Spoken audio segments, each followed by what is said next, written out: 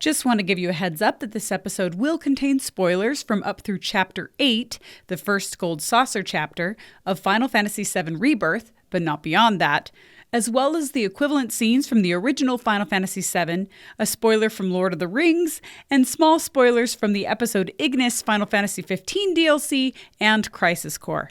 If you'd like, you can check the episode description for spoiler timestamps. They do a close-up on a guest's arm hanging out of the tarp. Yes. And Tifa's like, that's terrible. And Dio's like, I'm just like, what is happening? What am I supposed to feel? It's so good.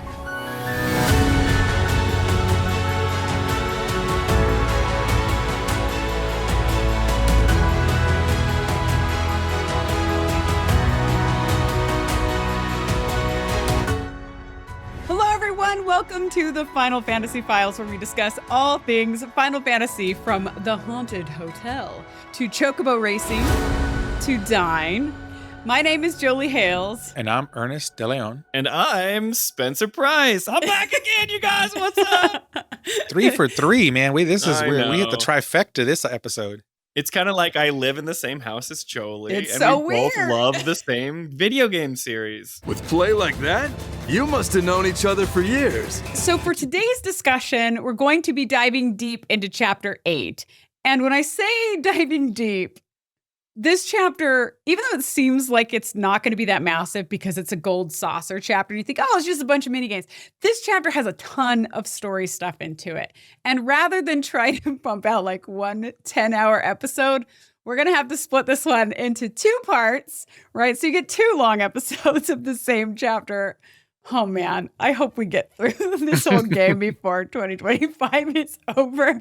But I think it'll be worth it to cut it into 2. So with that, we'll start out the beginning, the first half of Chapter 8. And Chapter 8 consists of our first time going to the Gold Saucer, trying out its mini-games, making our way through Corel Prison, Barret trying to help his best friend from the past, and then the chapter ends not long after we acquire the red land buggy and hit the desert landscape. So let's jump into the first half of Chapter 8 for a few hours, shall we? Let's do it. There you go. Can I just point out something before we really dive in? Ernest, is it just me, or do you look a bit different than you did when we first started this whole podcast? Yeah. Yeah, I got a haircut. So, Shut up. You did more than that. That'll do it. Okay, I'm going to show an image of our first episode. Oh, man. Which was only in March. So that's probably, as of this recording, that was 10 months prior, maybe 9 months prior. Mm-hmm. So how much weight have you lost? I think you deserve some props. Yeah, I think at this point, I know it's over 100 pounds. That's amazing. Oh my gosh! Yeah. That's a whole me! Yeah, I am down to an extra large, and even those are starting to fit me a little bit loose now. So probably will be at a large by March of this year, I'm guessing. That's insane. That's so cool, Ernest. Well, congratulations to you. You look awesome. I borrowed some of your 100 pounds. Oh, well, yes, but that's a good reason, though. Yeah. This is baby number 3, third boy. I will not be sharing anything about my weight in this episode. That's fine. Nobody cares. I just kidding. What is it called? The sympathy weight, or what is it? Oh, yeah, that's right. There's some kind of thing that says that husbands gain weight like their wives do when they get pregnant. Not only is it true, but when my wife was pregnant with our daughter, our first child, she got pregnant right before COVID hit. Mm-hmm. So not only was it the normal sympathy pregnancy thing in 2020, but on top of that, it was the COVID 30, right? Because you were trapped in the house. Oh, yeah. Eating a bunch of junk you shouldn't have been eating. The COVID spread. Lockdowns where you were just kind of inside and not being active. COVID was okay, we have gone too far. It's time to dial it back now. Well, bravo. You look great. Thank you. So as we get started, it is good to remember just how much of the game we've actually played. So by this point, Spencer and I beat the game forever ago on normal mode. And when I played it with all of the side quests as a completionist. And Spencer played it by streamlining the story.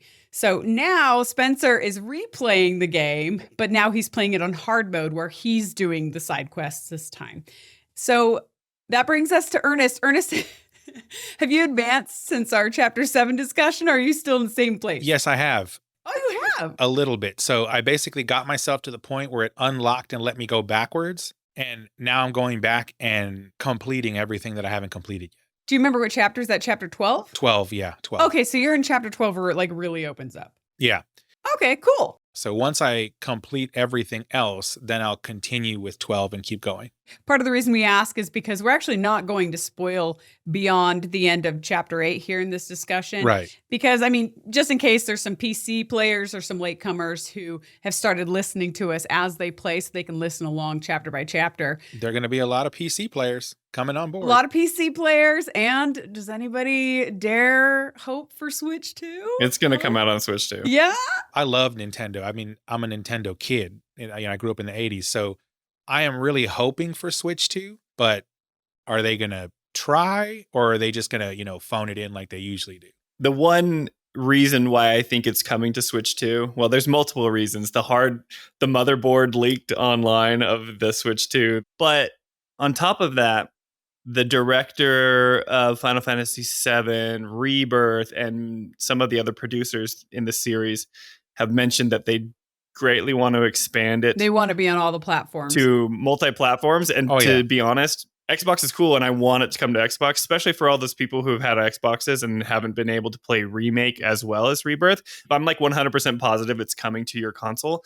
But I think they're implying that it will be available on the Switch too when it comes out. Are they going to announce it in March or do we think it's going to come out They in say March? they will make an announcement. Nintendo has verified this within the next 3 months. So in the next 90 days, we will know when it's coming out. It could come out holiday season, or it could be like the Nintendo Switch first release when it released in March.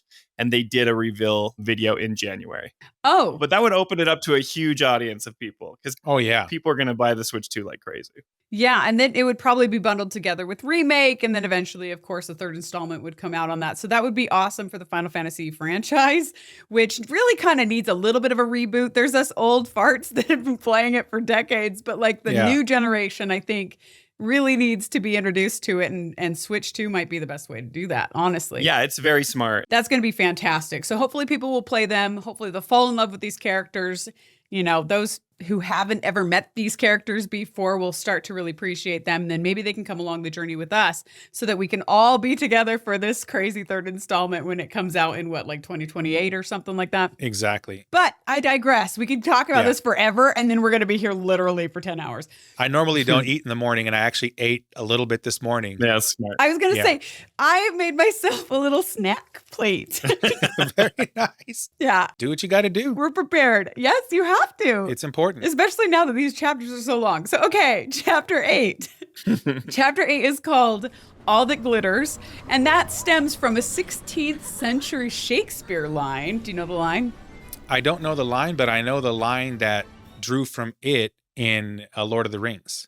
Of course you do. I thought you were referring to Smash Mouth's popular song. Oh, all that glitters is gold. It's actually, the Shakespeare line is all that glitters is not gold. Okay, sorry. And it basically means that not everything that appears to be shiny or attractive actually turns out to be that way in the end, right? Or that the attractive external appearance of something is not a reliable indication of its true nature. Right? Which kind of fits this chapter, really fits this chapter, as we'll see, given that we started this glittery amusement park, right? Only to be roped into this really heavy tragedy that was the result of a much older heavy tragedy.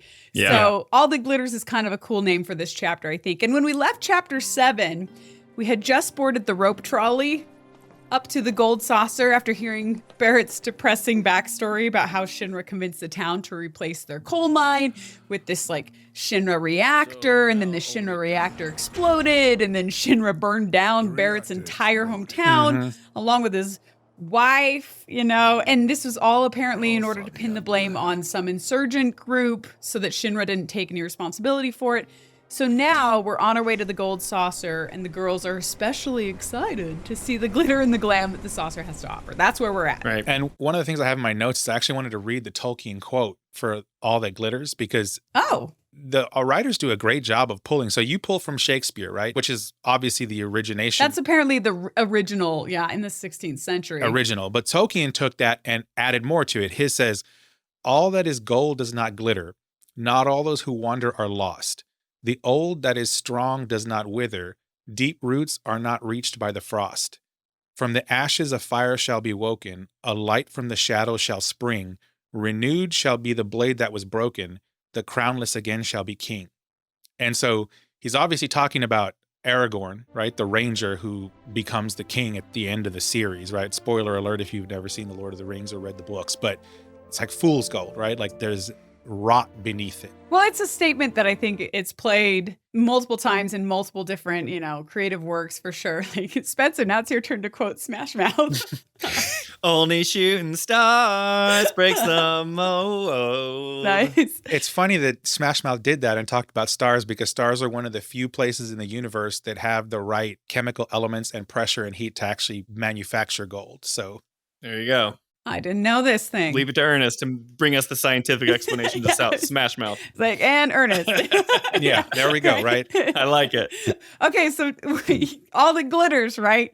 So they're sitting in the rope trolley. They're looking out the window at the incoming gold saucer spectacle, right? Which, and in this case, is this really high budget cutscene, and it has hologram type images of the summons Shiva and Ifrit right up front. There's colored chocobos. There's just a lot of glittery spectacle, which I think is really fun actually to watch. Yeah, it's amazing. And I think the game does a good job, setting the scene, and so we understand kind of this new location that we're going to. And those of us who played the original game were excited for this, right? Yeah. Because this was kind of a spectacle in the 1990s, but when you go back and look at the 90s version, you're like, oh, we've come a long way. It's very much like coming in for a landing into Las Vegas airport at night and you're flying over and you see that ball now that they have and all the lights and everything. The sphere, yeah. Yeah. I didn't know about the sphere thing until recently. There's now the sphere thing and you've got the big Ferris wheel there and all the lights and stuff. Now, if there was a giant hologram of Shiva and Ifrit and some chocobos, I'd probably pee my pants a little bit going in. That'd be amazing. That would be awesome. But also kind of freaky. Yeah. Well, I want to say something about this because it's not a tone shift. I mean, it is. We've been talking about tone shifts, between chapters. It is, but it's more of a tone transition. But it's kind of I'm talking about the developers. They knew that they wanted to make this chapter special. Yes. People were coming to the Gold Saucer for the first time. When we were speculating on what Rebirth would be like before the game came out, everybody was like, what is the Gold Saucer going to be like? What are we going to be doing? And I have a few problems with it, but I also think it's really cool because this is a pre-rendered cutscene. This isn't using in-game engine art. Right. This is like when Cloud, Barret, and Aerith and those guys, when they go into the Shinra building and they go to the museum. And you can tell this isn't using the engine graphics. Yes. I actually made a note of the Shinra building is my favorite asset in this game. Yeah. And the gold saucer is right up there next to it. They know that Ernest likes these ones. It's got some competition. Oh, yeah. Yeah. For anybody who doesn't know, Ernest's favorite part about Final Fantasy VII Remake is the Shinra building. Yes. I love that building. But all the stuff that happens in the Shinra building, right? There's a lot. You go to the museum and it does the big pre-rendered cutscene and it shows what they think Neo Midgar is going to be like. And right. They find the ancients and then you have the big meteor and stuff that Sephiroth happens. And it's all beautiful and Cloud and Barret and Tifa have never looked more beautiful. It's very Jurassic Parky, in that sequence where you first show up at Jurassic Park and they take them to that little presentation. We use the complete DNA of a frog to fill in the holes and complete the code. Whew. And now we can make a baby dinosaur. Dun dun dun dun. Yeah. Dun, dun, dun, dun, dun, dun. If only they had what's his name? The composer. Oh, John Williams? Yeah, if only they had a John Williams here, right? Because if Oh, dude, they've got amazing composers. They're doing fine. Nobuo Uematsu is basically the John Williams of Japan. he is. Those are my two favorite composers. We're good. Yeah, but I hear what you're saying. Think about if you're Steven Spielberg and you go to your best buddy, you're like, hey, I need some music for a movie. I'm going to make a movie about dinosaurs. And Right. John Williams is like, I got you, man. Gotcha. Dinosaurs, space fights, little kid who takes out a couple of thieves. I'm there.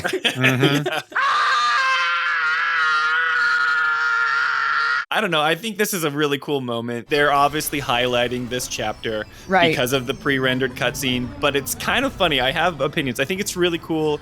So I don't want to be a Debbie Downer, but I'm going to be a little bit of a downer here. Okay. Because I don't really understand. There's two entrances into the Gold Saucer, and I'm getting ahead of myself a little bit. You'll talk about this. Yeah. But we go through the Corel rope trolley, which is like an employee access, thing. It seems to be that. Yeah, because when you get there, like when you get off the trolley, You're like in a storage area. you're in like the storage unit. It's the backstage stuff. But it's like, why would they have the holograms and all these amazing things like for the employees that go there every day? Well, it makes me wonder if they just like floating around the actual saucer itself. Sure, and you go up there. Maybe I'm reading too much into it. But like it gets even more confusing if you really read into it, because later they say that the employees who work at the saucer actually live up above in like an area of the saucer. So we never see that area. So they're not even, this isn't even like an employee necessarily entrance. Sure. Which, why is the economy so crappy at Corel? Like it should be amazing. Yeah, it should be booming because they're like literally the town that runs the gold saucer. Right. But I think like if you're able to kind of suspend disbelief a little bit and like forgive it of these things that some of them, the developers of Rebirth are kind of stuck in because they're trying to stay on the same track-ish as the original game. And the original game takes weird like liberties. Oh, yeah. Right. All like if they over the place. I actually think they nailed it pretty well because like if you've ever been to Vegas, right, especially on the Strip, and you see all of the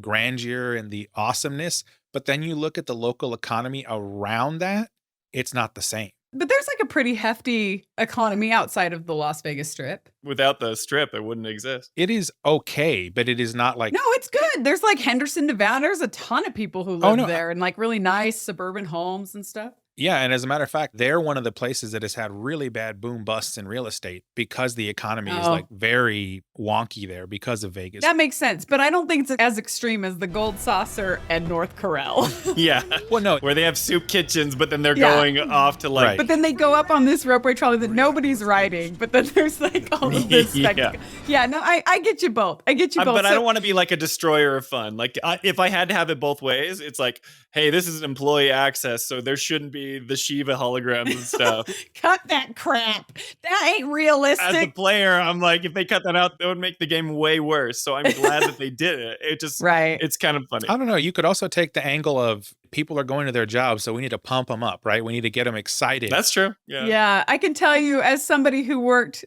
for a very popular theme park, they don't do that for the employees very often. You get to see the dumpsters and like have to have them far away parking. But that's okay. I get you, Spencer. You're totally right. I guess I was willing to like suspend the disbelief, and kind of enjoy the spectacle just because the spectacle was so beautiful and we knew this was coming. It's awesome. Yeah. I used to do a summer work like in high school at a local theme park there in San Antonio. And the employees get... Yeah, they don't get the special treatment. The term carny exists for a reason. Yep. Right. But in this situation, like they have this big display. It's beautiful for what it is, right? And it gets the girls all the more excited to be going to the Gold Saucer at this point. And then they get to the ropeway station, which, as you said, Spencer, is kind of in the backstage, as you would say, area, or the storage kind of area, employee probably area of the Gold Saucer. And the girls jump out with enthusiasm. They're stoked to be there, while the guys like all begrudgingly follow behind, which is kind of funny that it is divided across gender lines. The girls are like, yay! The guys are like, And then Barret, you'll notice, is wearing his sunglasses again, because remember, whether or not he wears these sunglasses depends on how willing he is to be vulnerable to those around him. And after like reliving this tragedy of his past back in North Corel, he's not really too keen about sharing in the enthusiasm of this loud, over the top kind of place. So that's why I think he puts his sunglasses back on. And at that point, we actually take control of Cloud. And right away, we start seeing the moaning rope guys, who must have also taken the rope trolley and seen the spectacle on the way up, right? Yeah, we even grab a materia from like right in front of one. There was a materia right there. Like right in front of the rope guy. We like just took it and ran with it. It was like a green one. I don't think the rope guys care about materia, do they? No. But it was just funny because they were there. But it does confirm once we get there that we're on the right track. This is where the story wants us to be going. Although we have really no idea, to be honest, of like what they're doing there, what these rope guys are doing there. And now that I think about it, I'm not sure they ever answer that question, or if there is a real story reason other than like the developers wanted to get like us to the Gold Saucer. There's no reason. Yeah. This is something we've learned about forever. But- the rope guys are a dumb MacGuffin plot device, so don't think too much about it. They're there, so you're going on the right track. They're also in the storage room. So what are they doing in the storage room? But like at least before this point, it makes sense that they're making this progression because they're going to a certain location. But the gold saucer is totally out of the way. Like you don't need to go to the gold saucer to continue on to like Gongaga. That's not a thing. So it's like you said, just don't think about it too much. So this game doesn't take itself too seriously. I mean, that's how awesome it is. It just distracted a few of them and they lost their way. But they're all going there. I guess. I mean, That's what Dr. Sheeran says. I do what I can for the injured ones, but leave the rest to stumble onto the saucer. Why would they go there? Shit. Don't ask me. But it doesn't matter. It doesn't matter. It's fine. It's fine. It's fine. It's never mattered. Yeah, touche. So then from there, we can make our way through some of like the storage rooms or the break rooms, which that's when I really started to think about like, if there's this direct line to the gold saucer, why can't people in North Corel like work at the gold saucer or Right. have hotels for the gold saucer or something and pull themselves out of destitution? But again, they're tied to this like original game kind of thing. So again, don't think about it too much. It's heavy-handed. If they're trying to stay true to the old game, right? That's like North Corel is the tragic story of the Mako reactor exploding. And then they have to just hammer that home. Right. If we layer in nuances of like they're this bustling tourist town that, you know, It's like right adjacent. allows people to go to the saucer, then it doesn't work. yeah. Which is not as nuanced and not as good, but they are pulling from source material that didn't have that. And that makes sense. Right. And it's literally like they literally take like a rope trolley Yeah. from North North Corel Corel. to the gold saucer in the original game. So they're Yeah. sticking pretty close Yeah. to the geography in that way. We also know that the writers and the devs do the whole like, we're going to bring you down, then we're going to pump you up, then we're going to bring you down. And then so Yeah. this is like that pump you up and bring you up section, take you very high. Because it was a downer the last chapter. Oh, yeah. The last chapter was Yeah. really sad, actually. And not just the last chapter, the last scene. Yeah. Like the very last scene was like flashbacks of this terrible tragedy that unfolded. Shinra came rolling into town. Burned everything. Innocent people in their homes. Well, the end of this chapter is sad too. So Don't give it away. I'm just kidding. Everybody. Oh, yeah. What? no. The gold saucer isn't the best time of our lives? It was the best time of my life. But there you go. Yeah. Like, right? All that glitters. So turn those frowns upside down. So eventually we get out of this backstage area and we see like a tourist helicopter, which introduces us to the idea that this is a tourist amusement park type destination. The helicopters, it seems, is how most people get there, I guess, is what we can assume. Well, it's like they're arriving from Costa del Sol, right? Probably. So there's the ships and stuff that come into Costa del Sol. It's a tourist town. But then those helicopters take them up to the saucer, whereas we kind of took the back route up the mountain, up to North Corel, and then up the trolley. Us and the road guys. yeah. Yeah, they only get to ride in helicopters if they're soldiers first and then transform. Apparently so. They were fine when we left Junon, and then they weren't. So we're up here in the gold saucer, and then Cloud actually looks up at the starry sky, and that's kind of one of the transition tactics that the developers use a lot, is we look up at the sky, and then something, you know, transitions to another place where something's either happening in the sky or somebody else is looking at the sky. So it's like a nice way in film world, I guess you could say, to visually transition somewhere else. So Cloud looks at the sky, and that's when we have the opportunity to cut to a helicopter in the skies above the Corel region, and that's where we see Colonel Mustard. Right? I know his name now. I couldn't remember it from last chapter discussion. It's Palmer, right? So Director Palmer. Director Palmer. Director Palmer. I am a director and I will be respected. And you will respect me or Yeah. something. Yeah. It's like Cartman, right? Respect my authority. Yeah. It was so good. Yeah. But here's where we see him really kind of in his own little solo mission for the first time, right? He's riding with Rude and Elena the Turks. And he's looking at a wanted poster of Barret, Tifa, and Cloud. And he's, of course, whining about both the people on the posters as well as having to be in charge of, like, passing out these posters. Who are these people? At least they're finally on a real wanted list. It's about time. That's all well and good. But why am I in charge of handing out the posters? That's his mission, to go to the gold saucer Yeah. and hand out these flyers. Because he's like the executive director of the aeronautics and space division of Shinra. Okay, that's what I was going to say. Like, which is hilarious. So it makes sense that he feels a little bit like this is beneath. Yeah, me. he's a bureaucrat. does Shinra have any presence whatsoever in space? Like, at all?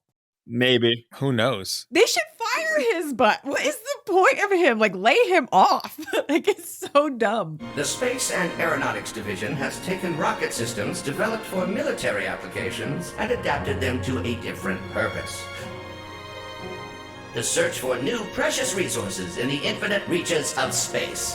That being said, since we have plenty of Mako at the present, those plans are currently on hold. It's a bit of a shame, really. He's part of the Clue gang, all right? Yeah, he has I know. to be there with all the rest. He's clearly gotten his like position, and that's his like level of incompetence, and he's going to go no further. So now they have to find other things for him to do. Which is pass out flyers. Yeah. Do what you got to do. Space isn't going too well, so they need him to do something else. Yeah. Right. Well, it's interesting, too, because Elena says that she thinks that Palmer is right where the president wants him to be. Don't they know I have a division to run? I think you're where the president wants you. Which I think is their way of like establishing that everyone, including Rufus and the steering committee, kind of thinks that Palmer is annoying and kind of pointless. Kind of a joke. Like, go pass out the wanted posters, right?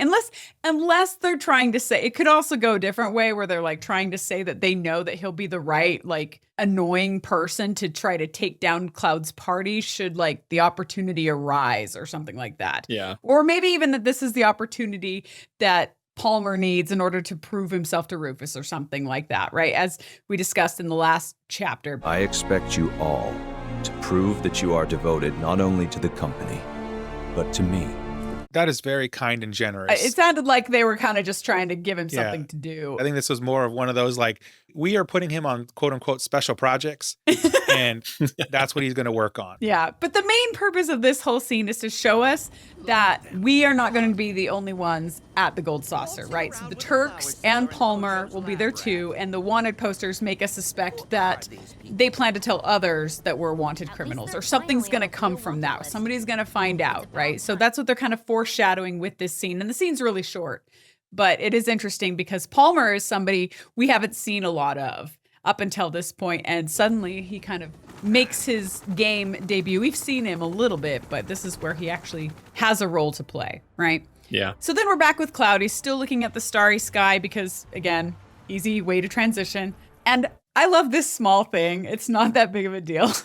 But Red tells Cloud, he's like, the others are waiting. The others are waiting. But if you look in the background, the girls are not waiting. They are like running. Yeah, they've run up. Yeah, briskly moving forward without them. No waiting at all.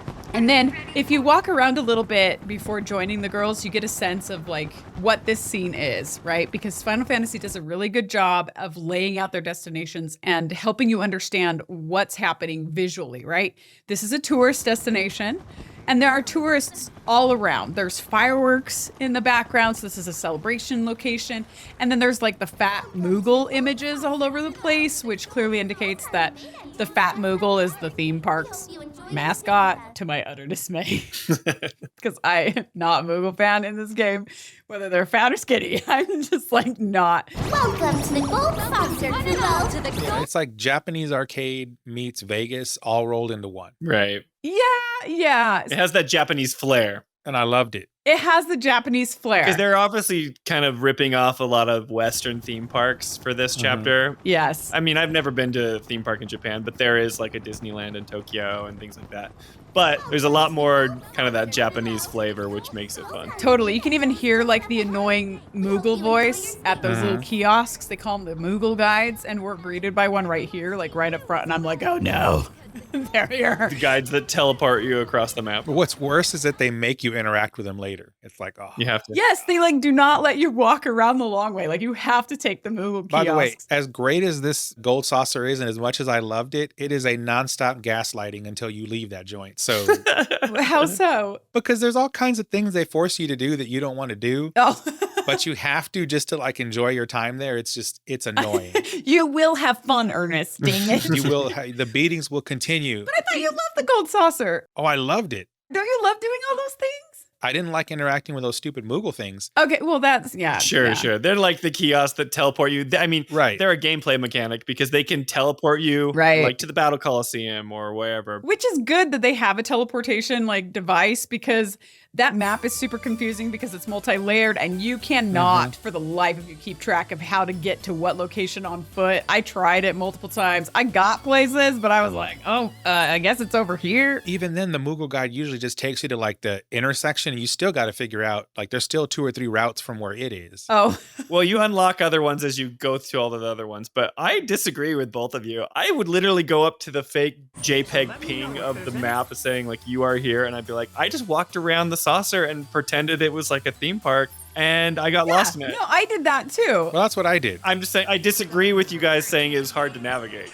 Because it's just a big, like, circle. Oh, I thought it was hard. There's some down below and there's some above. When I was first wandering around and just looking, yeah, it was great. But then when I actually was like, okay, I have a purpose now to go do stuff, then it got annoying. Yeah. Sure, if you're just trying to like go to the quest markers, then it can get confusing. But I was taking it all in. I was like, I am going to this amusement park. I'm walking all around, and the exploration was rewarding because I'm like, oh, the Skywheel's up here. Yeah. The Battle Colosseum's down here. The Chocobo Racing are down below, you know? And you can. See, I didn't even know that. I did not know the Chocobo Racing was below. I don't know. Directionally, I was like kind of all over the place, which was fun at first because I just wanted to explore, completionist in me. I want to see it all. Totally. I'm very map reliant often Yeah. in different newer areas. Like I'm constantly looking at the map and seeing, and the gold saucer map is useless. Like It doesn't help you very much. It's like everything's layered. So you run to the spot where you think you're supposed to go, and the thing you're looking for isn't even there because it's like 3 stories up or something. I could be wrong. I think there's little indicators on the map to tell you that it's like on another floor. Oh, there probably are. I'm too lazy to figure out if there wasn't or not. But you didn't even know that the blue ticks were synergy markers Shut up. in the last game, so that's fine. I know. You don't know a lot about the UI. So.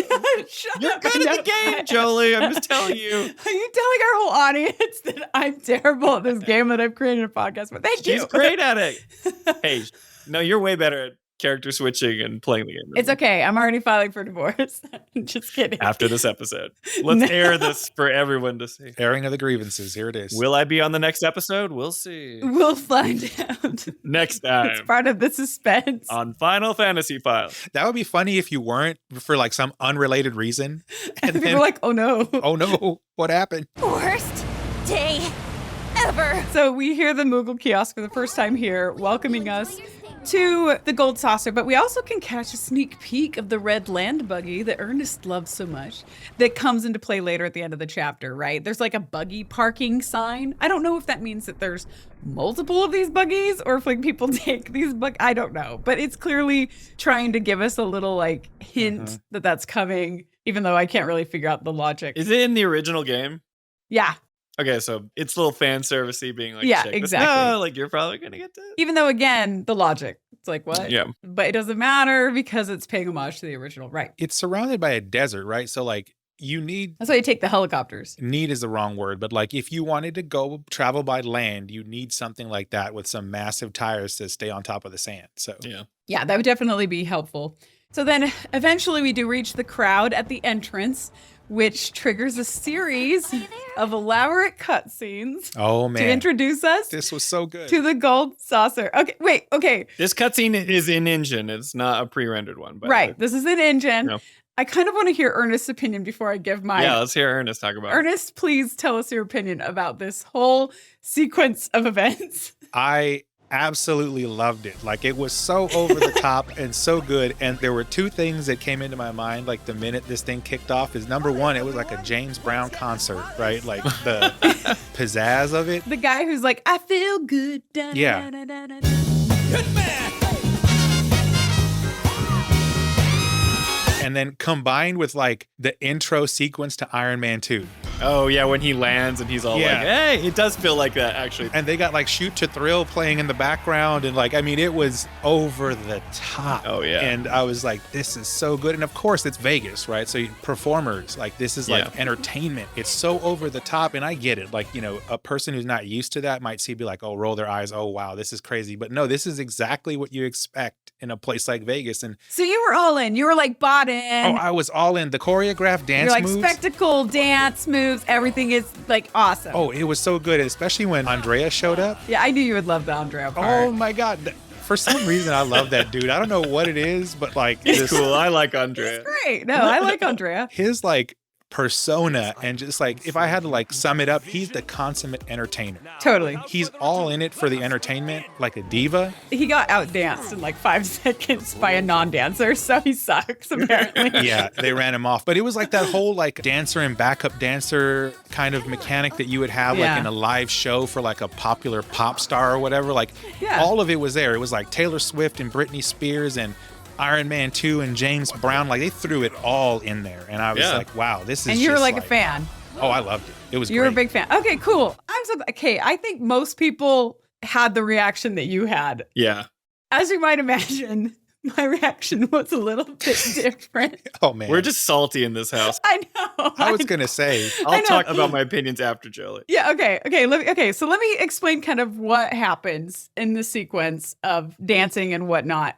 And I'll let you know along the way kind of how I feel about it. And Spencer, I'll definitely want your opinions as well. So as Yuffie and the girls like push their way through the crowd, then Cait Sith, who is this cat, who we've kind of seen a little bit of before now, but this is like this big reveal of him. He appears with a bunch of dancers, bunch of confetti. It's like a big spectacle, right, to kick off this celebration that is the Gold Saucer and people coming to the Gold Saucer. And he shoots some confetti orbs from his megaphone that then like turn into the mascots for this place. I think it's a cactuar, a tonberry, which is hilarious, and a fat chocobo, which are those classic Final Fantasy images from like all the Final Fantasies, right? And then he shoots another confetti orb at Yuffie, which then like changes her clothes into some bright green, like classic Japanese. She's like in a cut-off kimono. Yeah, that's a great way to explain it. It's like a cut-off kimono. Yeah, with a fan. So it's clearly Japanese, like inspired, right? Or Wu-Tai inspired, because I think Wu-Tai is kind of like Asia, in like classic Asia in some ways, right? And she's happily pulled up on stage to dance with a bunch of dancer girls. But then Aerith and Tifa are pulled up to dance with her, where the three of them just happen to be in like perfect sync, and they're quite skilled at dancing, while like Barret and Cloud and Red just kind of watch from the sidelines looking confused, which, to be honest, I was with them. Like, I was looking like them too. But so the girls are dancing, but then they can't just let the ladies have all the fun. So then a group of men performers kick in with their own singing and dancing, led by none other than, you mentioned it earlier, Andrea. And then it becomes this little like battle of the sexes dance off, complete with like random male crotch grabbing. Yeah, it was almost like a scene from Thriller, live on stage, like a Michael Jackson type performance. I would not go that far.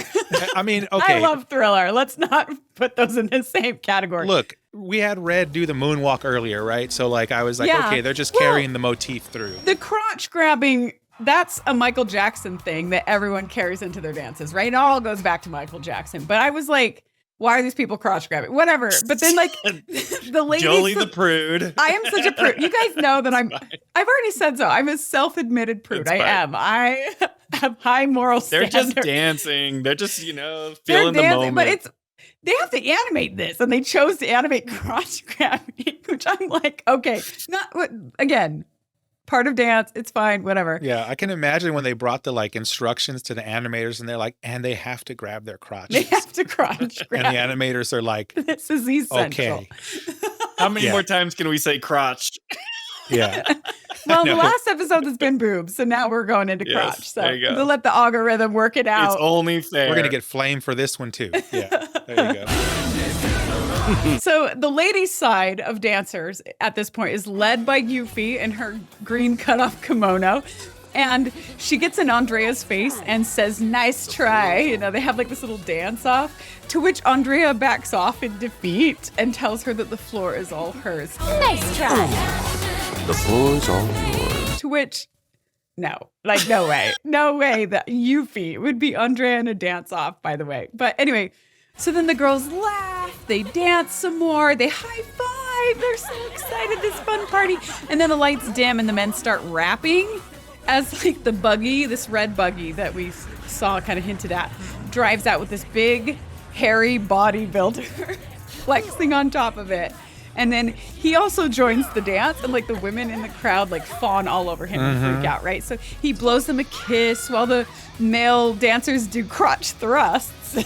So and let me tell you, stop with the crotches. It's not me putting them in. I know. I'm just pointing them out. They're doing crotch stuff in their dances. Like, male dancers could do more than crotch thrusting and crotch. That's all we know how to do. And the best part is when he comes in and he's like the buggy and everything, I'm like, now, remember, he hasn't introduced himself yet, but obviously if you've played the older one, you know his name is... You know his name is Dio. Dio.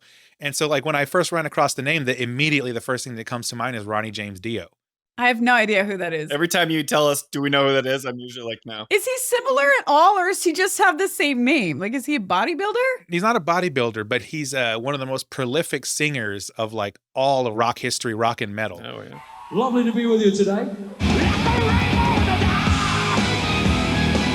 I mean, he had his own band named Dio for a while, Rainbow. He was a lead singer for Black Sabbath for a while Ozzy was off doing his own thing. He's amazing. Does he have any parallels to the Dio character, though? He's a performer and a showman, right? So, like, not a big, like, bodybuilder dude, but... He's not the size of Barret in a mountain. Was he popular in the 90s, by chance? Yes, but more so earlier than that. Okay. Maybe that's where this Dio got his name. Every time I see that guy come out, the first thing that comes to my mind is Ronnie James Dio, and like just the showmanship of even this Dio was like just so over the top. Combined with like the other thing, remember, this is the 90s, right? The 90s was also the peak, I would say, of like the so on the nose 90s. Yeah, which makes sense because this game was developed in the 90s. Yeah. Like the original version. And Dio does exist in the original game, and he is like a bodybuilder kind of WWF kind of wrestler kind of look as well. Literally, the boots up to like his calves, the tiny little like Speedo and the cape, that was like peak 90s wrestler right there. But the cape wasn't in the original game, actually. No, but they added it here. He was just the Speedo guy, like a muscle man Speedo guy walking around. And he had no cape. And I love that they actually added the cape to Dio. I think it's so good. It was so good, yes. Yeah, he's so over the top. And mostly in a good way, I would say Dio is. Oh, in an amazing way. There are things I really like about Dio, and then there are other things that I'll get to later in this chapter that were like a little bit mishmash for me. But yeah, they throw a cape on him, and in this scene, he's like doing all the poses and the flexing, and the girl's freaking out, and then like Yuffie is like watching him flex while these women scream, but then she like covers her eyes and he flexes and she passes out. She passes out. I put a comment about that in my notes. The fact that she passed out from it was just like, that is the moment where you jump the shark. Right. Okay. Right? Or you jump the refrigerator or whatever you want to call it. Yeah, but I think the shark was jumped long before that. But there is some shark jumping with her passing out for sure. But then the strong man, who we know is Dio, he's lifted up by these male dancers, and that's when he sees Cloud.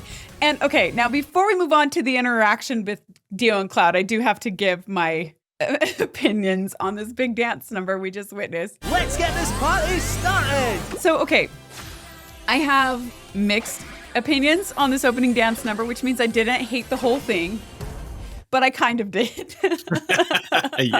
Now, let's start with the things that I liked about it, because I don't want to be like that Debbie Downer, but you know, we got to be honest on this podcast. And I love that Ernest loved it, because I think most people who just play this game are going to be like, that was awesome, I loved it, yeah. And then I'm here to be like, I'm going to dissect it and tell you why it sucks. You know, who's like super annoying, like that movie critic friend that you have that you're like, I just like the movie. Yeah, in the background, while this whole thing's going on, all I'm hearing is living in America. I feel good. Like, this is just like James Brown on stage. I love the whole thing end to end. So hey, go ahead and bring us down, Jolie. Bring us down. Each their own. Okay, so I like the idea.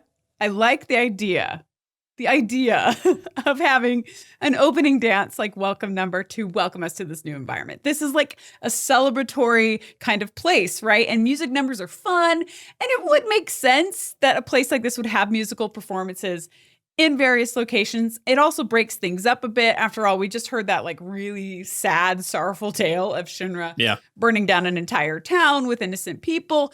And I personally like love dance numbers in general. Spencer will tell you, I love dance. Like watching good dancers. Her favorite thing in the world is going to like Cirque du Soleil. Cirque du Soleil. The Michael Jackson Cirque du Soleil that we saw in Vegas was like your favorite thing that you've ever seen. That was the greatest piece of entertainment I have ever witnessed. I was so into it.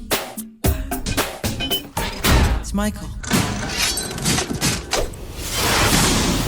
Because Yeah. all of those people are like, they're literally consummate performers. They're all about their art. They know what they're doing. But it was so good. And like, I love music. Performing arts is a big part of my life, watching it and participating in it on a much smaller scale than Cirque du Soleil. A sky of scattered tears, 1,000 years apart. Should they fade, I will not be afraid of the dark. So I love the idea of having something like that when you get here. That said, okay, so the tone for this dance for me was just weird. And so it's clear that this is trying to be the Honeybee Inn number of Rebirth. That's what they want to be, but it doesn't quite hit the mark for me. They even bring Andrea in, right? As like, hey, it's Honeybee Inn Part 2, you know? Yep. But even he's like beat in a little dance off by Yuffie in like a matter of seconds. So so there were a lot of reasons. Let me first say, there are a lot of reasons why the Honeybee Inn scene worked so well for me. So first of all, it was a reimagined homage play to the original game, right? And it had an extensive like lead up and practice time. And not only was it like a thrill to see stone-faced Cloud dance like a professional on stage against his will, I might add. The joke was that tough guy Cloud was actually dancing. That was the joke. That was why it was funny. And he was doing a pretty dang good job at it, right? It was over the top for the sake of being over the top. While at the same time, it was actually a pretty awesome spectacle. And it was also a minigame, right? So there was a minigame that we're participating in at the same time. It had like the stage, the lights, the performers who belonged to that environment. And Cloud was this hilarious fish out of water forced to do something he never wanted to do, but he's really good at, which is dance, right? So there's a lot of other reasons why the scene worked for me well, but those are the ones that come to mind at the top of my head. But in contrast, this gold saucer scene it's kind of out of the blue. There's no lead up to it. A bunch of performers just come out of nowhere, and before we know what's going on, the girls from our party are dancing like this is their profession, but there's no fish out of water humor to entice us. It's just kind of like, I guess our girls can dance and dance well enough to be better than Andrea, who's a professional dancer. And in perfect sync with the other backup dancers. Like they've been doing this for months. Yeah, which to me, because it's not part of the joke, it feels unearned. And I know people will say, well, lighten up and just accept it. Totally. And that's probably what I should do. And if that was the only issue, then I'd be like, whatever. But it just doesn't feel like it's trying to be funny either. And then like, well, the game doesn't take itself too seriously, and we often like accept things that we wouldn't normally accept in like a realistic kind of movie plot or something. It just felt a little weird to me. Like it just felt weird. And for me, I felt like, I feel like the dance number doesn't know what it wants to be, right? Is this a performance at like Final Fantasy Disneyland, or is this Final Fantasy Las Vegas? Because the gold saucer itself, once you get past this, is Final Fantasy Disneyland, right? But this, they're trying to be a mix of Disneyland and Las Vegas, like a mix of them, which for anyone who knows Vegas and Disneyland, that's not really possible. Like here you've got character mascots, balloons, plushies, rides for children, introduced by crotch thrusting dancing and Yuffie passing out and muscle flexing. So like if you take the song lyrics, there's a song, right? The song is called Bare Your Soul. That's the name of the song that plays during this whole thing, which feels like it wants to be Vegas without being like blatantly dirty and sexual as Vegas, when it's really the sexualization that makes Vegas Vegas. So instead it falls into this weird like no man's land. This is obviously like a deep dive dissection that like most humans are like, get over it and move on. But whatever, let's just go. No, I agree with you. Mine is not this in depth, but I agree with a lot of the points you're making. Okay, so maybe I'm not alone. I don't know. So like the women sing the lyrics. I just want a king to get on his knees, grovel for me, go on, get down, move your body or get out. I just want a king to get on his knees, grovel for me, go and get down. Move your body or get out. Move your body or get out. And then the chorus repeats, bare your soul and get down tonight, feel the heat, take the chance, dance.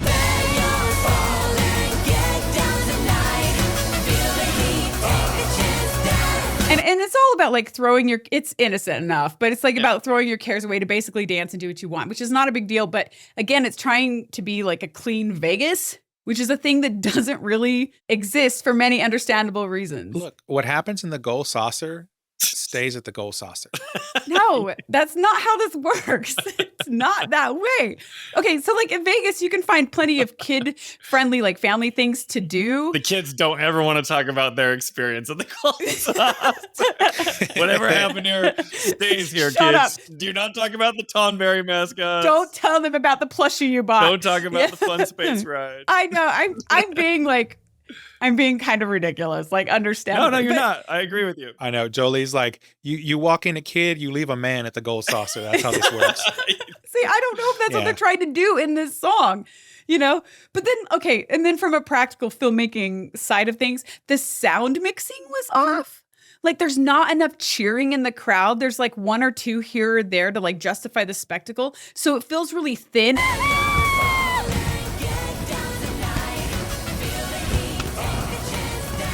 And that just adds to this overall like odd kind of feeling in watching. So honestly, I can't really put my finger on all the reasons this dance scene didn't hit the mark for me. It just felt kind of weird.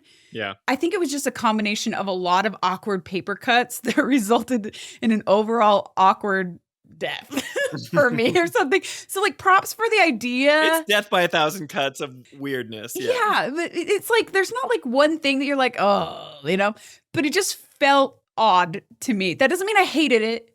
I wouldn't get rid of it. But I'm glad it's there. I wouldn't either. That's like seems to be a theme for some of the stuff. I'm like, I'm glad it's there if I had the choice, right? Right. I would make some changes, but we live in a post-remake world. Think you can follow my lead? I agree with you about the Honeybee Inn 100%. That's what I have in my notes. It's like they want to recreate the Honeybee Inn, but they do it. But they're forcing it. Yeah, they do it unsuccessfully. So just to kind of piggyback off some of the points that you made, the stakes are high. Why is Cloud dancing with Andrea Rodea? He has to talk to Chocobo Sam, Madam M, and Andrea, right? He has to get the approval of like the main people of Wall Market in order to go see Don Corneo. So the stakes are already there. The mission is to get to Don Corneo, save Tifa. And the song is part of the story and the mission. Yeah. It's like a part of that. But so this is all part of it. And then you finally get, like, you go to the Honeybee Inn. They're like, you're not going to be able to see Andrea Rodea for months. It's never going to happen. And then I don't think there's a better moment in Remake that hits better than the Honeybee Inn dance sequence. I think that universally, I mean, people love the combat. People love, you know, Sephiroth and all the stuff. But for just pure joy, fun, and excitement, they set the bar so high in Remake that then here comes the Gold Saucer, and Gold Saucer, there's all this expectation, you know, everyone's excited for it, and then they just kind of throw you into this dance number, and it just feels chaotic, it feels directionless, there's no stakes. Like, why is there this dance battle? We want some of that Remake energy, so we're gonna bring in Andrea, and then it's gonna lose. Yuffie just has this outfit that she can actually wear. You know how, like, you can... Yeah, they give you a little notification afterwards. It's like, this is now available. You've obtained a new outfit or whatever. Yeah. And it's like, they're just giving it to Yuffie. Okay, like, it's fun. I kind of have a lot of this thought. Like, Rebirth is so blown out, and I feel like Remake was a lot more focused. Yeah, I agree with that. They really hit the nail on the head there, and then they have this other scene. And then on top of it, it's like, well, Cloud's the main character, so Dio shows up, and then we're going to just have him be the star again, and everyone watches him for, like, some reason because he's the main character. But I agree with you. I just don't think it hits as well, but it's like it's unearned. It is unearned, and it's just there to be flamboyant and fun and kind of outrageous and over the top. Right. But I totally agree with your takes. I don't think they earned it, and I don't think they reached the highs that they did at the Honeybee Inn. That's kind of what I'm thinking, yeah. But I'm glad, Ernest, that you liked it. Man, I loved it. This is good. Nice try.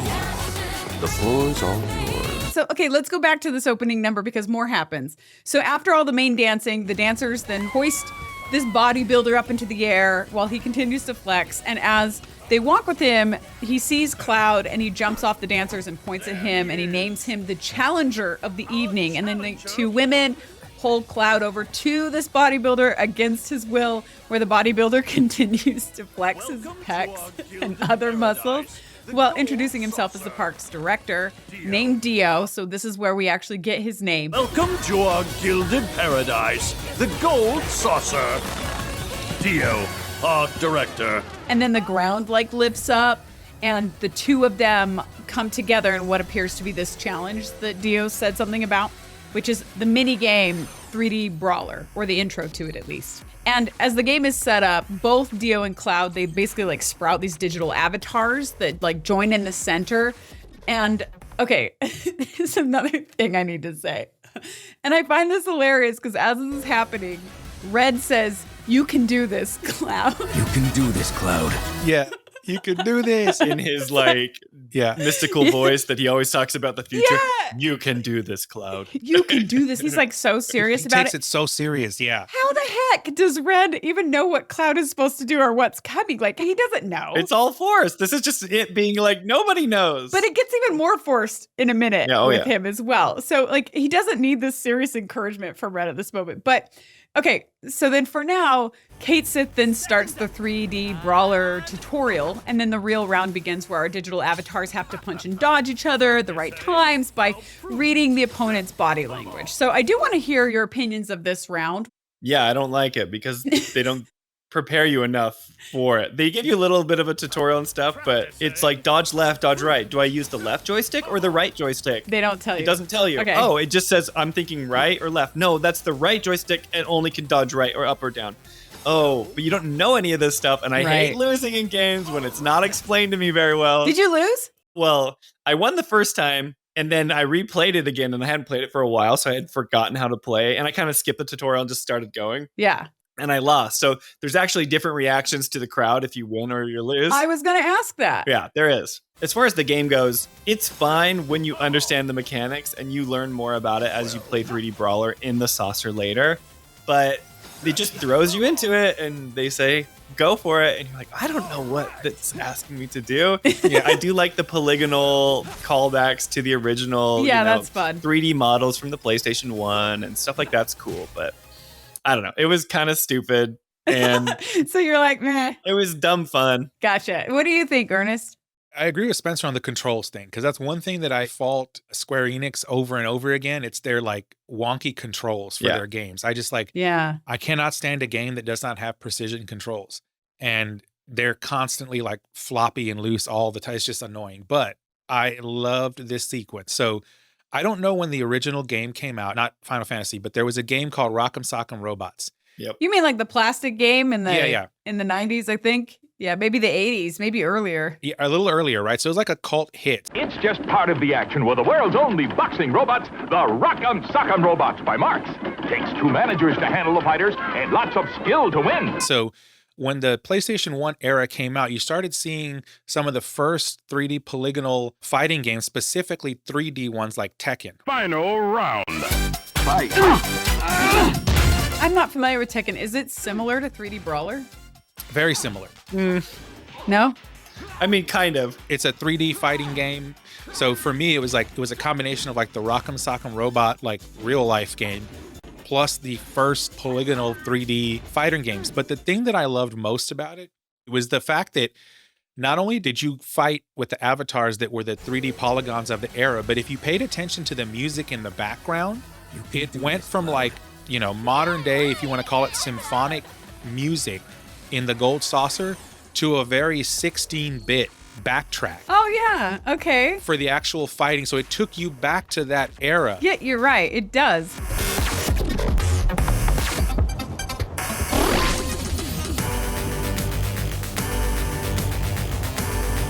Seconds out. And fight. And so for me, who played the original Tekken, it was great. I loved it, and it was a callback to everything great about the 3D fighters of that era. That's cool. I love that you pointed out the music, because you're totally right. It does kind of go back to that like 16-bit, 8-bit kind of sound. Do you remember if you won or lost this one? I won, but just like Spencer said, like it took me a while to adjust to it. Yeah. But once I figured it out, then yeah, like he never hit me after that. Okay, gotcha. Yeah, and I have the same thing in my notes as both of you in that regard. I actually thought 3D Brawler was kind of fun. And I played it a whole bunch later on, right? But it did take me a few swipes before I caught on to having to hit from a specific side and how to make that happen. Because it wasn't super well explained, right? But I did manage to beat Dio in the first round, although it was a tight match for me. Yeah, I barely won. Like, it was the next person who hit was going to be the winner, and I got to be that person, right? can this be? So Spencer, what happens when you lose? Okay, so if you lose, everyone's disappointed, and Cloud no. and Cloud acts a little embarrassed. Really? Well, because they're all cheering for him. They're like, yeah, like even Barret and Red, and Cloud just is like, oh, and like puts his head down to the side. He shrugs. But if they win, right, what you guys experienced. If you win, then the crowd cheers. Tifa gives a thumbs up. Yeah, Yes. Barrett's laughing. And then the difference is between Cloud, like Cloud is like got a defeated look on his face, but when Cloud wins, he kind of has like this smug. Like Cloud's never, he doesn't emote that much, which is really a testament to the animators in this game.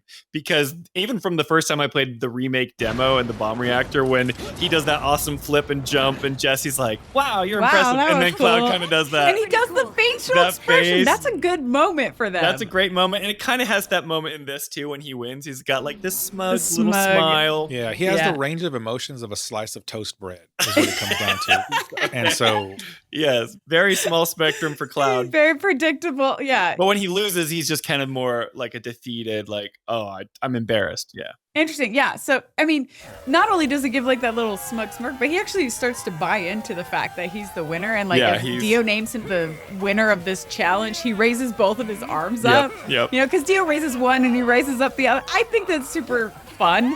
I love moments like that. It's endearing to Cloud. It makes me like that. by the way, 90s era wrestling right there. That was exactly raising your what arm. happened at the end of the There match. you go. Yeah, but there is one thing that's hilarious though about this. And remember how I mentioned that Red like encourages Cloud? You can do this, Cloud. So when you win, Red says, Expertly done, Cloud. and then you get relationship points with Red. If you win, If okay, you win, that's funny. which is so funny to me because it totally seems like once Rebirth was almost completed as a game, the developers must have realized that they didn't have like enough relationship building opportunities for Red to even things out like between the characters. So they like shoehorned in this random like Red moment so that however well you do in 3D Brawler affects your Oh my gosh. relationship points with Red. And I The don't know. relationship system in this we'll game. get there. We'll get there. Yeah. But I just thought it was so shoehorned and hilarious. But I did love the reaction that Cloud had after he won. I thought it was super fun. And like the guys are all kind of bought in at this point because before when they're watching the dance, they're like me is like, you know, like what is happening right now?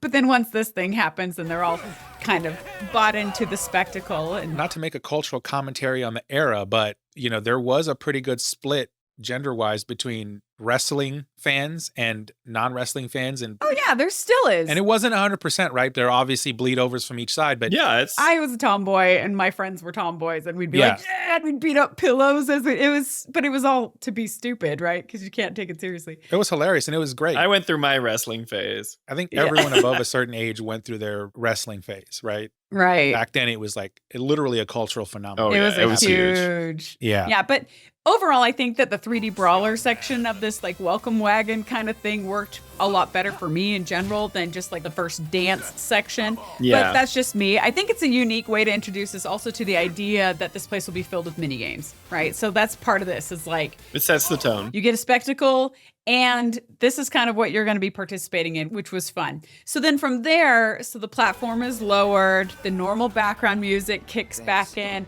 and then Dio, if you win, gives Cloud a golden passport. A small token of my thanks. One golden ticket. Your ticket to paradise. Cool. You get one if you lose too. Okay, because you probably need that, right? Yeah. So that's your reward for winning the 3D or losing this brawler. He's just giving to you. He's like, thanks for participating. Got it. It's a participation prize if you lose. And the girls Okay. take it no matter what every time. And then that's when you see the notification that you can keep Yuffie's green outfit. And then Aerith also starts to tell the party that they should have seen Cloud back at the Honeybee Inn. Cloud's used to performing in front of crowds. You should have seen him at the Honeybee Inn. Aerith. Oh, you've got to tell me that one later. So she brings that up, right? So they're tying it together, and Cloud tries to shush her. Which is like a reminder of how much better that was. I Don't know, bring it's like, yeah, you guys all should see that. Go back and watch the replay because it was a lot better than this.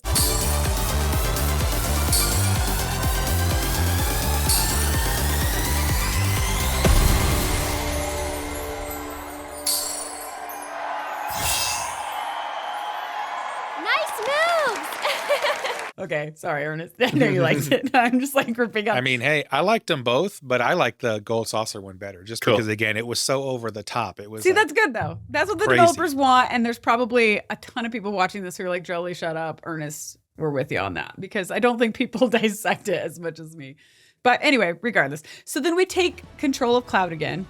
And if you walk around, you can start to kind of get a sense of what the Gold Saucer is actually trying to be, which is Final Fantasy Disneyland. So I wasn't sure when we heard the opening number if they were going for that, like I said, but now it's pretty obvious that it's totally influenced by Disney parks, which are not only popular, by the way, around the world, like Disney World, Disneyland, all of that, but Disney parks are particularly popular in Tokyo, like big time in Tokyo, Japan. In fact, how do you know all this, Jolie? I will tell you. So Japan, nice, like feeding me the transition. Segue. I'm kidding.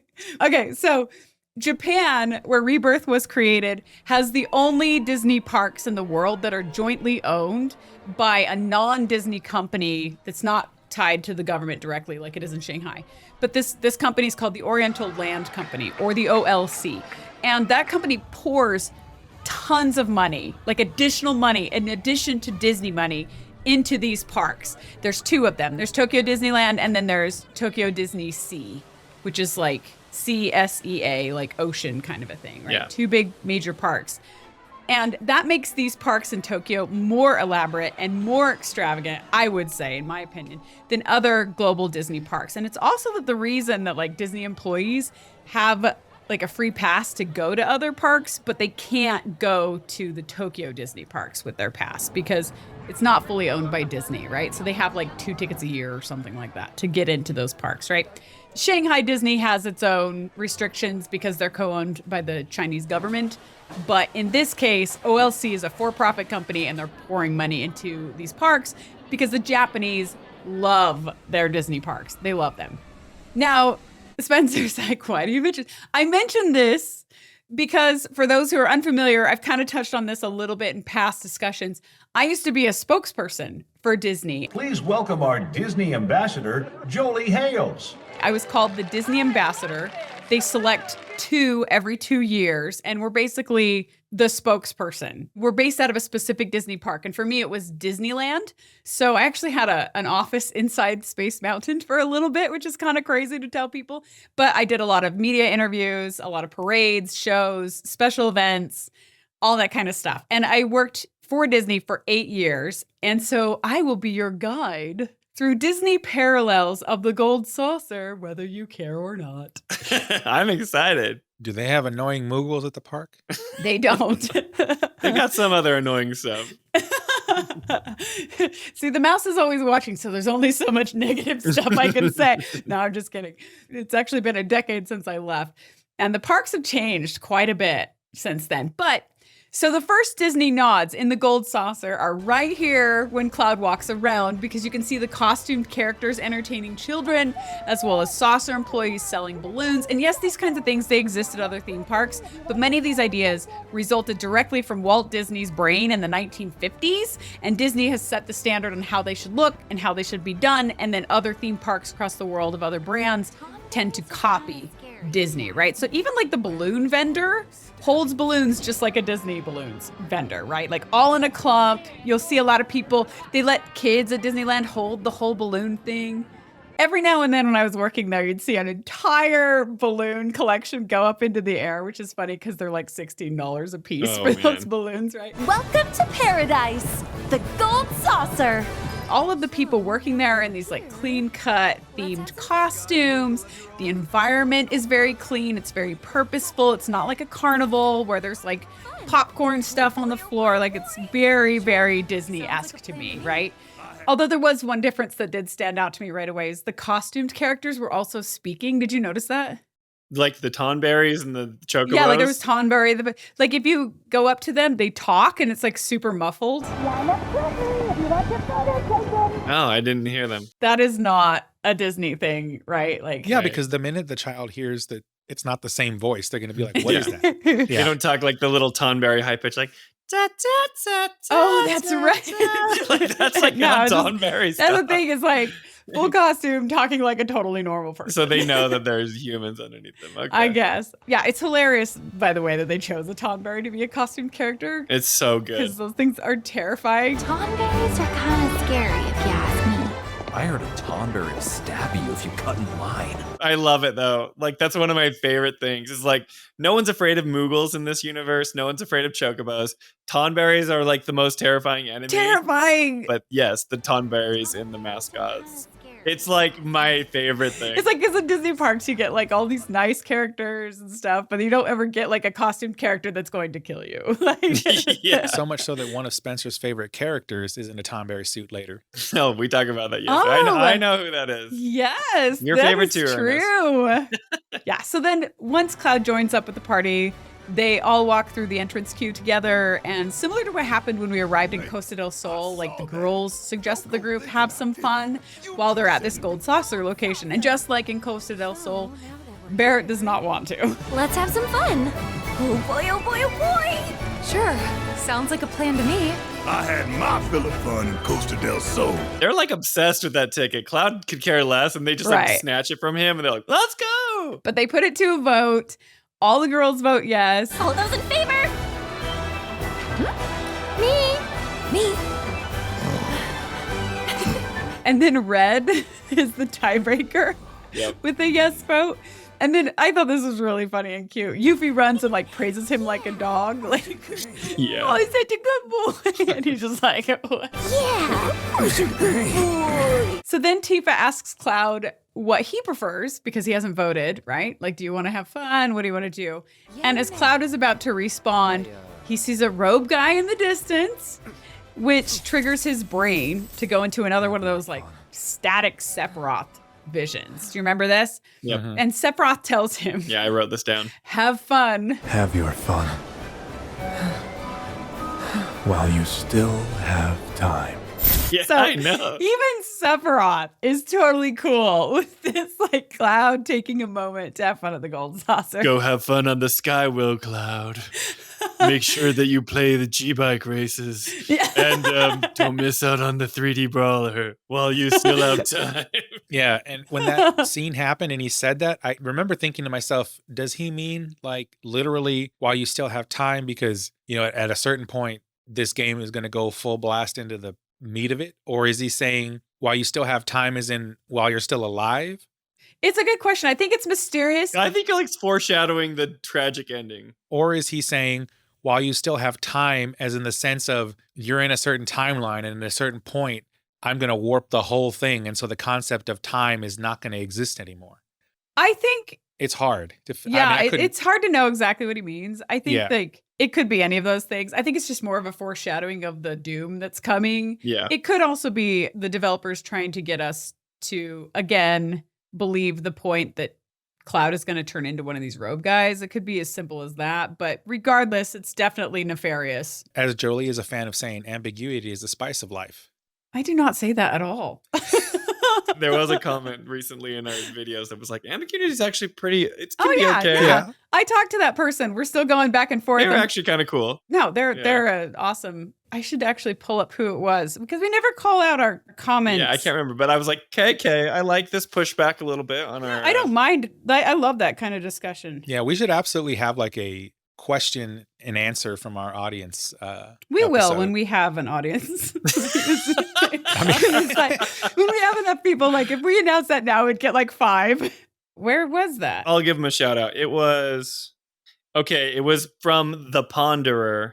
Yes, the Ponderer. Yeah, and he's got like a fun Yeah. See, it's totally cool with me. contemplative, like the statue, the thinking That's statue. right. Yes, That's the right. Ponderer. I think it's great when people respectfully disagree and we can have a good discussion. It's a lot of fun. So yeah, I like props. the points that he made, but yes, it is. So I don't know exactly what Sephiroth was referring to here, Right. but probably all of the above, and we'll find out maybe at the very end of the 3rd installment. Look, they guaranteed that we're going to love it. Guaranteed. Yes. The best game. They will answer all the questions.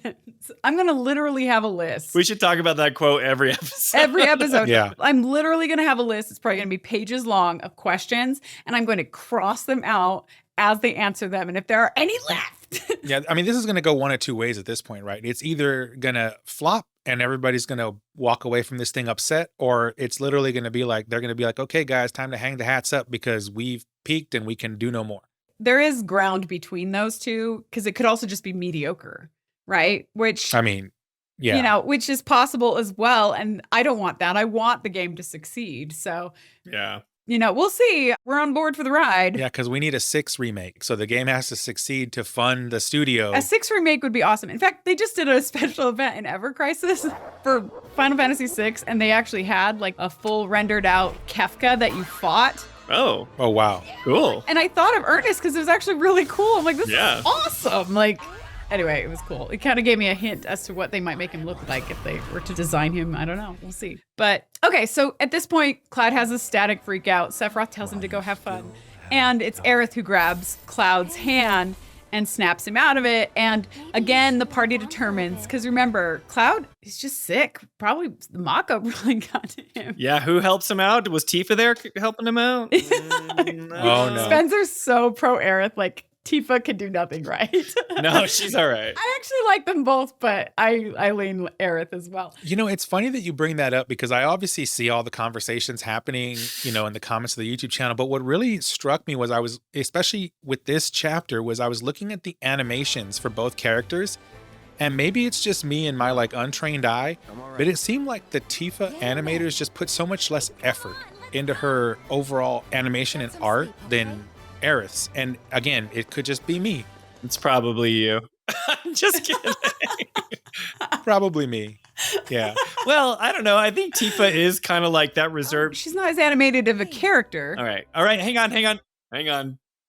Tifa fans out there, let's have a chat. We seem to be mad at each other for reasons that don't matter. Okay. I like Aerith. You like Tifa. That's great. I understand that Tifa is, she's more than just this big boob, like kick butt girl.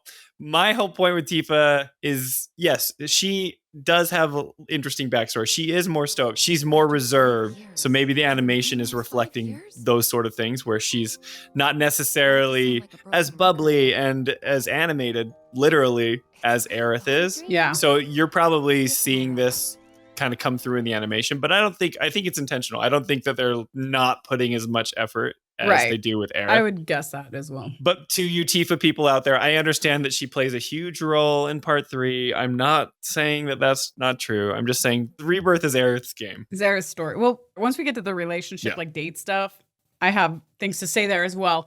As you can tell, Spencer's been getting a lot of angst from people. A lot of flames. I was inflammatory on chapter 6. Yeah. I just said the only reason people like Tifa is because she has giant... She has boobs, and people are like, that's not true, and they took you very literally. And I'm just like, there's no need to choose. You can just have a Triforce. I mean, there's...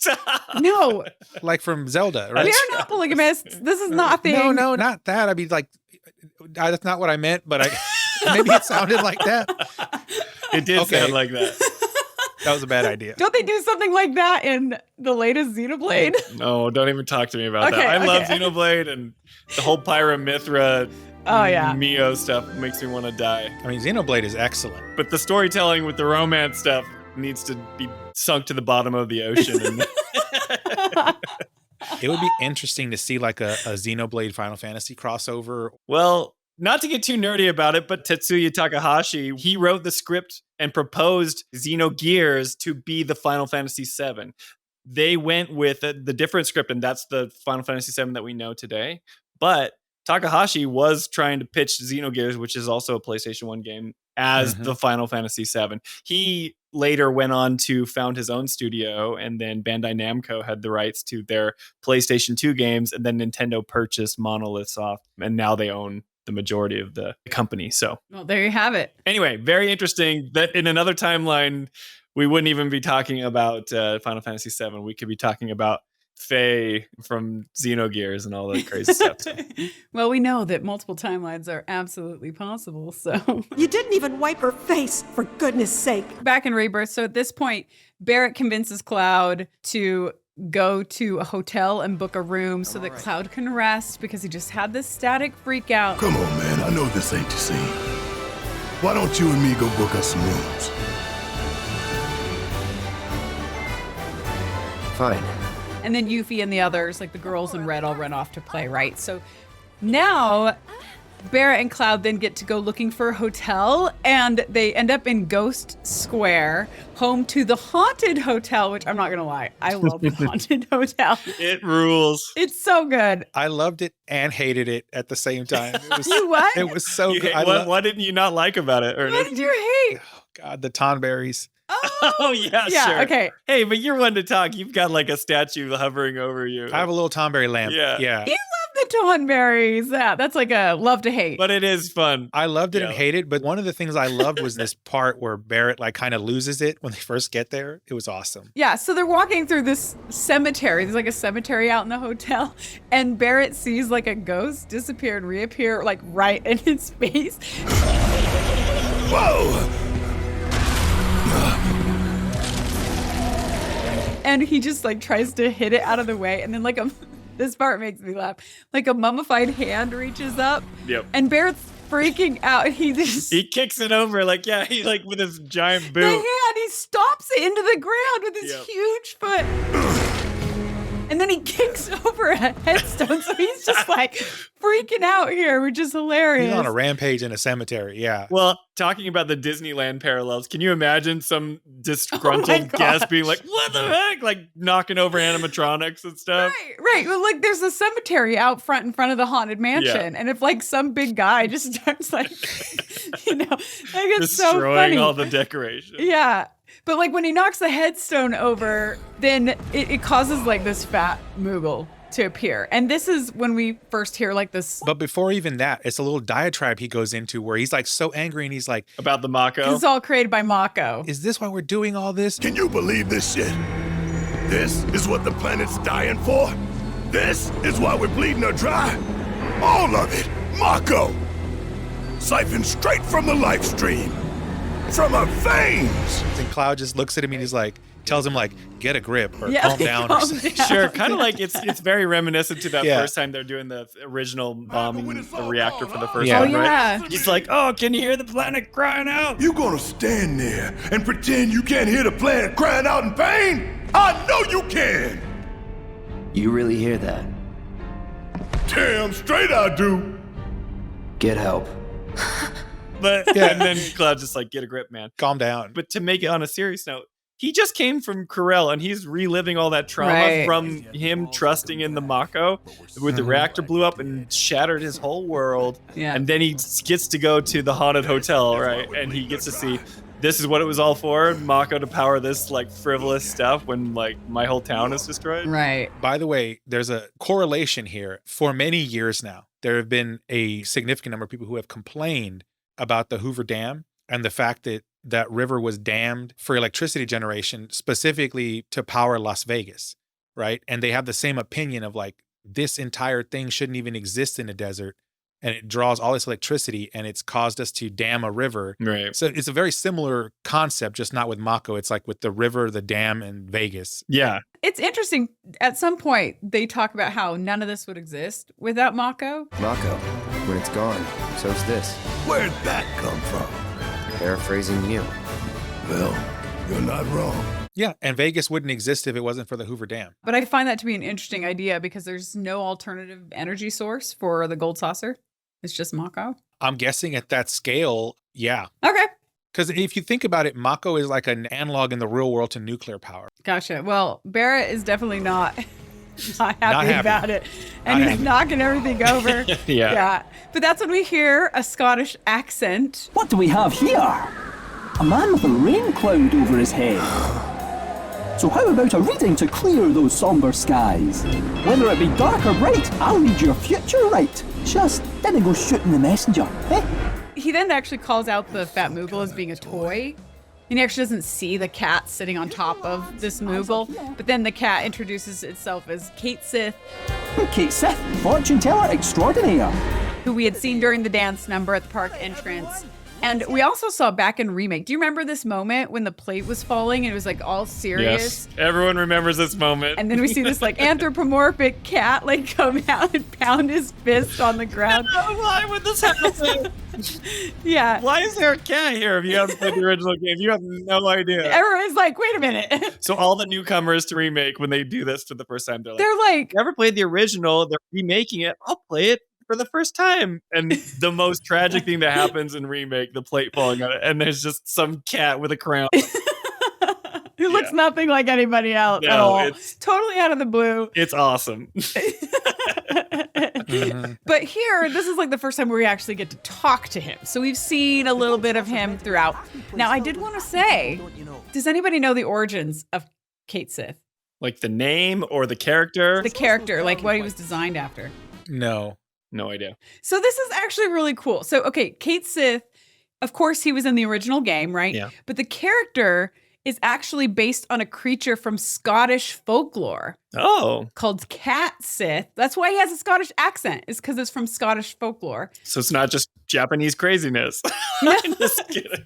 I'm kidding. I love Japan. I would wonder if he has like a Japanese, like if the Japanese version has like a Scottish accent. I don't know how that, that would, anyway. That makes me wonder. I have to go back and listen and see if he sounds Japanese with a Scottish accent. I don't know.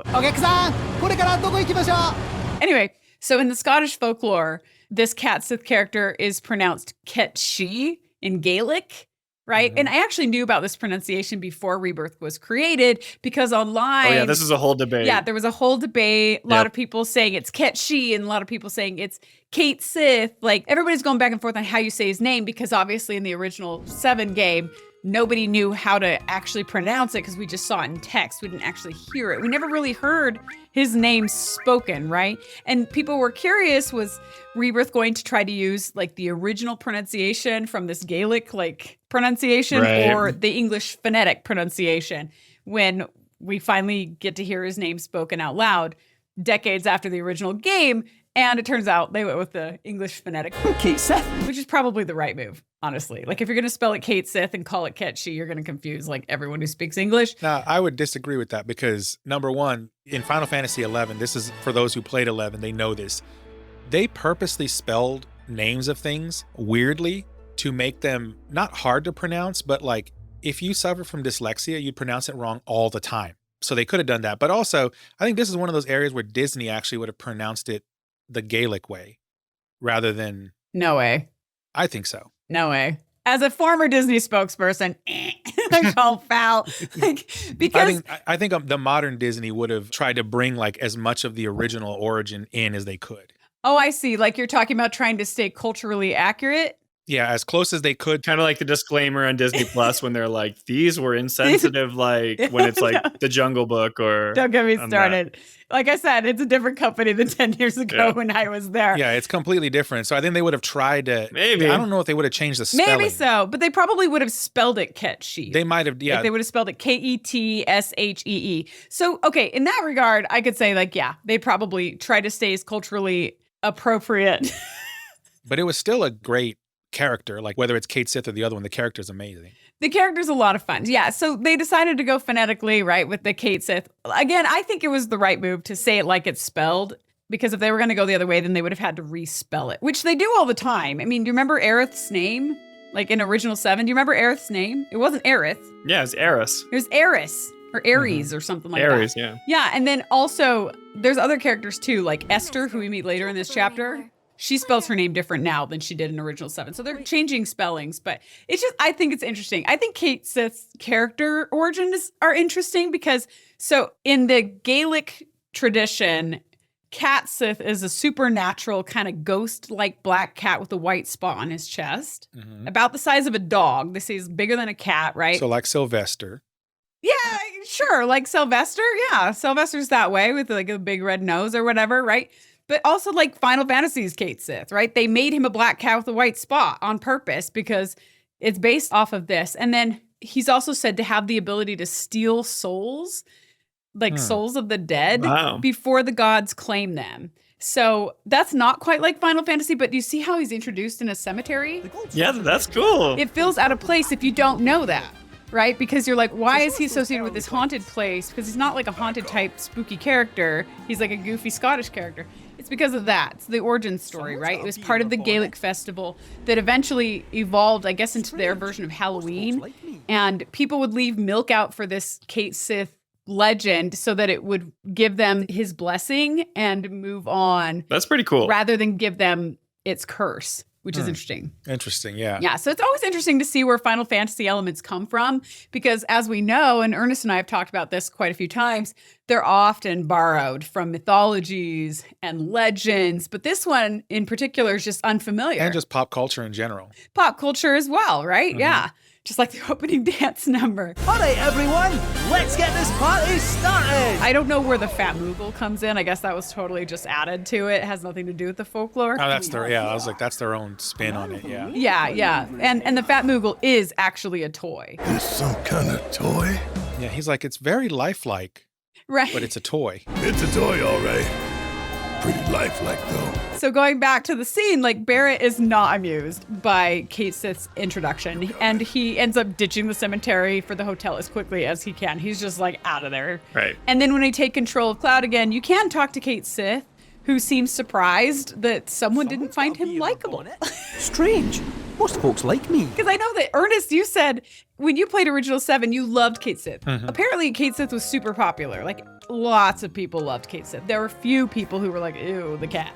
Like, he's brought up in Final Fantasy XIV. There's a Cait Sith there. He's a character that keeps popping up in these homage plays in other kinds of games because of his popularity, right? From there, you go into the hotel lobby, and you guys, I think the hotel lobby is just too much fun. Like, it's awesome. It's so good. I think it's great. Everything about it. Like, there's spooky decor, there's spooky music, there's like ghosts that fly out of the clock. There's other ghosts who are sitting there playing Queen's Blood. It's just a lot of spooky fun. And yeah, it was like walking into like the Addams Family. Yeah. Yeah, or like the Haunted Mansion at Disneyland again, right? Like it's the thing about Disneyland is that it's way better themed than any theme park. You know, you go to Six Flags and it's mostly just you're like in a cattle call of these, lines, and it's not themed in the lines. But when you go to Indiana Jones ride, you're in a freaking tomb and you're exploring all this stuff as you're waiting to get on the ride. There's codes on the walls, the music, Yeah. the temperature, the smells sometimes. Even like the cues, the straps of the bars that will often like keep you in a certain line are themed to that specific line. And they'll actually paint rust onto those to try to make it match the time period for that particular attraction. So yeah, it's amazing. And the haunted hotel gives me vibes of Disney, right? Absolutely. I'm at this haunted hotel. Everything is themed, from the cast members who are, taking reservations for your rooms, or the funny cast member over by the bar who says she got bit by like this zombie. She got bit by a zombie. Yeah, and then she's like, I don't know how much time I have. It's like they're totally sticking to the bit. Just so you know, I was bitten by a zombie a few days ago. If you want to exchange your points, you'd better hurry before I turn. Right, and that's why they're called cast members, right? It's because at Disney parks... Right, they're performers. They were never called that at any other theme parks before Walt Disney. Walt Disney was the one who said, I want everybody to be part of this cast because this entire theme park is a show and you're part of the cast. So that's why you're cast members. And when you go into a place where like a guest can't go, you're backstage, right? Yeah. Everything is themed after a show.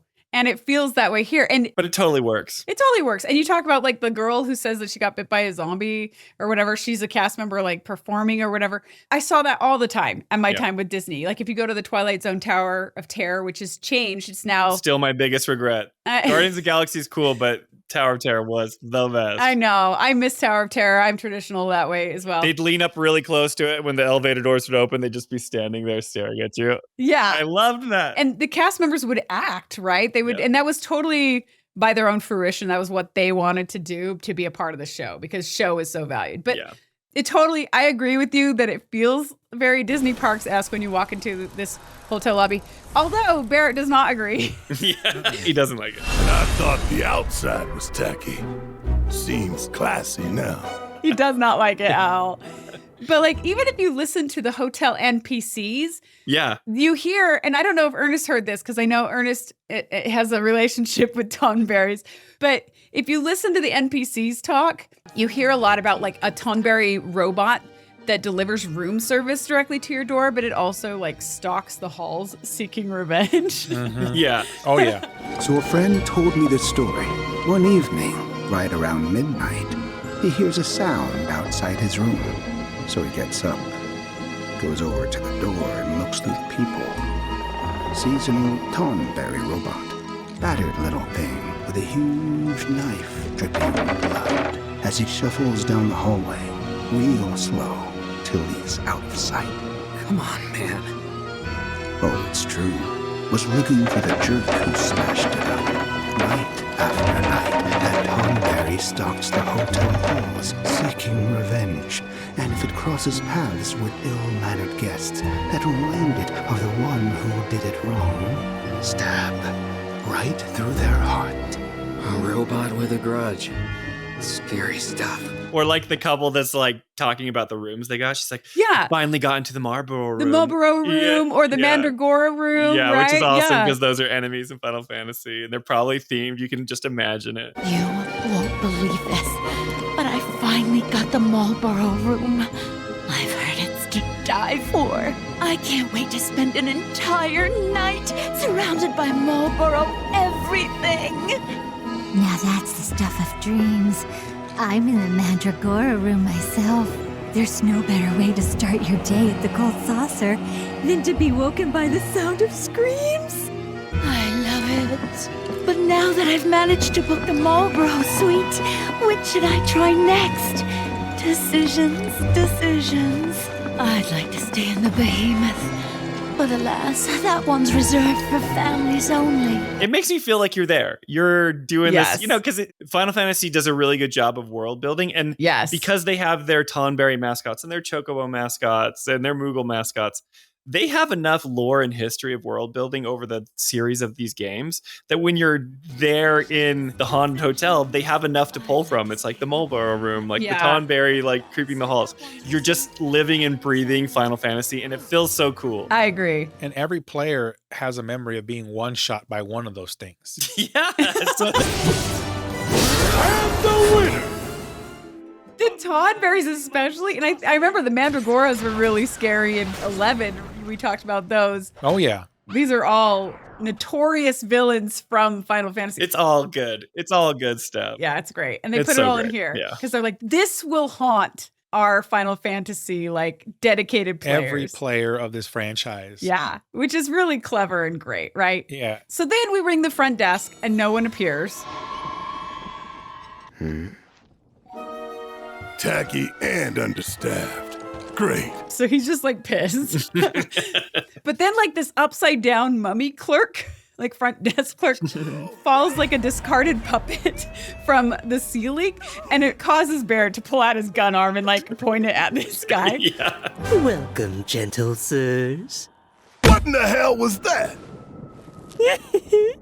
My most sincere apologies. And when we ask for rooms for 6, the clerk then says that their hotel and all the other hotels, once again, they're all booked up apparently. Oh, I'm terribly sorry, gentlemen, but it appears we're all booked up for the night. For crying out loud. What about the other hotels? Forgive me, sir. But according to my records, all of our hotels are sadly fully booked. What? And this time there's no like, I don't know, Johnny's saucer side in or something like that. Hey, what's up, guys? Hey, I'm here. I got my own place. There's no hotel like that to bail us out, which, again, like, I won't go into it, but like, if North Corel had like hotels next to the ropeway, probably wouldn't they? Anyway, whatever. For real. But anyway, when we realize that there aren't any rooms, who should appear but the park's ambassador, Cait Sith with his fat Moogle. Nowhere to stay? And what's it to you?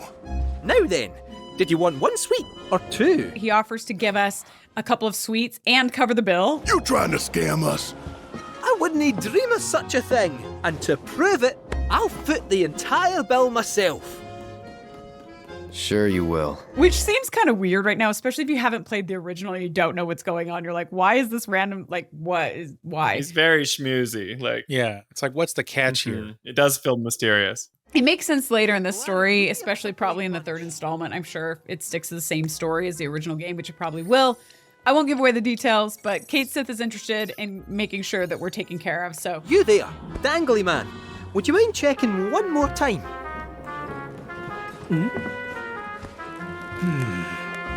Oh, a timely cancellation. The Tonberry and Eligor suites have just become available.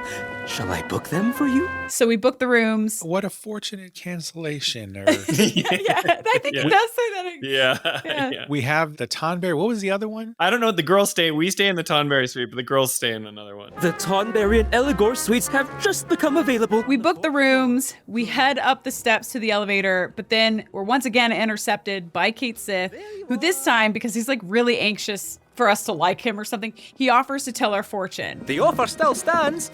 A fortune or two to steer you true.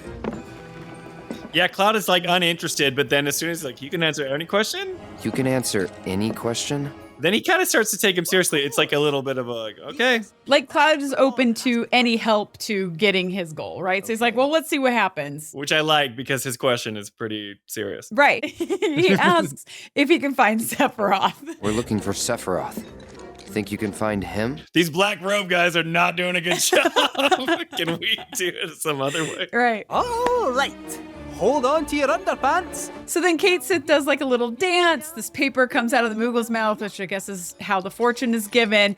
But when they read the fortune, it's very generic and unimpressive. So then Cait prints a second fortune. He's like, oh, well, let me give you a better one because we were unimpressed. And again, it's unimpressive. It says something like, watch your belongings or something like that. So then Cloud's like unimpressed and he starts to leave.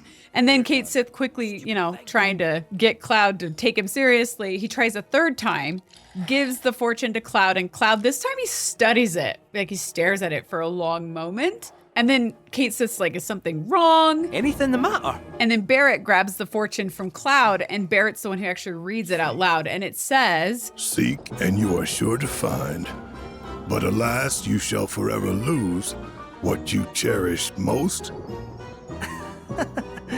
The stars work in mysterious ways. You good?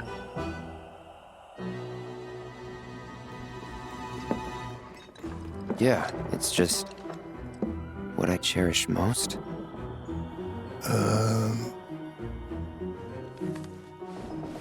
See what this crap does.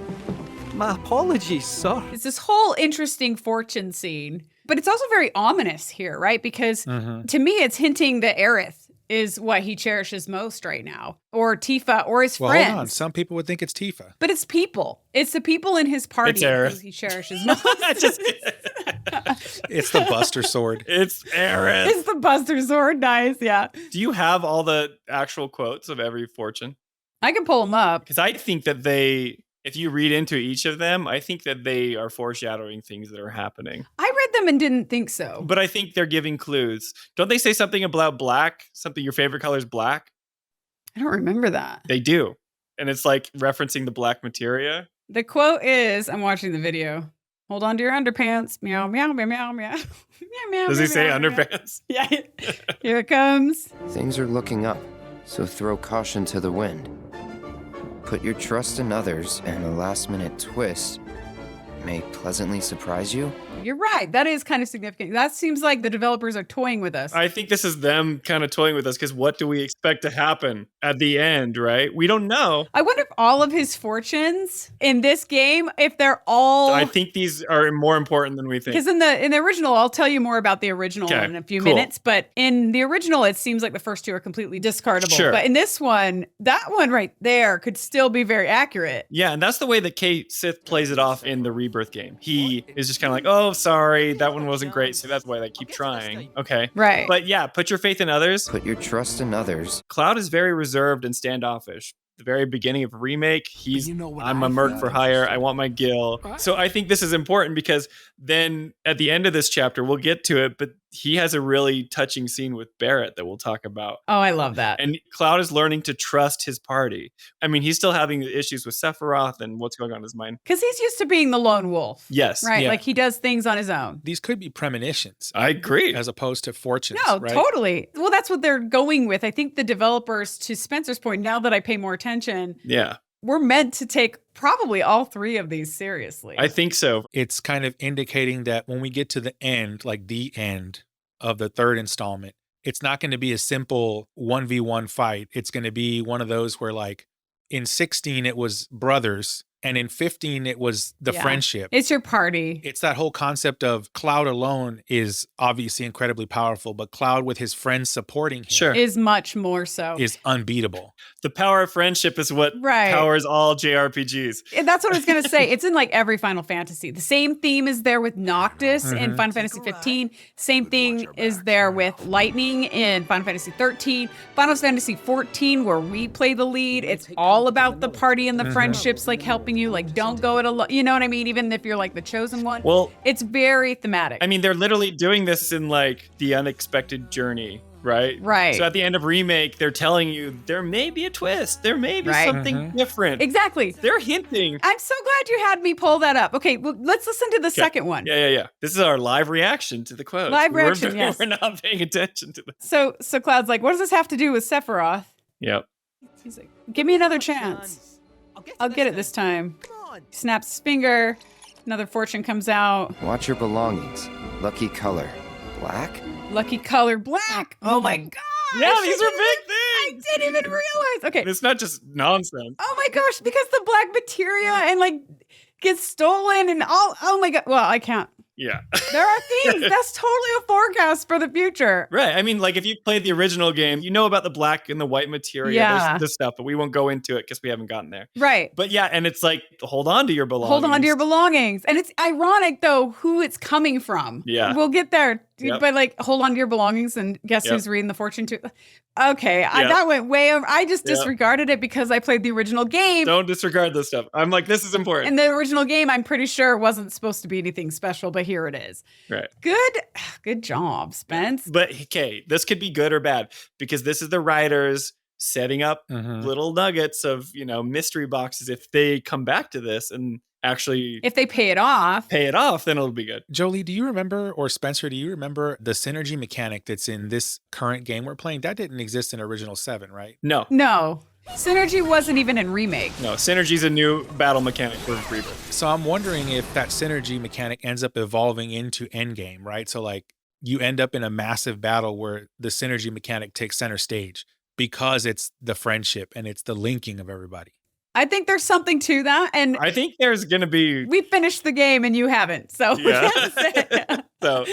But I think that's a really fair point to bring up is like... You're on the right track. Rebirth is more about the party as a cohesive unit and really working together, which is probably why we're constantly forced to play as certain people who aren't Cloud. You know what I mean? Yeah, the whole game is like the adventure with your friends. So the synergy abilities even existing plays into that same idea, which is pretty cool. Which, by the way, is very Lord of the Rings and the Fellowship of the Ring-ish. Oh, sure. Yeah, a lot of games and movies have the party that's stronger together than just the solo person. Like that's a major theme in popular narrative. I mean, it's a major theme in life. It's a cultural commentary. Totally. That's why people want families. No one wants to live alone. It's a JRPG stereotype that friendship is the power that gets you through. But I'm a sucker for that crap. So yeah, I know. I love it too. It's also true, though. Yeah. The new ending of 15, there's like a part where it's so hit hard where Noctis is like, I need to protect my friends. I love my friends. There's something that's like, my friend. Yeah. Please, lend me your strength. Help me protect my friends. I love the theme, but it was so on the nose. I was like, okay, whatever, Noctis, It's not even the real ending, but so that's interesting. Thank you for bringing that up, Spencer. Super fascinating that all of those fortunes are actually applicable, even though Cloud disregards the first two. What was the third one again? Can we go over that one? Yeah, the third one is seek and you are sure to find, but alas, you shall forever lose what you cherish most. And it bothers Cloud. That's the one that actually bothers him. Yeah. So the other two he disregards, but that one bothers him. Yeah, what is he in fear of losing? People he loves, because you got to think about it. He's opening up his heart in a way that I thought Cloud didn't like. Oh, you're talking about Aerith. You're trying to, okay. It could either mean Aerith or Tifa, or just if you looked at it kind of the cynical way, he's going to have to sacrifice himself. Oh, I hope not, because there's too many Final Fantasies that are self-sacrificing. That which he cherishes most. We're not losing Tifa. They would freak out. I get this all the time. So at this point, Barret yells at Cait Sith. He apologizes, and then we ditch the cat and we head to the elevator. We're like, we're going to our rooms now. Please proceed to the elevator at the top of the stairs. Please proceed to the elevator at the top of the stairs. But then beyond that, we get into the elevator and there's a spooky bellhop in there. He's the best. He's awesome. And I think he kind of breaks character for a moment because doesn't he say going down? Yeah, and they're like going up. He's like, oh, good. I mean up or something like that. Yeah. You wish to go down, I presume? 4th floor.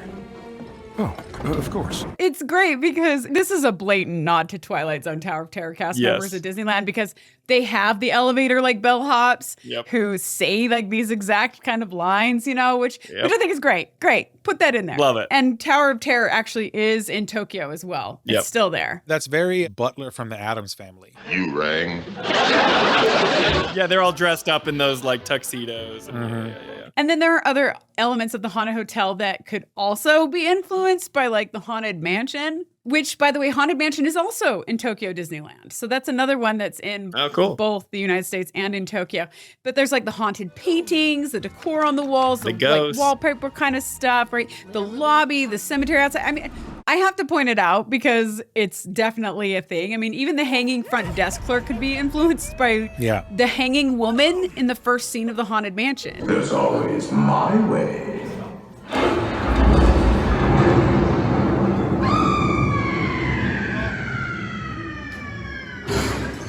Yes. Yeah. Like it's obviously different application, but maybe they're like, what's a spooky way to get this clerk to show up? This would be super spooky. So if anybody from Square Enix is watching this podcast, Jolie wants a sponsored trip for all of us to Tokyo Disney.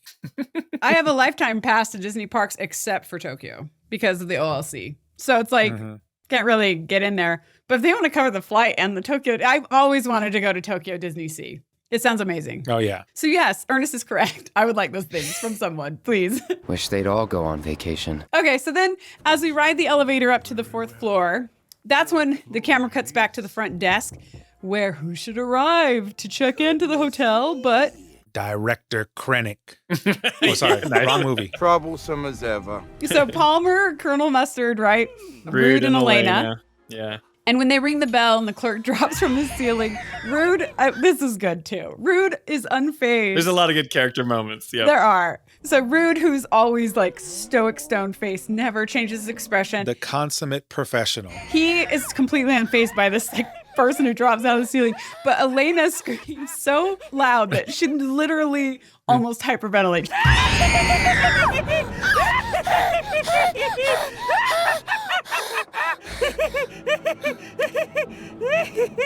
Reservation. I think it's really a good character moment. Yeah, I had the exact same notes. I said Rude is unfazed and Elena freaks out. It's a fun character moment. It's pretty good. She screams so loud she could wake up the dead.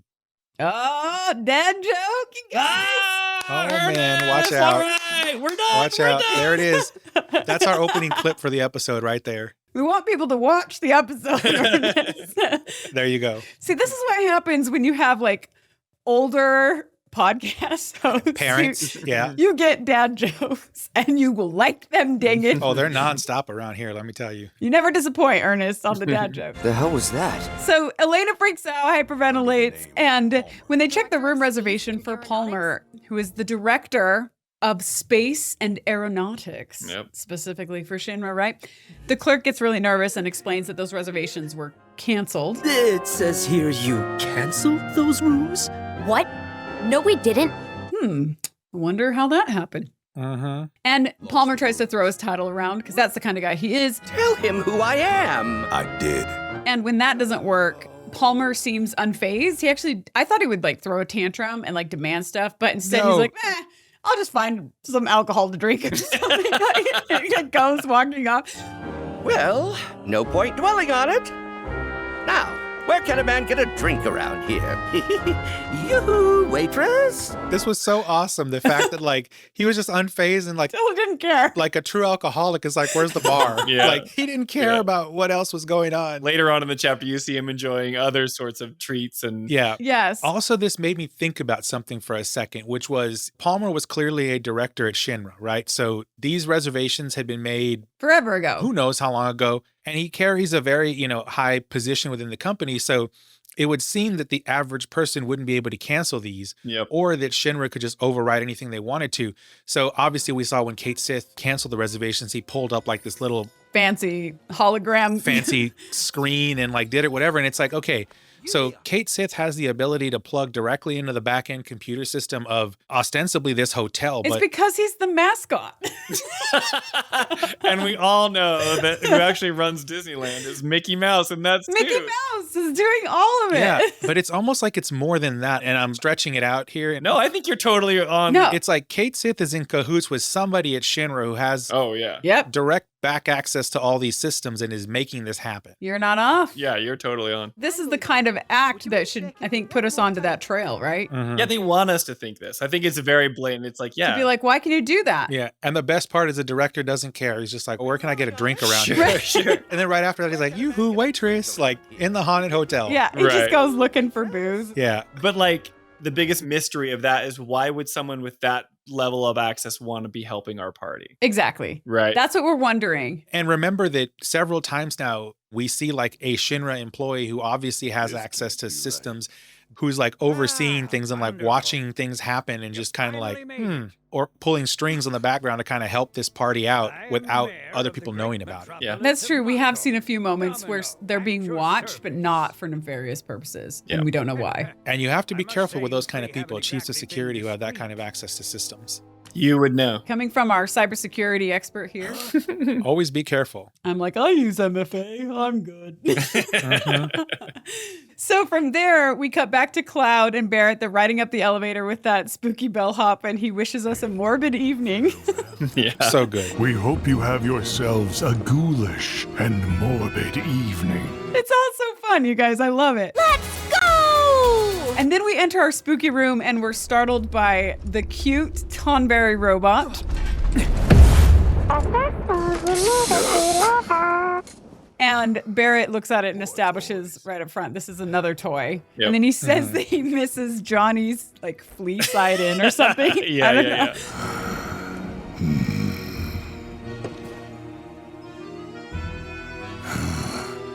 Starting to miss Johnny's seaside flea trap. And then Barret decides he's gonna go take a walk. I'm gonna head out for a bit.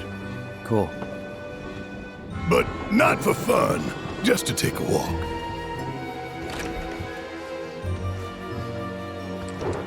Hey, you've been acting pretty weird lately, Cloud. Rest up and shake it off. You hear me? Yeah, I hear you. Which is ironic because as a player of this franchise for over 30 years, the first thing that would have happened when I opened that door, I would have noped my way right out of there. And number two, there's no way I could have slept in a room with tonberries around me. Like, that just wouldn't have happened. This is the time we need to talk about the room. There were so many things in there. It's so good, you guys. Like, so this hotel room, the developers do not have to do It's this. so good. They do not have to put all these little things in here to make this room super spooky. It's all just for fun, and I am so appreciative. Yeah. Fan service. That's what it is. It is. And it screams money and budget. And we appreciate it. It's money and budget that they didn't need to spend and Yep. time they didn't need to take. And I am here to say thank you, developers, for taking that time and spending that money for these fun little tweaks that just make a big difference, I think. But what are those tweaks? Let's go through them. So we get into the room, right? And that's when we get to explore the space. And that's when Cloud can actually interact with some of the spooky decor. And it's so fun, you guys. So he can rub a magic lamp. There's like a magic lamp on the desk. And like purple smoke comes out of it, but then no genie. And then it just kind of goes back into the magic lamp, right? Because everything has to reset. Right. Yeah, it's part of the stick. Right. And then like a book can knock itself off the shelf, but then you can go pick it up and put it back. But then the book will just knock itself off the shelf again. He can open a chest and be startled by like 2 giant eyeballs on springs. Do you remember that? Yep. It's like, bring. And he can also open like a closet because there's like a handle jiggling, and he's face to face with like a mural of a Tonberry with a knife, like in striking position. Yes. Oh, when I saw that, I was like, this is so wrong. But it's so good, right? And then I know. he can try to sit on one of the smaller beds, and then spiders spring from the ceiling. And they actually make him jump, and he jumps back onto his feet. He can watch, let's see, scary handprints on the window. They like appear, right? And fade in and fade out or something like that. And all this time, the best part is that Tonberry robot with its like the little robot, yes. cute little innocent voice. It's a vacuum. Yeah. It even has its little Roomba. It's the Ton Roomba. It's a vacuum? Yeah. I mean, it's like a little Roomba charging station, right? But it's amazing. I didn't know what it was except for just a piece of decor that follows you around. But it literally follows you with this knife in its hand. Oh, yeah. And did you hear what it said, though? It's like... The words? Huh? I don't know. Does it say anything? I just thought it's that little Tonberry voice. Yes. It says, retribution is at hand. Really? Oh, Yes. I didn't know this. Okay. I don't remember understanding it. Yeah, there's a way to interact with it where it talks, and one of its lines is retribution is at hand. And mind you, it's walking around with a knife. And it's probably in that cute voice like... Yeah. It's like... Yeah. And then something about adjusting the humidity levels or... Anyway, that thing was creepy as hell. And when I saw it, I was like, no, sir. I'm unplugging, taking the batteries out, whatever it is. It's going in the closet. That's it. That's awesome. I thought it was so good. It was awesome, but it was also like... Terrifying? No, yeah. we are not messing with this thing. Because we've all played Tonberries in past Final Fantasies that literally like one hit kill you and are so impossible to beat at certain times. In 14, there's a giant Tonberry dungeon. Yep. Just like so scary. Yeah, in 11, there's one too. And the thing is, they link. So if they're within like a certain distance of each other and one of them notices you, the other ones all come and then they just like dogpile you. Oh, interesting. Yeah, they're slightly different in 11 and they look different too. They're creepier looking. Oh yeah, with their beady little eyes. Usually they look like really cute like this little robot, but then they stab you to death. Yeah. It's like terrifying, right?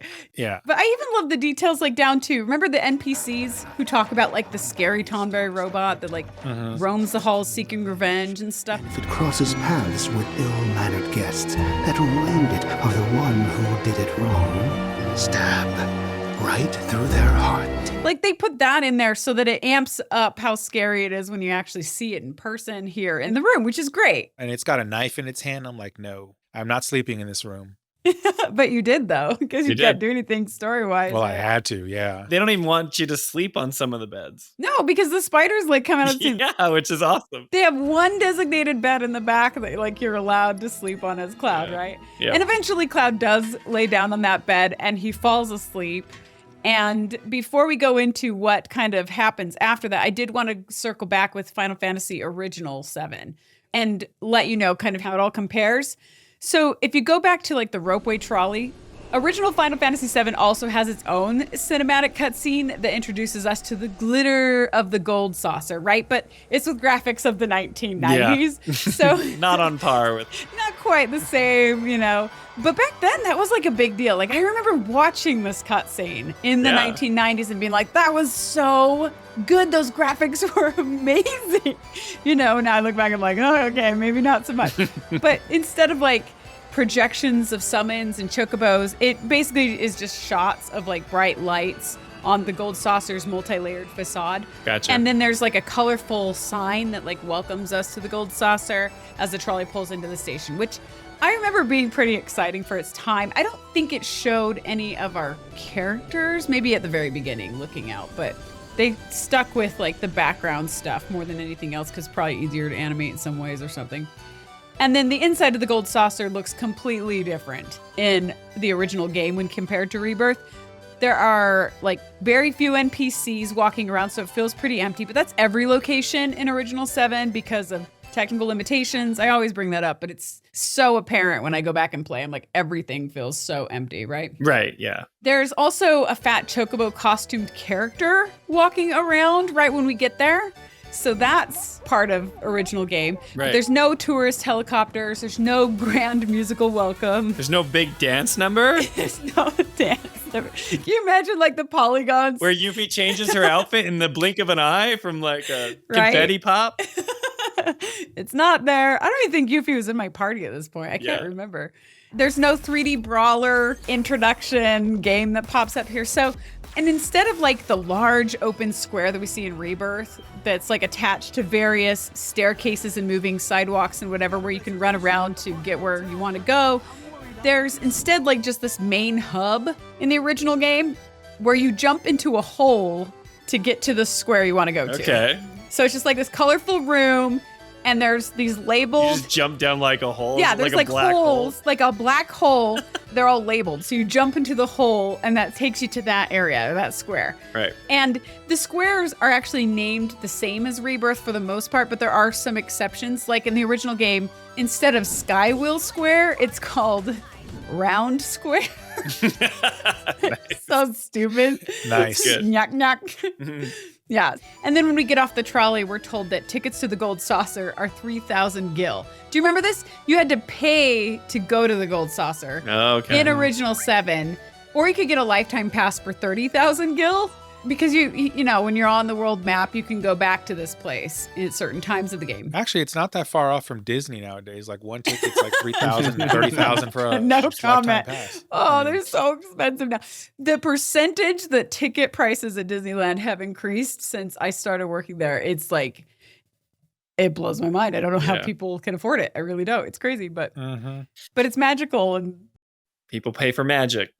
Yeah. We were thinking about taking the kids there this past November, and then I looked at the prices of it, and I was like, you know what? For that much, I can just pay a bunch of people to dress as Disney characters and show up to my kid's birthday. Right. That would cost way less. It's cheaper than going to Disney. I know. It's I know. insane. Not the same experience, though. I don't know if you've ever seen the people who dress up in those costumes and like are in the local parade, and you're just like, without permission. some of them are good, and some of them you're like, oh, yeah. It's the Great Value Snow White. Yeah, yeah. Why do we look like this? So apparently in Rebirth, tickets are free, so you don't have to pay 3,000 gil, or we just walk in. I don't really know. Well, they're not free. You got to fight with Dio. We got a ticket from Dio. Oh, Yeah. Was that our entrance ticket? I think so. Yeah. But he only gave us one. And it covers the entire party. Yeah, and by the way, the golden ticket, Willy Wonka. Yeah, Here yeah. comes our cultural reference. let's not delve too far away from Willy Wonka, but I got a golden ticket. So when our party first arrives in the original game, right, it's Aerith who suggests that they take time to have some fun, even though she understands it might not be the right time to do it, right? And then she tells Barret, so Barret's like grumpy because he just told them the whole backstory of North Corel, and then we went up into this area. And listen to the dialogue here. It's kind of interesting. She tells Barret to cheer up, and he responds, I ain't in a cheery mood, so just leave me alone. And then Aerith looks at Barret and says, really? That's too bad. And then she runs over and she grabs Cloud's arm and she says, let's go. But then Tifa walks over to Aerith as she's holding Cloud's arm, and Tifa whispers to Aerith, wasn't that a little harsh, Aerith? To which Aerith whispers back, just act normal when this happens. And then Aerith goes to Barret and says that they're gonna go play. And then Barret like throws this massive fit, like waving his polygon arms in the air, and he yells, so play, mess around all you want, don't forget we're after Sephiroth. And then he runs and he jumps into the hole for Wonder Square. Barret does. Barret does this. Nice. And then Aerith says, I think he's mad. Yeah. And Tifa says, he'll be fine. She says he seems to be doing a little better now. And this is all like weird. Like, why was Aerith's first statement harsh, but this one, he'll be fine? Like, it just, so the dialogue in the original game is just a little bit unnatural throughout. I think it's just one of those and it's translation. lost in translation things. It has to be translation, right? It happens. This scene is also a reminder that while our consistent objective is to follow the robe guys to get to Sephiroth in Rebirth, in the original game, that actually really wasn't the objective. The objective was to just find Sephiroth, which is actually something that was really easy to forget because there was so much going on throughout Original 7. So whenever they could drive it home, they try to drive it home. And the more they do it, the better, right? Yeah. But when it comes to our bodybuilding park director, Dio, so we actually meet him after jumping into the speed square hole. And he's standing there in just a Speedo, right? No cape. He sees Cloud and he yells, hey boy, how is it? You having fun? And then his like polygon body is flexing. So the flexing is there. It's just not having a huge effect. It's just his arms kind of moving and stuff. And Cloud tells him his name is Cloud and to stop calling him boy. And then Dio actually introduces himself as the owner of the Gold Saucer, not the park director, like in Rebirth. Slightly different. And then he starts telling us about like black materia stuff, which doesn't come up yet at this point in Rebirth, so I won't go into it. And that's basically our introduction to Dio. Now, the Cait Sith introduction was kind of funny to me. So the first time we actually meet Cait Sith in the original game is in Wonder Square, where he sees us and then he offers to read our fortune to cheer up the glum look on our face. And just like in Rebirth, we ask him to help us find a man named Sephiroth. So that's a carryover. And then the Moogle and Cat do this little dance thing, and they give us 2 back-to-back generic fortunes that mean nothing. At least I think they mean nothing, but now I want to know. So here's fortune number 1. Ordinary luck. It will be an active fortune. Okay. That's definitely a translation thing. That's the first fortune. Ordinary luck. It will be an active fortune. Let me see if there's anything continuing. Oh, there is. And it continues. Given to the good will of others, and something big will happen after summer. Kind of the same. Similar, like, but... Put your trust in others, goodwill of others, something big, an unexpected twist. But I feel like it's intended to be discarded in this case, because it's like, you know, like a yearbook message. Have a great summer. And then he says, oh, let me try again. Be careful of forgetfulness. Your lucky color is blue. Oh, it's a color thing. And then Cloud says, forget it. So, okay, they're tweaking it. I think what they did is, this is a guess. It seems to me like in the original game, the first 2 fortunes were meant to be totally disregarded and have nothing that applies to Cloud's actual situation. But then when Rebirth came around, they made all 3 applicable by just kind of tweaking the idea of the first and second, which is pretty rad. It's cool that they're that close to the original, but coherent enough to allude to something in the future. That's pretty cool. Yep. Yeah, so in the original game, after you get these 2 fortunes, Cloud, again, is unimpressed. He's like, forget it or something, and he starts to leave. And then Cait Sith asks for a 3rd chance, and when he gives the fortune to Cloud, it says, what you pursue will be yours, but you will lose something dear. Which is almost the same. Which, again, is very similar to Rebirth's 3rd fortune, which was... Seek, and you are sure to find. But alas, you shall forever lose what you cherish most. So they're very similar. And I think that's the one, at least in an original game, that's meant to be taken seriously. And then Cait Sith, this is funny too. Cait Sith says that he's never given a fortune like that before. And it's really going to bug him if he doesn't see how it all turns out. So then he's like, I'm joining your party and there's nothing you can do about it. That's when he joins? And that's when he joined your party. That's awesome. It's because he just wants to see. Interesting. Yeah, how the fortune turns out. Okay, so in the original game, when it comes to the haunted hotel, in the original game, it's actually called the Ghost Hotel. So slight naming change there. But you do have to walk through a cemetery to get to its front doors, just like in Rebirth and the Haunted Mansion. And its lobby layout is very similar in the original game. So there's like the shop on the far left. There's like the staircase that goes up center left. Mm-hmm. There's ghosts playing a chess game. I think there are ghosts in the lobby. Rather than a Queen's Blood game. But yeah, Queen's Blood. In the lobby, yeah. So they're playing chess in original because Queen's Blood didn't exist, right? Cool. So it's kind of fun that they changed that to Queen's Blood. Mm-hmm. And when you go to the front desk, the clerk does fall from the ceiling. Okay. But he has a noose around his neck. So he falls like somebody who's like being hung. Like they're dead. Yeah. And they call him Mr. Hangman. He has a name, Mr. Hangman. Whereas in Rebirth, they kept the hanging clerk thing. A little too dark. But right, especially when you get the graphics like to this level. We're not dealing with like little cartoonish polygons here anymore. Sure. If you were to keep the noose, like hey, that might be enough to change the rating to M. You know? It might not be for sure very good. Yeah. So they kept it a little less morbid and had him hang upside down and just like startle people rather than from like a neck noose. Yeah. But if you haven't played the original game and you're wondering why the hotel desk clerk like falls from the ceiling, now you know, right? It's from the original game. Cool. And then the shop on the side also has the same hangman clerk in the original game instead of just like a person. As far as sleeping in the hotel, we can't at this point in the game until we've won some minigames and earned some GP, which is a bit different from Rebirth as well. But now let's go back to Rebirth because Cloud just fell asleep. And when he falls asleep, we hear Zack's voice over a black screen saying, "Sorry, man. Feel like I failed you." And then we fade from black and we're back in the Sector 5 Undercity of Midgar, right? Which is where we left Zack before. And this is interesting. We're apparently watching Zack as though we are Cloud, as though Cloud's eyes. Right. It's from his field of view. It's his point of view. So think about that. Isn't that fascinating? So I found this interesting, given our chapter 7 conversation about this likely being a multiverse kind of story, where like Aerith and Cloud are probably only conscious in one universe at a time, or one dimension or whatever at a time, with Aerith being aware of these multi-dimensions or universes and Cloud being completely unaware. Yes. So that idea is supported here, right? Because we're seeing things from Cloud perspective, right?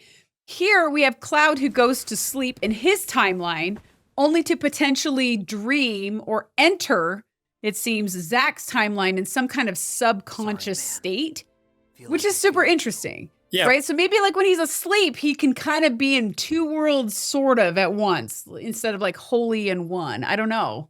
Yeah, I mean, my theory on this is that Aerith and Sephiroth don't have to be unconscious to be in all the different worlds. Maybe. Whereas Cloud does. But so far we haven't seen, leading up to this point, we haven't seen evidence that Aerith can be awake in more than one. Sure. I mean, she's letting on more at the end of Remake that like she knows. They talk about seeing the future, right. The whispers and all that stuff. Like she knows what's about to happen.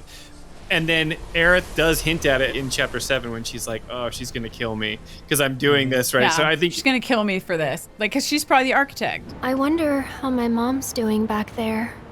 She seemed fine when I saw her. Maybe a little worried. She's gonna hate me for this. because she knows that in that other timeline, she's asleep and making her adopted mom freak out about stuff. Yep. Whereas Cloud has no idea. He's just going to bed and then he's dreaming, and it's from his point of view that Zack's taking care of them. Right. It can all be explained by quantum entanglement. So, I mean, okay, it's all good. That is not helpful. Nobody knows what you're talking about, dude. Like, you have to tell us. Like, if you're going to throw out one of those, like, actually, I'm a genius. Somebody in the comments is going to be like, oh, yeah, that's exactly no. it. Is that like a real thing? No, I mean, yeah, quantum entanglement is a real thing. But do you think that's what's happening here? Oh, who knows? I mean, the writers could have written anything, but like there is a modern school of thought now that is going along the lines of human consciousness itself is literally quantum entanglement manifested. So okay, it wouldn't surprise me if that somehow made it into the writing for this game. I will need to look that up. Wait, what is Ask ChatGPT. Quantum entanglement?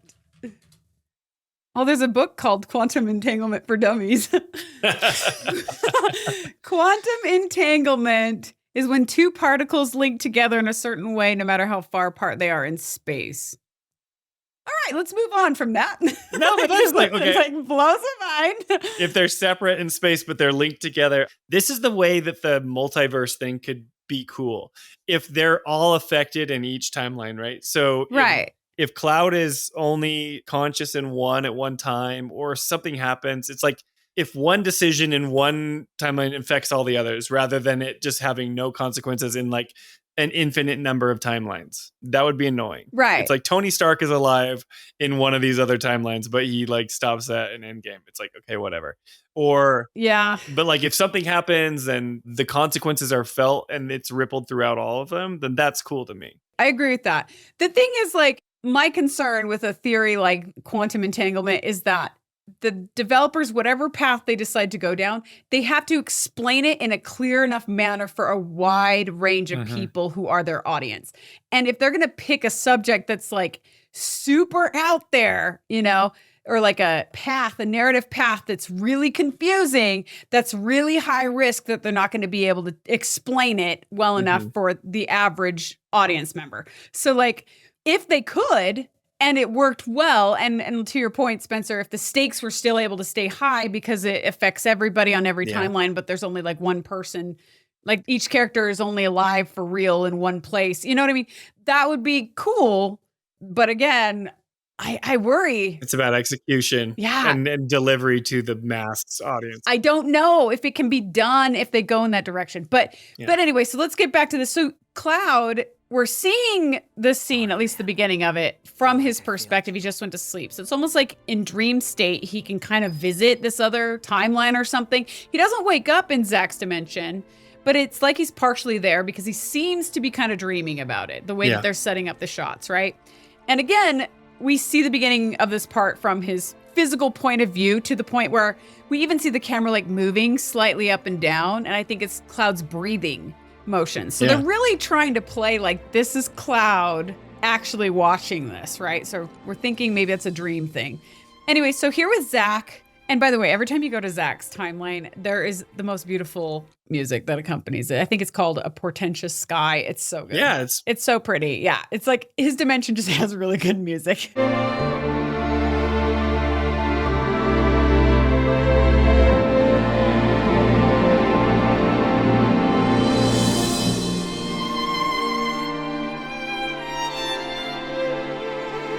So Zack apologizes to Cloud, who's unconscious in his world. And then we can see Aerith laying down in the back of the room in what looks familiar to us as being Aerith's house. We remember that from Remake. And then her white materia, which is clear in our timeline, right? Her white materia and pink ribbon are also laying on the table next to her. And I neglected to mention this in chapter 7, but in Crisis Core, we actually learned that the pink ribbon was actually a gift from Zack to Aerith on one of their dates. Oh. It was, I think, it's their first or second date. So that's actually from Zack. Cool. Thank you, Zack. I'll always wear it from now on. So it's another tie-in, literally. It's my mom joke. We're done. We did it. That's it. Drop the mic. Is that a mom joke or is that a dad joke transposed? Or what do we quantify that as? And then from there, we take control of Zack and then we can explore the room. You can comment on the bookshelf. Didn't peg you as a bookworm. And then Zack actually mentions he's never seen materia like Aerith's before. Huh. Never seen materia like this before. Something about the color. Then he strokes Aerith's face, and then you can leave the room. And if you walk up the steps to the top balcony and go outside, you can see that all the flowers and the plants that surrounded Aerith's home in our dimension are completely dead. Yeah. They're brown, they're dead, they're gone in this dimension.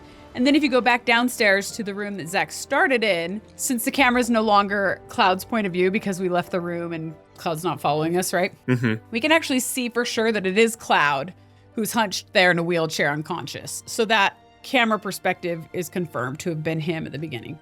Then when Zack goes down the full flight of stairs, he finds Elmira, Aerith's adopted mother, sitting at a table with Marlene, Barret's daughter, who is eating crackers from a package that has a stamp dog on it, a character mascot stamp. But instead of being a beagle type dog like it is in our universe, this stamp looks like a Yorkie. So it's a totally different breed. Right, which is another hint that this is some different dimension or something. It's the exact same stamp at the end of Remake on the chip bag. That's right. The chip bag that's like floating away in the wind. But that signifies, that that's the same timeline. Same timeline when we first saw the Zack survive. So right now, it's like we've seen two. Yeah. We've got our main timeline and we've got this alternative Yorkie Zack timeline. Right. The Yorkie timeline. We'll just call it that from now on. The Yorkie timeline. Might as and well. the Beagle timeline. So then Elmira invites Zack to join them at the table, which Zack is happy to do because he says he's hungry. Would you care to join us? Definitely. I'm starved. You're supposed to say thank you. Yes, ma'am. No, you're supposed to say it now. Thank you.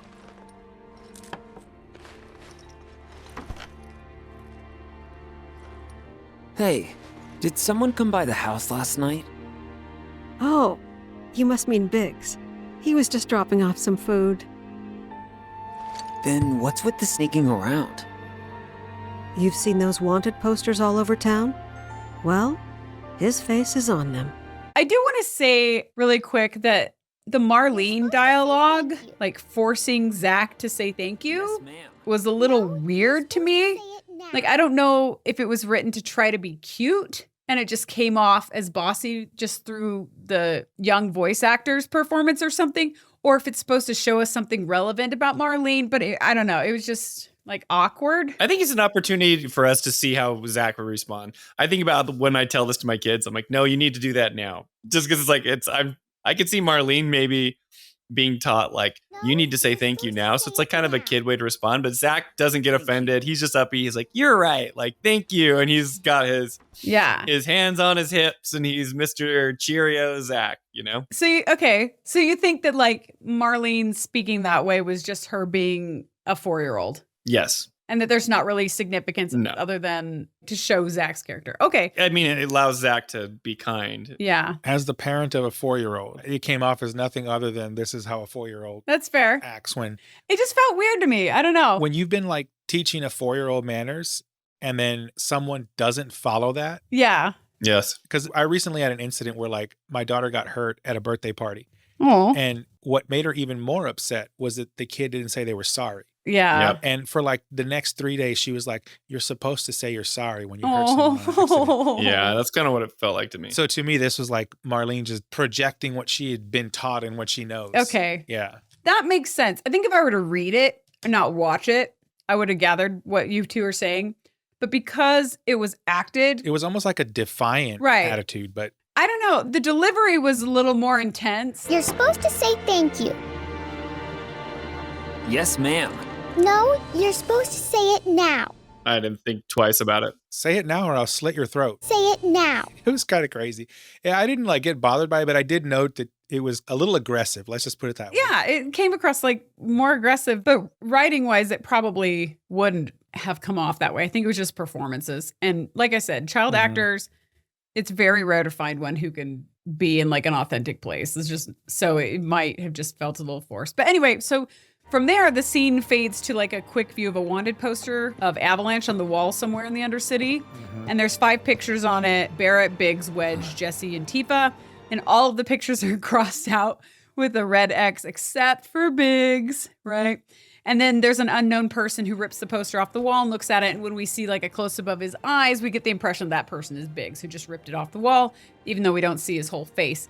And then the scene fades back to Zack, Elmira, and Marlene, where Zack asks Elmira how she knows Biggs. How do you know him? I'd rather let him explain. So long as Marlene's here, he'll come around again. He won't. Biggs isn't coming back. Tifa isn't coming back. Daddy isn't coming back. Nobody's coming back ever again. And she does this aggressively too. It's just weird to me. I just think she lost her family. Barret and Tifa are dead. She's at Elmira's house in this timeline. We see that at the very beginning of the opening of the game. Right. Like, I know this is supposed to be a child overacting to her situation. Sure. But then part of me wonders if we're supposed to think she knows something others don't. Because she's, in other times, she has said things in Remake, or like at the end of Remake. They hint Aerith and her have a connection. Where she knows, she knows things that other people don't. So I'm trying to figure out if the developers are trying to hint at that here, or if it's more just a kid being a kid because she's lost people, and I just don't know. It just was a little odd to me. This is why ambiguity is the spice of life. No, Ernest, you have not learned the lesson. And neither has the Ponderer. I'm just kidding. I'm kidding. Oh, man. Ponderers are gonna be like, wow, I'm like in this episode. This is so. I'm kidding. Or like Ernest is the Ponderer. And he's just like That would be funny. undercover arguing with me. Yeah. I like ambiguity in storytelling. What in the hell is going on here? You're cool, Ponderer. Sorry, I took a bite of cheese. No, you're fine. I was going to say, I agree with you. It's a little bit weird because in Remake, we're led to believe that her and Aerith have some sort of a connection and that she understands something that maybe only ancients would know. That's the thing. It's like, I actually started to wonder if she was an ancient. Like, I was like, are they trying to make Marlene an ancient because of those lines? But she's not. I don't think she is now, but... Was she ever? I don't know. I mean, I think they were trying to No, I mean, like, they made it seem like maybe she was. She might not be an ancient, but she could be something else. Like, A robe guy. No, she could be something else, though. Like, very common in Japanese type of, like, stories is something where, like, a certain set of events happening will set off a specific trigger mechanism that causes something to be birthed into the world whose job is to, like, save the world. Kind of like Godzilla. Are you saying that that's Marlene?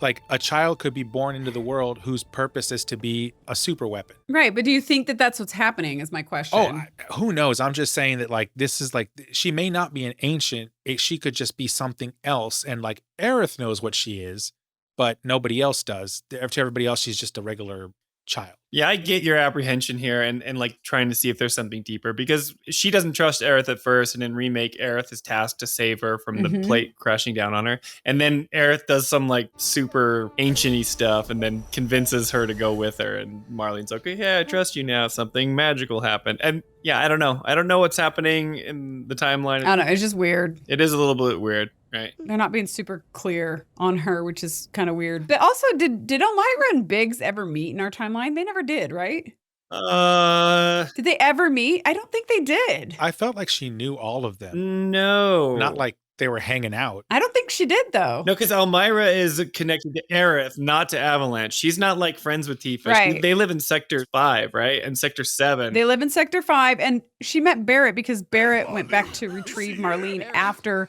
Biggs and Jesse and Wedge had all died, supposedly. See, this is where I get confused with timeline shenanigans. Because, okay, she didn't know who Biggs was, but like she knows Barret and Marlene now. So in this timeline, we assume the Avalanche people have died, right? We see... Well, they have the giant red X. Right, but we also, at the beginning cutscene, we see Tifa on stretchers and Barret, and Zack saves Aerith. Right. And Red dies in the helicopter crash too. So it's like they're all gone except for Aerith and Cloud. Zack brings them back. But when did this timeline split?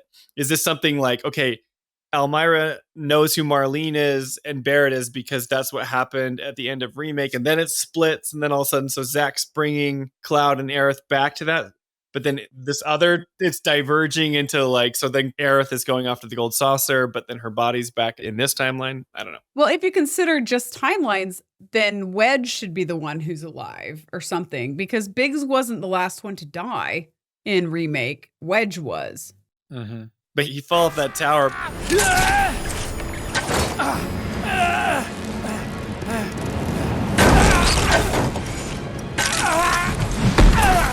And then he falls out of Shinra's tower. Yeah. You can't stop me! For Biggs! For Jesse! Tifa! And Barret too! I'm sorry, Cloud.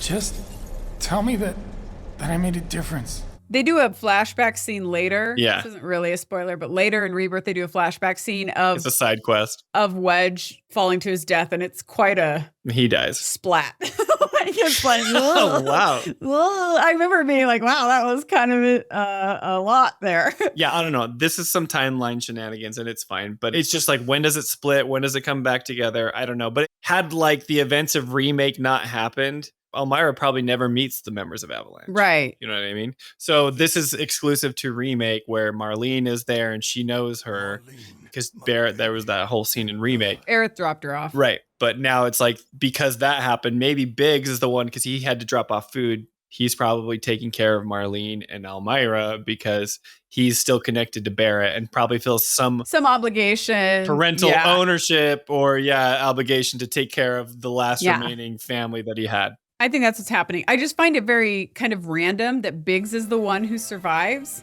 Yeah. Like, why did he survive in that timeline? And, you know, these are things, again, they're going to have to answer. And we probably can't even hash them out enough here. No, we don't have enough information yet. And they already assured us it's all going to come together in the last There we go. installment. So I love, like, how much confidence you have. I do not trust them. In that, I'm like, ugh. I wouldn't exactly call it confidence. Hope, maybe. Hope is good. I have hope. Yeah. Rebellions are built on hope. Make this make sense, Square. I assume that somebody like wrote this story out in one contiguous piece, and then they broke it into sub pieces and then purposely arranged them in weird orders to where you could not put it together until you got to the third installment. So, okay. I hope that's actually true because that's the best way to write this whole story, right? Yeah. Like the best way to do a TV series where you have like 10 episodes, you have to write the whole thing. Yeah, like what was that movie? I think it was called Crash. Oh yeah, Crash. Crash was a good movie. You brush past people bump into you. In LA, nobody touches you. It's like you're watching the story from like 3 or 4 different... And then it comes together in the end. It's not until the end that you can actually put it together. Yeah. Right. I would actually find comfort if that's the way they wrote it over... Let's write 1 and then write 2 and then write 3, right? Because then you start to forget the questions you need to answer. You don't have like an overarching idea through them. So Ernest, I really hope you're right. I hope that's how they wrote it. That's how they should have. Well, I hope so too, because let me tell you, as a normal human being, there's no way I could keep this all together without doing it that way. Right. I'd have had to have written it out first in one contiguous piece and then gone back, broken it into subsections, Totally. and then arranged them out of order on purpose. Otherwise, I couldn't keep that story together. Yeah. So back in this scene, so Zack promises Marlene that he'll go get Biggs right now. Because Zack is a really nice guy, right? Nobody's coming back ever again. Sure they will. And I know just how to prove it to you. I'll go and get Biggs. Right now. And that leads to like another kind of awkward dialogue exchange about like rhymes between Zack and Marlene. Mean it? Always do. Honest and true. But let me guess. You don't like dumb rhymes. No, I like rhymes sometimes. Not bad, kid. I'm sure some people thought it was cute. I just felt like performance-wise it didn't deliver for me, so it felt awkward again. But the whole dialogue between Zack and Marlene just didn't hit the mark in this scene for me. Yeah. But that's it. There's not a whole lot of substance other than that's in this particular scene. And then we go back to the gold saucer, and we're back with Cloud. This is interesting, though. We hear Zack's last line repeated, signifying that Cloud also heard it in his dream. Not bad, kid. Not bad, kid.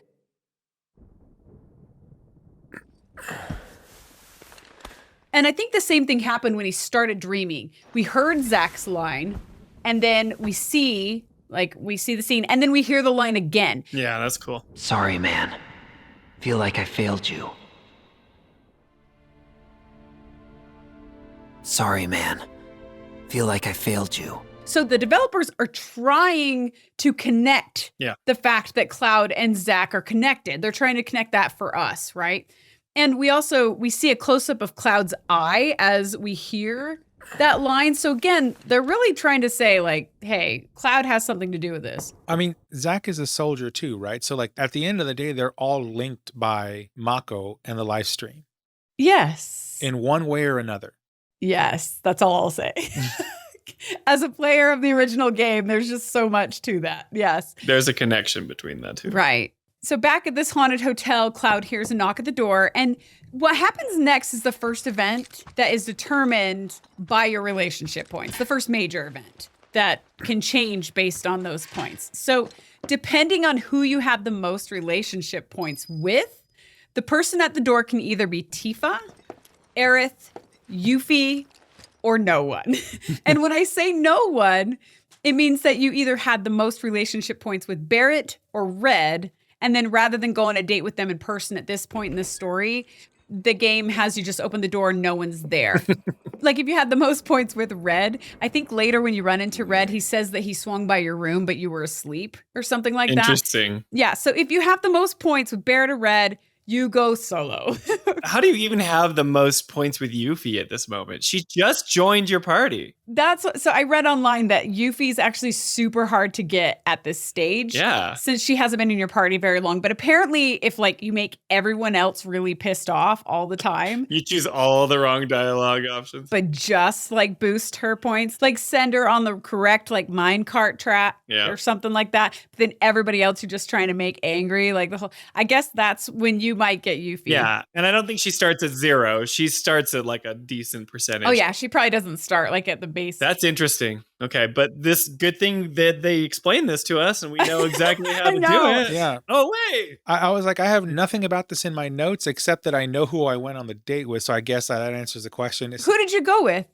With Aerith. You went with Aerith. And Spencer, you went with... Okay, my first playthrough where I didn't do any side quests and I just mainlined it, I went with Aerith. You went with Aerith. But then when I was doing side quests and did everything, then you went with Tifa. It made me go with Tifa. It made you go with Tifa. Yeah, okay. So nobody got Yuffie. And by the way, I think the whole Yuffie dating thing is kind of weird. It's fine. I mean, the developers keep it pretty lighthearted and non-romantic generally, but I don't know. I just think it's weird. But anyway, yeah. So basically at this point, Cloud can only go on a date with one of the girls, right? Mm-hmm. Can't go without any of the guys. I went with Aerith as well, like you guys on your first playthrough, Spence and Ernest. And that's who I wanted Cloud to go out with at this point in the story. And honestly, whoever it ends up being at this stage doesn't really matter a huge amount story-wise, because this person just ends up being your companion as you play a bunch of mini games by yourself anyway, like scattered around this saucer. And then your date basically just like watches and occasionally comments on how well or poor you do. Kind of like Costa del Amor, remember that? Where it's like this dating game and then you go around and like there's no dating. But at least when you're walking around, you'll go and see party members in different sections of the saucer. And they mention that you're like, oh, you're on a date. Yeah, there's some interactions that do happen here. So there's more romantic stakes involved. Right. And I'll go through what some of those are. Also, there is one thing that does affect you, though, is the Musclehead Colosseum, because whoever you're on a date with is the person you fight with to try to get gold saucer points and beat those particular levels. So, and that can make a difference. Yes. And there is one scene inside the theater that has a little bit more meat to it when you stumble on a photo of Jesse. Do you remember this scene? Mm-hmm. Yep. From the production love list, like hanging on the wall in the hall entrance. So this is a little bit different depending on who you're on a date with as well. So with Aerith notices the photo on the wall and asks Cloud if he knew her. And then Cloud says it's Jessie. Do you know her? I do. That's Jessie. She died fighting for Avalanche. You know she was an actress? Yeah. She was a good friend. Not that I deserved one. Just a friend? Or a girlfriend? You can be pretty dense when it comes to that kind of stuff. Which is clearly hinting at him being oblivious to how either she or Tifa feels about him, maybe both of them even. So Aerith in this way is actually taking the conversation, which I think is interesting, away from Jessie and like putting it on her and the flirtiness. Yeah. Like a kind of a flirty way, kind of a little condescending. She gave as good as she got. Never cut me any slack. And yeah, just a friend. Sure was that black and white? And again, she's bringing it back to like, you're dumb, I'm standing right in front of you or something. At least that's how I read it. I like that better. Did you know what happens with the Tifa version? Yeah, I'll go through that too. Okay, cool. But it's interesting because in the Aerith conversation here, it's not really about Jessie at all. It's about Cloud and him being an idiot when it comes to girls. Mm-hmm. And then when Cloud doesn't understand what Aerith means, she tells him he has a lot to learn. I don't follow. You, young man, still have a lot to learn. Right? So while the scene pays respect to Jessie, it's not really about Jessie. It's about Cloud being oblivious with girls, which makes the scene actually interesting, but not like sweet, more like... I like it more, but that's probably because I'm into Aerith. Yeah. Because it felt like a date with Aerith. It does not feel like a date with the other ones. That's true. Because they're talking about like dating kind of stuff. And she's flirting with Cloud, right? She is, but it's like... I don't know. It's fine. Because she brings up the whole, like Cloud's affect that he's aloof and he's oblivious to that stuff, right? And Aerith's like, hey, like we're on a date. Like, you're dumb. I'm standing right in front of you. I was going to say, you can make the argument that is like most males in the world. So it's bigger than just Cloud. My reason is it's like they're building up this date. We know we're going to go on a date, right? And then it's like, okay, are we going to go on a date? We go on a date with Aerith. It feels like a date. Yeah. And then there's other moments when you're with Tifa that feel like a date. Yeah. So let's look at this scene with Tifa. So yeah, if you're with Tifa, then I think this scene is actually pretty nice, but it isn't very date-ish, right? Right. So it's much more about Tifa's honest relationship with Jessie. Yeah. Than anything having to do with Cloud, right? So Tifa actually walks in and she sees the Jessie photo and she talks about how Jessie welcomed Tifa into their group of friends and did a lot for her. Back when I was still finding my feet in Midgar, I ran into some trouble. But she took me under her wing, helped me out, saved me, really. Sounds like her. I admired her. She was so cool and confident. Like nothing could bring her down. Yeah, I know. And if you learn about Tifa's backstory outside of the game, like you play like other games or read books, you find out that Jessie played a major role in welcoming Tifa to this Avalanche group of friends. And Tifa says that she owes Jessie a lot and even thanks her photo, right? And then Cloud is there to watch and support, but it's not about him. It's about Tifa and it's about Jessie, which I actually think is a really nice moment, but it's not really a dating moment at all. Right. And I think it makes sense because they have history with Jessie and Aerith doesn't really know her, right? Right, totally. Whereas when I went on the date, this is more fresh in my memory because I just replayed it on hard mode. I was with Tifa and she expresses as Cloud opens the door and it's like, oh, hey, Tifa. She's like, well, everyone kind of left. So do you want to go with me? And then Tifa expresses that it was hard for her to make friends quickly and that she, struggles with that. You alone? Yeah, Red's off doing his own thing, and Aerith and Yuffie are taking a spin on the Skywheel. They're only letting couples on tonight. So here I am, the odd woman out. They hit it off quick, huh? Must be nice to make friends that easily. What, like you can't? I don't know.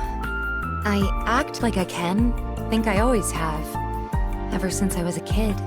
So that moment is really nice because she kind of expresses some of her vulnerability and making friends and kind of how Jessie was able to help her out. Yeah, and then if you go on the date alone, because you either had the most relationship points with Barret or Red, then you see Jessie's photo on the wall and it triggers some flashbacks. Oh, that's cool. Of Cloud with Jessie. And then Cloud tells her by looking at her photo that he's still waiting on that pizza. That's pretty cool. So the moment becomes more about Cloud paying respects to Jessie's memory, which is also kind of nice. I actually really liked that version as well. This game is so cool. Like the fact that you would have all these separate things. I know. Mm-hmm. So, and then if you go on the date with Yuffie. This is good. Oh man, what happens there? Because this has got to be interesting. So Yuffie is the one who notices the picture of Jessie. Wow, loveless. Check her out. And she stops in awe of this beautiful photo on the wall. And then she looks at Cloud and realizes that Cloud knows her. You, know her or something? She was a friend. To which Yuffie hilariously says, in all sincerity, that she didn't think he had any friends. That's so... Oh, that's awesome. Oh, that rules. What? No way. I didn't think you had friends. Might have just been screwing with me. Yeah, well, you're lucky she even did that. I know. Then she strikes a sexy pose. Yeah. And then she says it seems to be Cloud's destiny to be surrounded by hot girls. Wait, she says that? Yeah, she's like, it seems to be your destiny that you're surrounded by hot girls. I swear, Cloud, it's like you're destined to be surrounded by smoking hot chicks. I honestly think he should have scoffed because honestly, up through this time, he's always had the not interested vibe with her. But here he actually laughs and thinks she's cute-ish, funny. You know what the funniest thing is though? Nothing that she said was wrong. That's true. No, it's not. But it's all the truth. They all fawn over Cloud like he's the greatest thing. But she's, I don't know, 16. He's 20 or 21 or something. She's 16. They're not that far apart. Spencer and I are that far apart and I'm the older one. So it's you're surrounded by hot.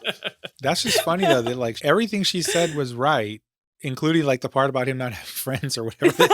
Because he does he is awkward and bad. He's just now building his core friend network. Right? Totally. No, what she says is totally accurate. This way, babe magnets. But then as Cloud is about to walk away from the photo, he then looks at the photo and he says the same thing he says on the solo date. He says, still waiting on that pizza, paying respect to her memory. So he ends it on a note about Jessie, which is kind of nice. Forget about this Yuffie girl. But other than that, there are a few other small talking scenes with your date throughout the Gold Saucer, but they don't have a lot of substance. So you don't have to have a ton of FOMO at this stage if you don't get to go with the character you wanted, at least in this particular chapter. However, there are a couple moments, there's an interesting moment if you go on a date with Tifa when you run into Aerith, because Aerith actually admits to being a little jealous that Cloud and Tifa are hanging out without her. I'm not gonna lie, I'm a teensy bit jealous.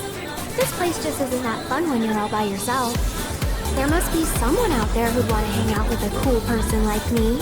Stop it. This isn't the time to go making new friends, right? Yeah, you heard the man, Aerith. All I'm saying is, anyone can put on a friendly face, including Shinra spies. They could be anywhere, waiting to pounce.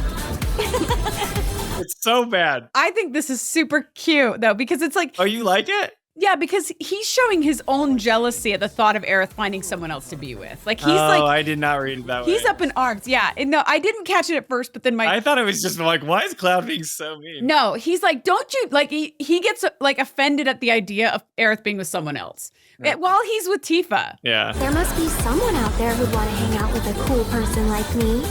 Stop it. To my point earlier about men being dense about this stuff. Right. Yeah, sure. Exhibit A. Right. Okay. And then, like, Cloud realizes how he sounds, and he tries to, like, cover it up by saying that people could be Shinra spies, and so that's why she shouldn't. Oh, of course. Yeah. Like, go be with somebody. It has nothing to do with his jealousy. Likely excuse. I totally misread that. Yeah. Allow the female to explain. Yeah, I just went, Aerith acts jealous when she sees Tifa and Cloud together, but then Cloud makes up some weird excuse about Shinra spies, and it makes no sense. No, he's acting that way because he doesn't want Aerith to be with another guy. Oh, that's cool. That's how I read it, yeah. So when he makes the Shinra excuse, then Tifa and Aerith kind of both laugh at it. And then Aerith just friendly, says, go enjoy your date or whatever. Now go. Enjoy your date. Conversely, though, if you're on a date with Aerith and then you run into Tifa doesn't really act jealous of his date with Aerith at all. Instead, just kind of asks how Cloud is feeling. Oh, Cloud, you're up. Feeling any better? Yeah, you were right. Just needed some sleep. That's good. I am a little surprised to see you, though. Must have been some nap. Taking a break from the fun? Pretty much. I could feel a headache coming on, so... You okay? Oh yeah, I'll be fine. I'm just not used to all these lights and sounds is all. But I'll head to the hotel soon. Don't worry. She doesn't even acknowledge that Cloud and Aerith are together. Like, it's interesting how they didn't play the jealousy thing in one date, but they did in the other, right? Yeah, that's cool. In any of those, because I know I ran into it with Aerith, but on the other ones, do you run into Chodley anywhere? No, Ernest, you don't run into him till later. I don't think you see Chodley till later. And it's Chadley. What?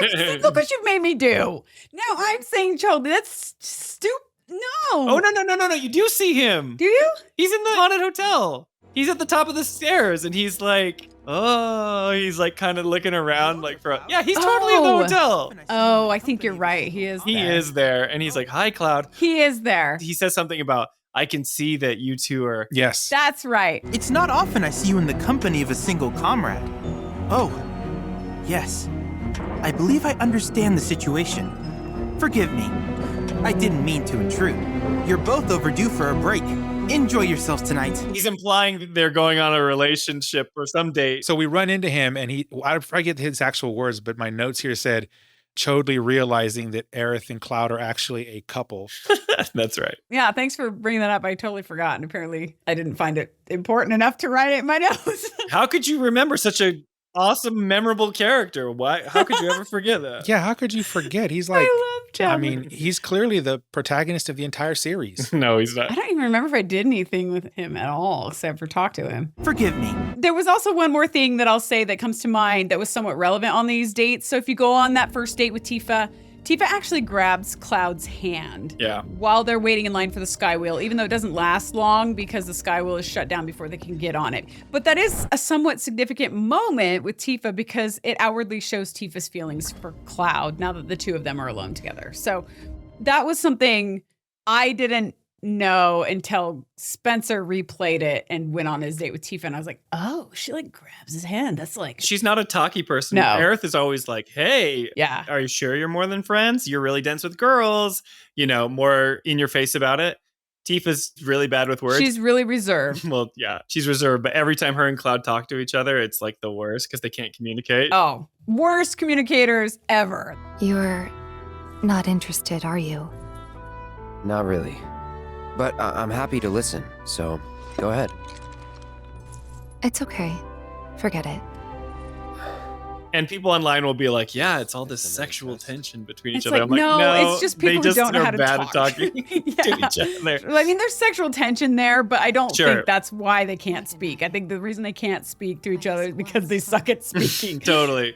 So, but then Tifa shows more with her actions than her words, right? Yeah. She kind of does it, grabs his hand, and that's kind of what I felt when I was on the Yeah, I like that. date with her. Yeah, I will say there is something that I thought that was really cool about this date, regardless of who you're with. Mm-hmm. All right. So while you're running around the gold saucer on this date, you hear the classic like gold saucer theme music playing in the background.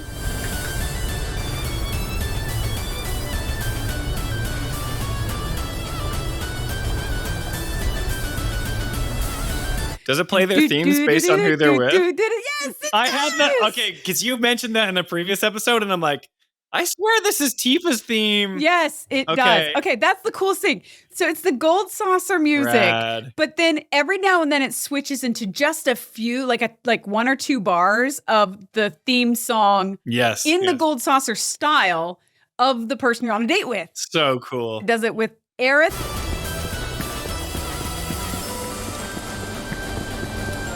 Care for some rich soft serve ice cream?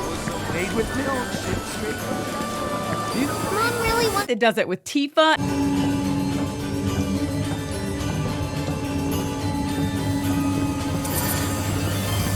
It does it with Yuffie. Hello, and welcome to Park Central. Every square is yours. It's awesome. And I think when you're solo, it's just the gold saucer music. You just get this gold saucer music. You get the generic like gold saucer. I mean, you're by yourself, so. Yeah. Right. But how cool is that? Like, the developers wrote it into the music. That's so rad. And it changes according to the person that you're with. Like, so good. When you're by yourself, it just plays Cloud's theme. Cloud doesn't really have a theme, which is interesting. His theme is kind of just all of the Final Fantasy themes. It's this kind of attention to detail that really tells me that they are, in fact, going to deliver in the 3rd installment. They probably. I hope you're right, Ernest. I really do, because these things are really cool. Yeah, you might be right. But then there's the whole dancing opening of the gold saucer, and I'm like, no. Man, that was awesome. But this is like attention to detail, though. This is like very, yes. you know, they're in very the good with the weeds. details. That's why the room was so spooky. It just screams budget, though. It screams like money. It's like, hey, composers, do this. But like to even have that idea is so cool, and that they acted on it and put them in. I just think it's great. That's cool, Joey. Gotta make the most of these moments. Now we've talked about the actual date itself. Now, as I've hinted in previous discussions, and I know Spencer has some opinions here, and Ernest, you probably do too. I do have a few issues with the whole dating idea that I'm not going to be able to keep to myself, right? This whole relationship points thing. So the first issue, right? The game makes it so incredibly unclear who you have the most points with, which is what determines how you go out with. And I think that is really lame. So in this chapter, it isn't the biggest deal because the story scenes aren't like ultra critical, right? But still, like Tifa holding Cloud's hand, like that's something that is kind of a big deal to some of us, right? Especially us, like, oh, that's so romantic or whatever. But anyway. You like holding hands. Oh, it's so cute. I still remember when you told me the best hand holding scene in an the animated Dimitri movie is when scene Dimitri in holds Anastasia. Anastasia's hand. Everything's gonna be fine. Every girl my age loved that. And I still love that. That's a good hold hand moment. So yeah, that meant a lot to you. Yeah. So it's not as critical, though, in this particular chapter, but later in the game, and we might as well just address it now because it's starting to come to fruition with this relationship points. Later in the game, I'll just say that it's a much bigger deal, at least to me. And to me, if the game is going to give the gamer choice or like options that are kind of a big story deal, right? Then it should at least let the gamer make the choice. Because once you beat the game, you get access to this relationship meter, which is like a physical wheel. Which you did not have at the beginning. Yeah, you don't get it until you beat the game. We're talking about all these relationship points. You don't know how they're adding up. The only indicator is you have that little smiley face above their head. And if it's green or blue, you don't even know. Which doesn't help. Yeah, which I can't even see unless I'm wearing my glasses. Ernest can't see it because it's so small. And, Yeah. and honestly, even if you can't see it, it's almost always the same color across all your characters or most of them anyway. So it's not really giving you the details that make the difference. Yes. That allow you to go on a date with so-and-so or not so-and-so. So for me, the relationship meter, the physical wheel that has the points on it, should have been made available in the menu from the beginning of the game so that the gamer can navigate the relationship points and see how they fit. So that the gamer, if this is a gamer choice thing, so the gamer can actually have some choice. But not even that, like have coherent rules, which like this does this amount of points. If you pick the right dialogue option, then this will help. Obviously, I haven't made it that far yet, but I would argue that like at least up until this point, now you've obviously made it to the end and your opinion's different than mine, but at least up until this point, it would seem to me that the developers may have been doing this intentionally because they wanted you to organically choose the path that you were going to go on rather than trying to strategically choose the path. But it sounds like you're saying that something later on Possibly. I disagree. Does not jive with that. To Ernest's point really quick, I think that's what the developers were thinking. But the problem is that the natural even thought process, if you were to organically do this, is to pick between Tifa and Aerith. Like pick between those two. The way that they have this set up, it's like relationship points with Red, it's relationship points with Barret, it's with you, it's with all these other characters that aren't so story critical that you wouldn't expect like, oh, I need to be mean to Barret in order to go on a date with Aerith. You know what I mean? Like they just don't. Yeah. And so maybe that's what they were going for, but I don't think it works at all. yeah, but I think from the first time I had the first conversation with them in Calm in chapter 2, and it lets you choose, and then all of a sudden it'll say like it increases their relationship. I knew it from that second on. I was like, okay, they're starting to build this. So even though if they wanted it to be organic, I was like, every time a conversation dialogue wheel came up, I was nervous because I'm like, I got to get the best one. I don't know what this is. And they have a time limit. Well, pause right there for a second and think about that. In real life, you know, when people are pursuing these kind of things, they get nervous at these junctures too, right? Like, what am I going to say? What should I say? In real life, you know how your points are better than in this game. Yeah. When I talk to people, I know if my rapport is good with them or not good with them. And if I need to do something to have a better relationship with somebody, I know that in real life. I don't know that according to the arbitrary point system that is undisclosed in this game. What's the payoff then? Without spoiling it, right? Like, is there a substantial or significant payoff at the end? Yes. Yes. Depending on who the person is that you have the most points with. Yes. Yeah, Ernest, this is one of those things you probably need to finish the game. Yeah, I do. And then I want your thoughts. Yeah. Because maybe you'll still be cool with it. I mean, I probably will be, but it's just one of those things where it's like, I wonder how important this is. But then just with the little bit that you've told me without spoiling it, then it starts making me think, okay, well, perhaps this is something even bigger than that, that when you get to the end chapter, right, you start thinking about things like, you will lose that which is most precious to you. Is that determined by this point system? That would be cool. Even if that's the case, then we should know what the point system is. Yeah. That would make me even more angry. Yeah. If it was like that consequential and it would depend on your points and they don't tell you about it, I would be so mad. Outraged. It sounds like our final episode is going to be banging for this, for this podcast. We argue in every episode, but that one's going to be a doozy. I can tell you. That was going to be good. There'd be fireworks flying and all kinds of stuff. I don't know. My biggest argument with this is that we're playing a game. We know we're playing a game. It's like a dating sim. Don't hide the mechanics and the rules of the relationship meter until the very end. Right. Because yes, it's like, just say what you feel or whatever. But I knew from the moment it started, I'm like, I want Aerith. How do I say nice things to Aerith? And then I didn't end up not getting Aerith. And I'm like, this makes me angry. I was actively mean towards Tifa. And then I go on a date on Tifa. No, not good. Because other things come into play with your relationship. It's not just your responses. It's not just your choices.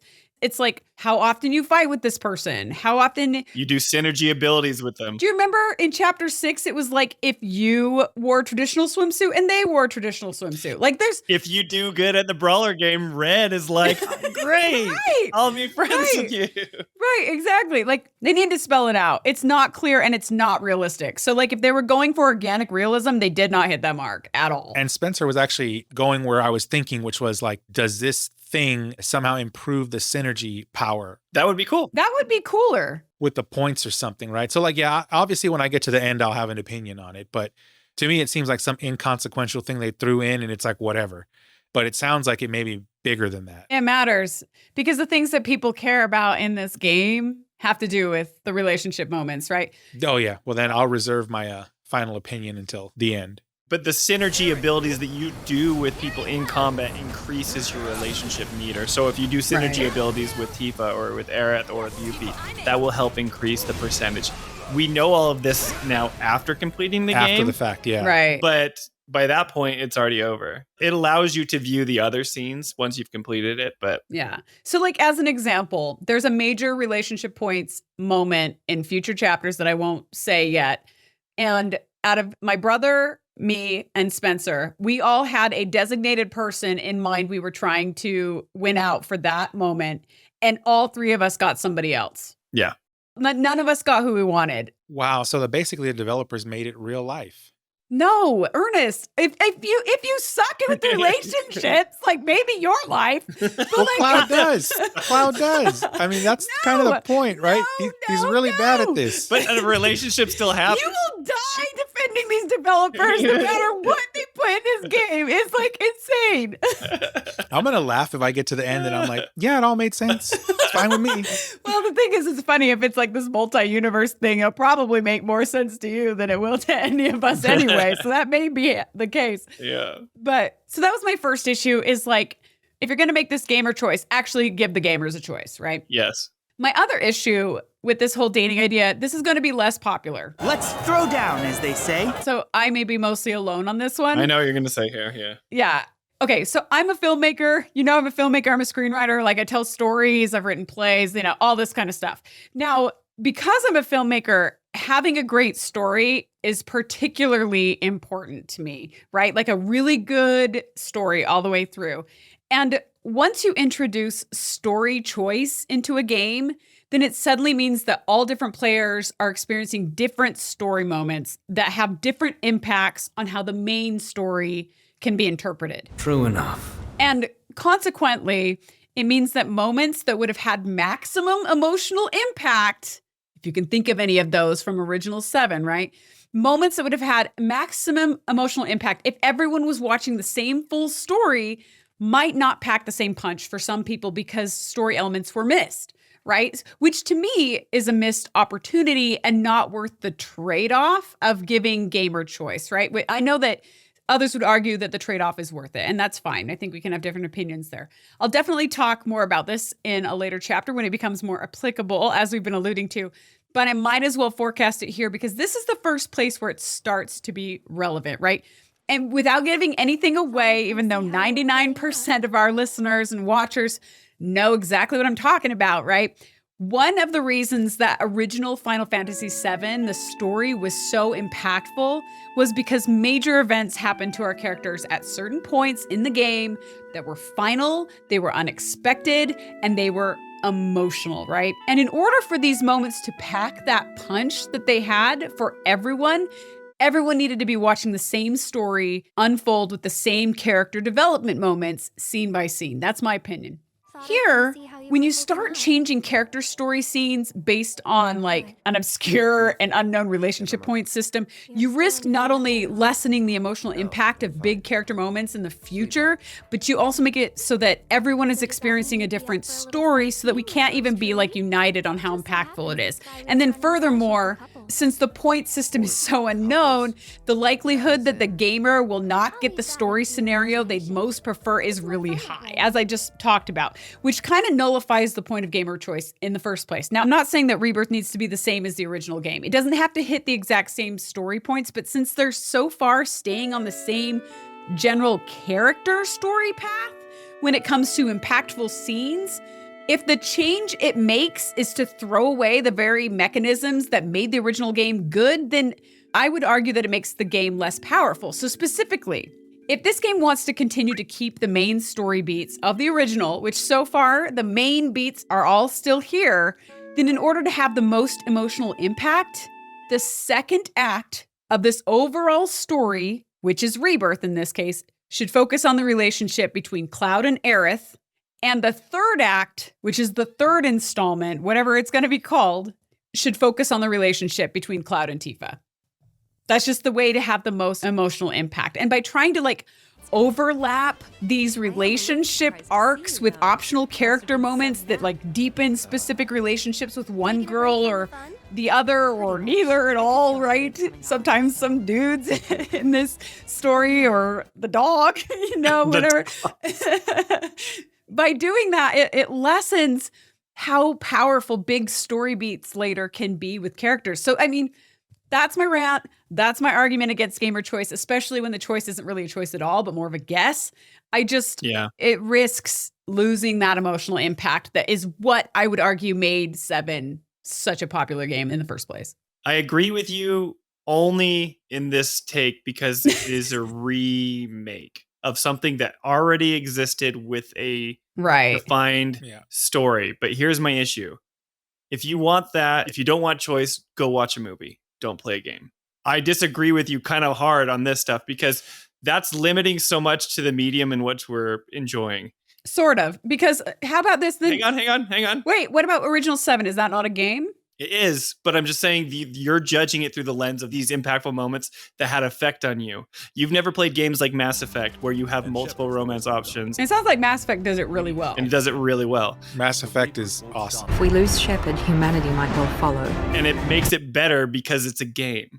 Here's the thing, like I have trouble with games like this. Like Sony has a lot of these amazing games, like The Last of Us. The Last of Us is like you're playing a movie and it's great, but you don't really have choice. You just kind of go along with the narrative that the creatives wanted you to. Which I like, actually. Right, which is very focused and nice, but that limits what's available in the medium of video games. Which I'm okay with limiting because you're still enjoying the game by playing like the combat and by being a person who's actually in a relationship, in a party or whatever. None of that is lost. And to your point though, if I were to play Mass Effect, I don't think it would have an issue with it as much, right? You wouldn't. You would like it. But because these are characters we already know. Yeah, it's already a story that you... And moments that I think they're already baking in, that they're pulling away from their own effectiveness. I don't disagree with you with their effectiveness being lessened. Which I think is not worth the trade-off. I think you can do really cool and amazing things, and there are examples of games that do this really well.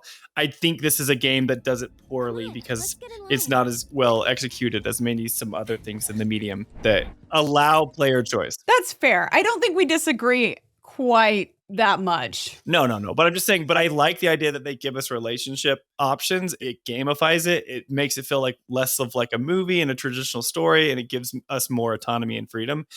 But I don't think they do it very well. And I do think it lessens the impactful moments that yours. So I agree with you in this case. Yeah. When it comes to overall gaming, I think that's limiting. I think that's a fair assessment. And I think at the end, like, I agree with all of the above, but I'm just not going to care about the robe guys at the end of the day. And Ernest is on one today. It doesn't matter what they do. I want you to go on a date with a robe guy, Ernest. And I'm not going to feel sorry for them. They're a means to an end. And, I'm waiting for the kaiju battle with Sephiroth. And however you get me there, I'm okay with it. If I have to take that sand buggy to get him, I'm fine with that too. Yeah, but you like the sand buggy. That's like a privilege. I love the sand buggy. Yeah, that's awesome. I agree with your takes. I do think it lessens the impact, but I would say be careful. I think that I'm most opinionated about it because I've seen this story before.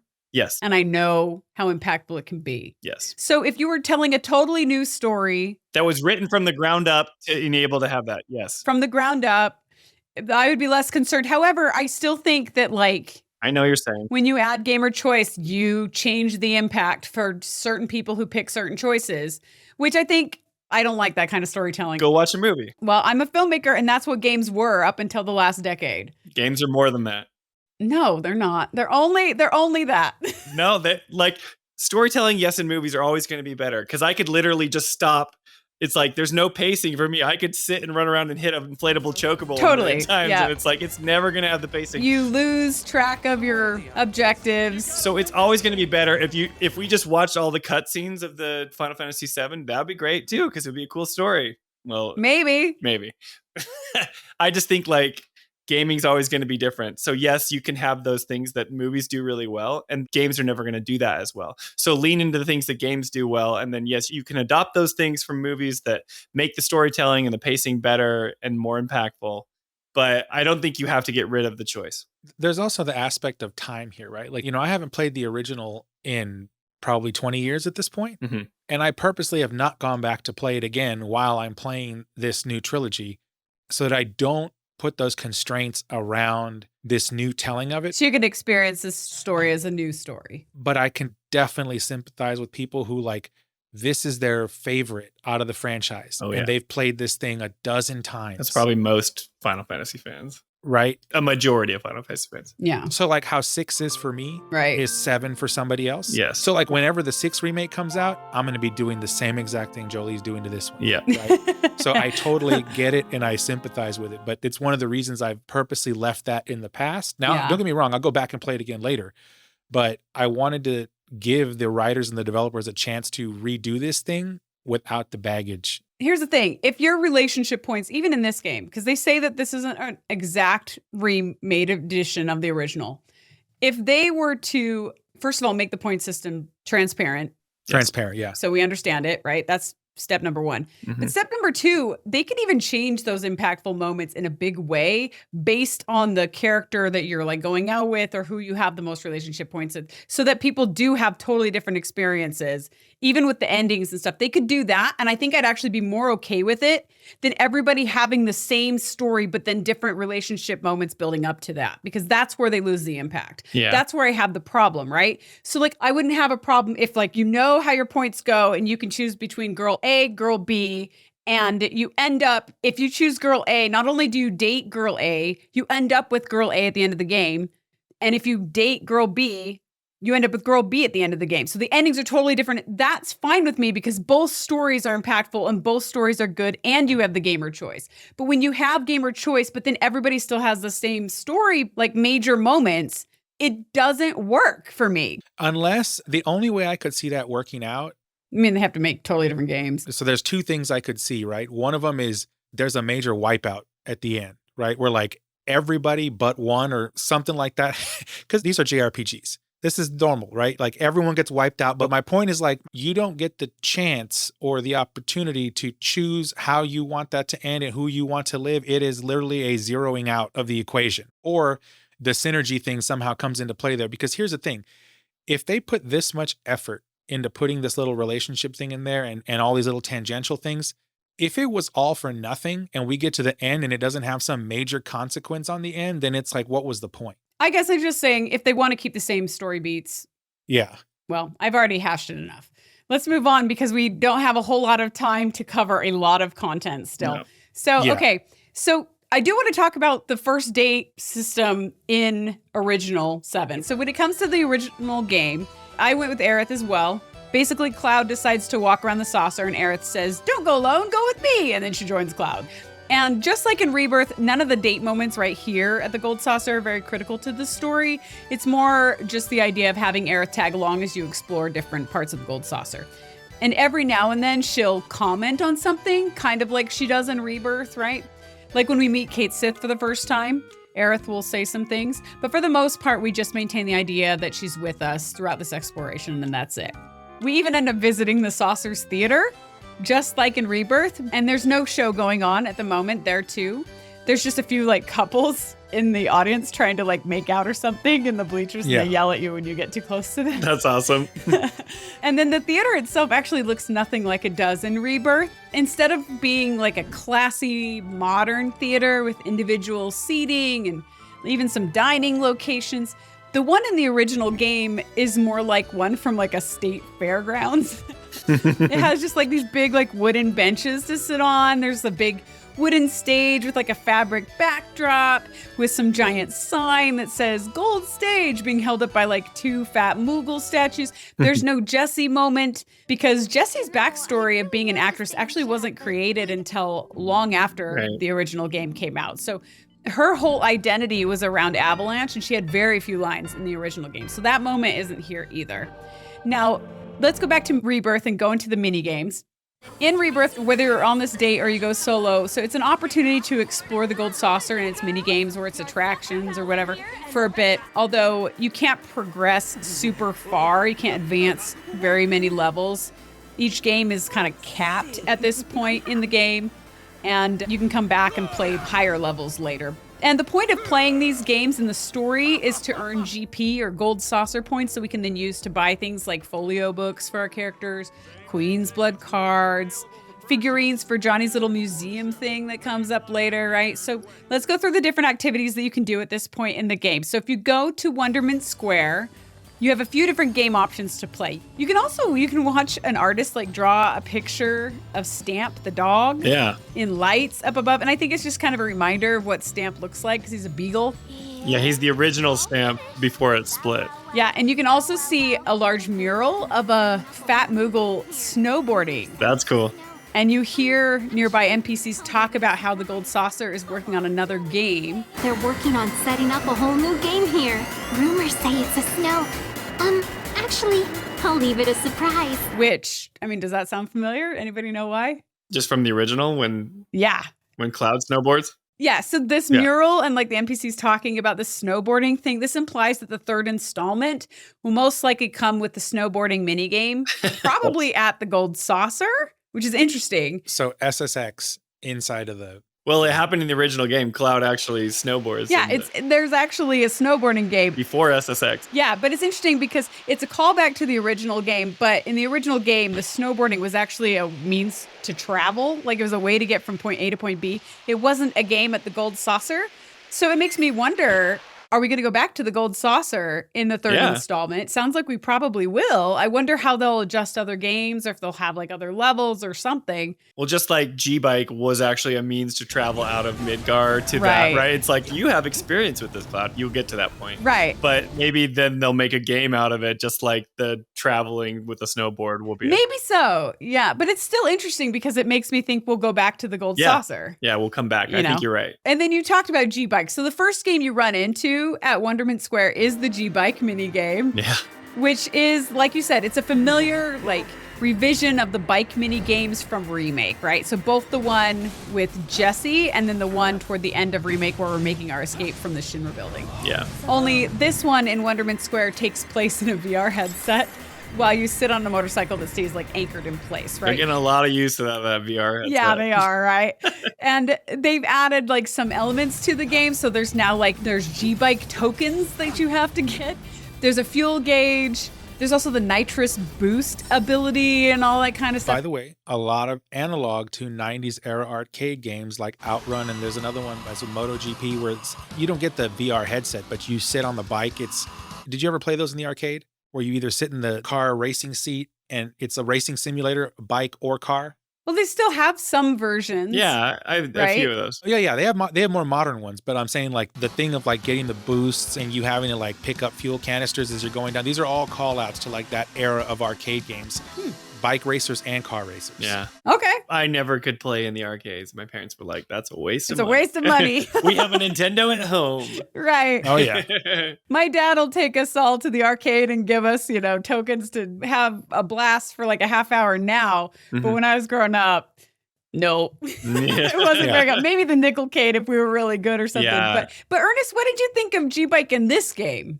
Oh, I loved it. Like the Gold Saucer, obviously I loved it because of the feeling of the place, the vibes it gave off, but each of the mini games too, because each of the ones you play, there are call outs to 90s or late 80s era games of that genre of that mini game you're playing. So I loved it. How did you do? I mean, fine. Were you awesome at it? Because you're like, yeah, this is bringing me back. Like, I know all this stuff. Like, did you kick butt in the game? I wouldn't say I was awesome at it, but I did okay. I mean, I got through it. Yeah, got through it. Yeah, it wasn't like I was, trying to get the high score, the perfect score. I was just trying to get through without losing. You weren't going for the special items that you get by doing, because there's ones where you pass, right? And then you get a certain amount of Gold Saucer points or whatever. And if you do it, then it checks it off the list for the main quest. For me, I was like, I'm getting the top tier. I'm going to get the best item. Because you get accessories, like you have 3 ranks, right? 3 ranks, and you get something better with each rank. Once you get a certain amount of points, and then, each rank gives you like maybe a crafting material in the middle. Yeah. And then the last one gives you an accessory that you can use. Yeah. So I was going for that. The only minigame I think where I actually cared about that was the dungeon battle thing. The dungeon battle thing. You're talking about Colosseum? Yeah, Colosseum. Oh, okay, yeah. But like the minigames, no, I was just like playing them to... You just wanted to progress. To me, it was like going to the arcade as a kid. Gotcha. Yeah. Gotcha. So Spence, how did you do? G-Bike, I did good. I got all the accessories, but then I went back and I played on hard mode again, but... Was it the same? It's harder. There's an expert level option. Okay. So you play the normal and you have to choose expert. So it's just harder. You have more enemies on screen. And I got an S rank the first time. Oh, wow. Which is funny on G-Bike, but on the other minigame that we're about to go to behind G-Bike, I spent a lot of time on that one. Well, see, I was the opposite. I did better on 3D Brawler. I did okay on G-Bike. Honestly, I thought this game was more fleshed out compared to many of the other mini games in Rebirth. But that's, when it comes to the mechanics and stuff, which makes sense because they just had to work on the original remake versions and turn them into mini games. So they already had something that was ready to go. To work off of, yeah. So because of that, I thought it was fun enough. I particularly liked the timing of the spinning slash. When they're all grouped around you. So that I could take them all out, all the enemies at the same time. But my first try, I did not get an S. I got a B. I got like 24,100 points. But you have to collect all the G coins. I didn't you have know. To hit, yeah, we didn't know, but you're supposed to hit all that stuff too. Right. So I got a B rank. It was well above like the 18,000 needed for the first goal, 24,000, to 18,000. But like I thought that was all right for my first try, but then Aerith like made fun of me and said that I wasn't the gaming type. I'm gonna go out on a limb and say you're not the gaming type. So apparently my B rank was like super lame. And then on my second try, I did better. I got 29,350 points. I was just short of the top rank 30,000, and I didn't feel like doing it again, right? And then Aerith said, put up more of a fight than you thought, huh? Which I think is another insult. Yeah. I think if you get an S rank, she says something like, it's how you've done this before or something. Apparently, I was not good. I only did it twice, but I moved on for the time being because I wasn't, I figure I'll come back to this eventually. But then, as you're saying, just behind the G-Bike minigame is that next minigame option, which is 3D Brawler. Yep. Which is a familiar sight because we saw it at the very beginning of the Gold Saucer in their opening dance number. Yep. Only this time you have the option of playing 3 different opponents. So do you have to work your way up or do you have to? You do. Yeah. Yeah. The first person you can fight, or the first avatar, is the Shinra Trooper. And that's the level 1. Now, the Shinra Trooper I beat on the first try. Yeah, me too. I did not think he was hard. The second avatar is the level 2 Fat Moogle, and I actually needed 4 tries to beat that one because I was still figuring out like the right-left thing and how to read the body language and whatever. Yeah, they have different mechanics for each one. Yeah, and I actually almost beat him on almost all 4 of those tries, It was like really close game. And then the third avatar is Dio again, but now he's level 3, and I beat him on the 3rd try. So it wasn't like easy and it wasn't like super hard. It was kind of like, I don't know, I think 3D Brawler is actually a pretty fun game. At least at this stage. Okay, so it's clever, it's different. I can't think of any other games out there. I'm sure that there are some that exist. Ernest mentioned some that kind of are like this, like Rock'em Sock'em Robots. It does feel very much like this. But the more advanced the opponents become, especially in the future, it is not the same kind of, it is like intense. Tekken is probably the closest one, and then Virtua Fighter, right? These were games where like it was a 3D brawler, but the thing is, a lot of the strategy was around blocking and counter attacking and sidestepping. Was it about like reading their body? Yes, because both characters are constantly repositioning in a 3D space, so you're reading their body language. But mostly it's about counter attacking at the right moment, right? When they've launched their attack and they're now vulnerable, you either need to block or sidestep and then attack within a certain time frame. Otherwise, they have a chance to reposition and get their guard up. Yeah, 3D Brawler is a lot slower paced than those games, but yes, it is. It's not Street Fighter. Yeah. It sounds very similar, except in this, it seems like the main thing is reading the body language at the exact right moment, which happens to be right before they hit you in most cases. And that gets harder and harder the higher the level increases, is like, because their right hook versus like their right uppercut look so similar until the very last second. So you're like, oh crap, and you read it wrong. And yeah, I agree. But these first 3, pretty easy, pretty fun. But these are the only ones that are available in Chapter 8. Right. You come back in later chapters and so we'll talk more about those later ones later. Yeah. How about you, Spence? How'd it go? Great. Like those first 3 weren't a problem. I remember playing it the first time. When I fought the soldier, I'm like, oh, okay, I get this. When I first played it, in the entrance, I was a little confused. This just, you get your bearings when you play 3D Brawler again, because you have to go through the 3. And I think I had trouble with the Moogle because it was a little bit different mechanics. He had different moves. And then Dio was a little harder than when he was when you first play him. But I lost a few times, and then I was like, that's easy. I'm excited to do it. And then I played the other ones later. And you're like, ugh. Yeah. And then finally, the third activity that we can do in Wonderment Square, it's the 3 Queen's Blood challenges. And they at first kind of appear to be traditional versions of Queen's Blood games, but when you start to play them, you realize that each challenge has its own kind of tricky gimmick that makes it difficult to win. And I made a note during my gameplay that the new card rules were frustrating for me to keep up with because I'm not a card game player, so I was not familiar with this. There were so many like custom abilities and rules like attached to each card, and it was just like my brain was hurting a lot. So the first couple challenges here took me a bunch of tries before I won, but simultaneously they also taught me how to be a much better Queen's Blood player, because later I started kicking everyone's butts because of what I was really learning here. So cool. And there's 3 games or matches or whatever that you can play here, challenges. The first is support card luxury real estate. It's a rank 3. Right. That took me 6 tries. Second is support card succulent sucker, rank 3. That took me 5 tries. I know the names, right? Yeah. And then the third was gimmick battlefield behind enemy lines, rank 4. That took me 2 tries. So I started to kind of get it, and I thought that one was easier than the other 2. And then once you've completed those 3 challenges, additional challenges are then locked, so you have to come back for more later. Right. I know, Spence, you recently played these 3, but, Yeah, but on hard mode, you have every card. Yeah, because at the beginning of the second playthrough in Calm, you can buy all the cards. Right. So I have like legendary cards that I'm playing, and Things that are available. So you have like replacement cards, you know, and replacement cards are what you really need for these challenges, if I remember correctly. yeah, the only way I would get the Queen's Blood experience would be if I went back and started a brand new save and didn't use my previous save to start over. Because even if I go back and play on normal mode, it'll still keep my level and say that I've completed the game. Yeah, you don't really have the same Queen's Blood experience. So yeah, I remember the different mechanics. There was a Cactuar card that would double the cards around you and it would give way more things. Yeah. And they just are thrown into your deck that you don't normally have. So I understand that it would be like, oh, this is kind of frustrating because you've learned one way to play Queen's Blood up until this point, and then these have these different rules. But don't trust my opinion on Queen's Blood because I'm playing with all the other cards and I'm still having trouble. And Jolie, the other day, Jolie walked in the room and she was watching me play. If I had all those cards at the beginning, I would kick their butt so hard. Well, I feel like I got pretty good at Queen's Blood. I don't know. Something in my brain, like it works for me. I don't know. Yeah, but it's cool. Whereas, you know, some of these other mini games I'm just not quite as good at. Ernest, do you remember what these challenges were like for you? Which ones? The Queen's Blood challenges that I just read off?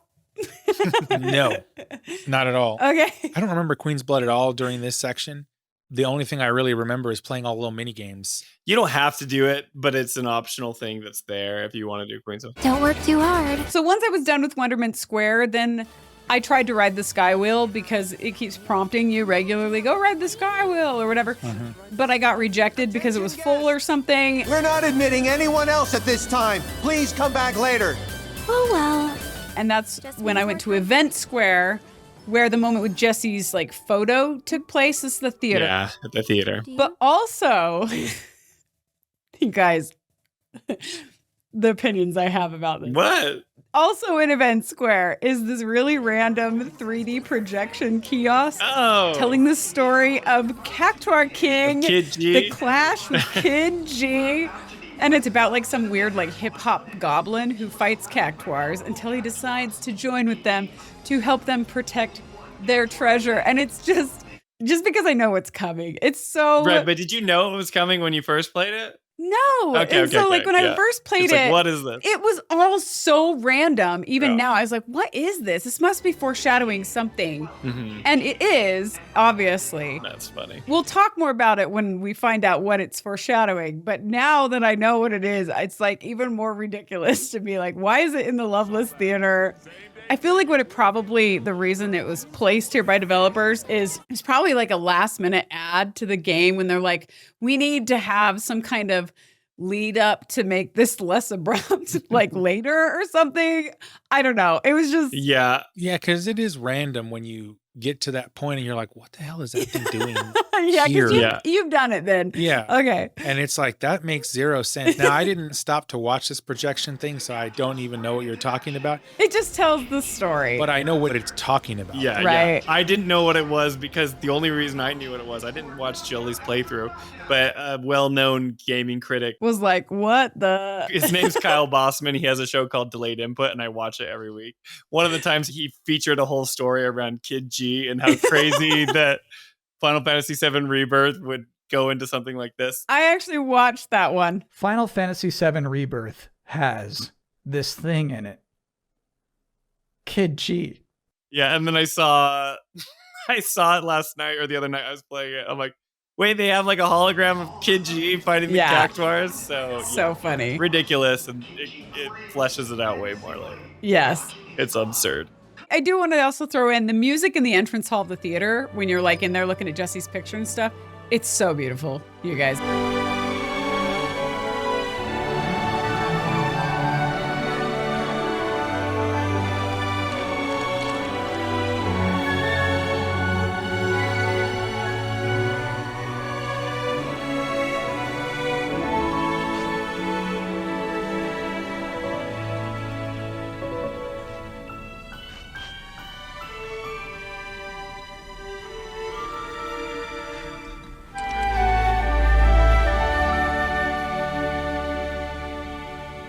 for me, it was soft version of Aerith's theme. So I imagine it's actually a soft version of whatever character theme you're on a date with. I'll have to go back and check that.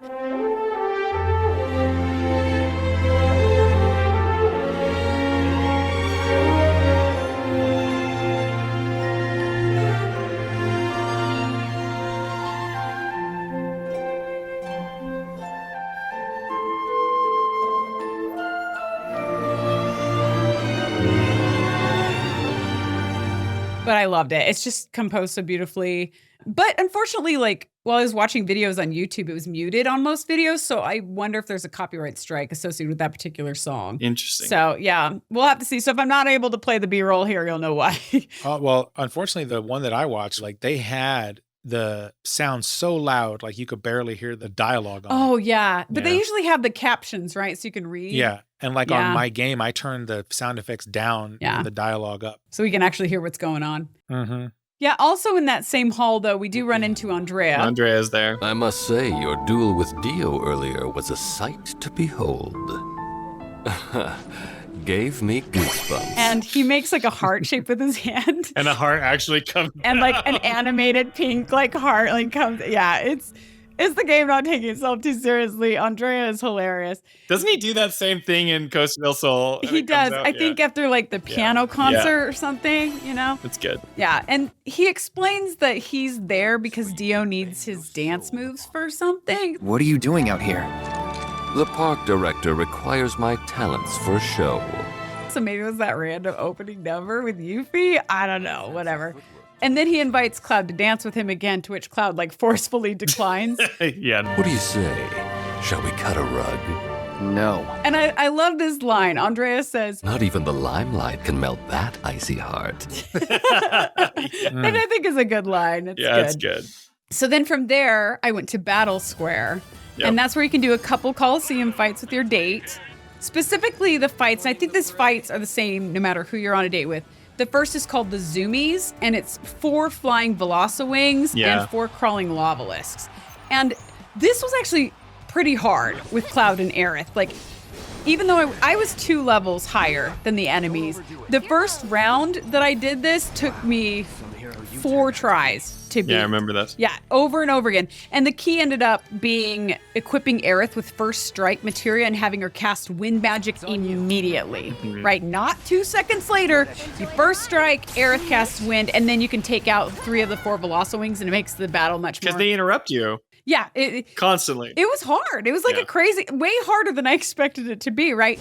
But then after that, all the battles were pretty easy. Like round 2 was easier. Also, shout out to First Strike materia. We need more of that. That's like one of the best. I love First Strike materia. It's always on Cloud, but I had to put it on Aerith for this point. Shout out. Yeah. And then the second challenge is called Devil May Care Desperados. And it starts with like 8 bandits for round 1. And then there's like a white moose for round 2. And they were easy. Like the only one that was hard was the first one with those 8 monsters. And I agree. Whatever. That was the hardest one. Yeah. And the other fights become available later in the game, but I only saw the 2 available at this point. And then I went to Speed Square. And this is where you see the big space guy hologram. This is the most Disneyland themed one in the world. It is. Okay, I was going to say that. Yeah. So this is where you play the minigame Galactic Saviors, right? But this opening location with like the space hologram, okay, totally inspired by... Is it like Space Mountain or Buzz Lightyear? Buzz Lightyear Astro Blasters, 100%. It feels like Buzz Lightyear because he's there giving the spiel. Yeah, not the ride itself, but like this entrance queue area kind of thing, or like, So there's this ride, for those who haven't been, called Buzz Lightyear's Astro Blasters. And it actually existed in Tokyo until this last October. And now I think they're retheming it into some, Wreck-It Ralph thing or something. They like to retheme rather than build new stuff sometimes. But yeah, so Astro Blasters existed at Tokyo Disneyland, right? Mm-hmm. And just like in Rebirth, as you're walking through the queue of Astro Blasters, before getting to the ride, there's a giant Buzz Lightyear animatronic that gives you background on the ride story and challenges to help you save the galaxy, just like this, right? And it's so the hologram in Rebirth. And they even use the same terminology of Space Ranger. Yeah. Welcome, cadets.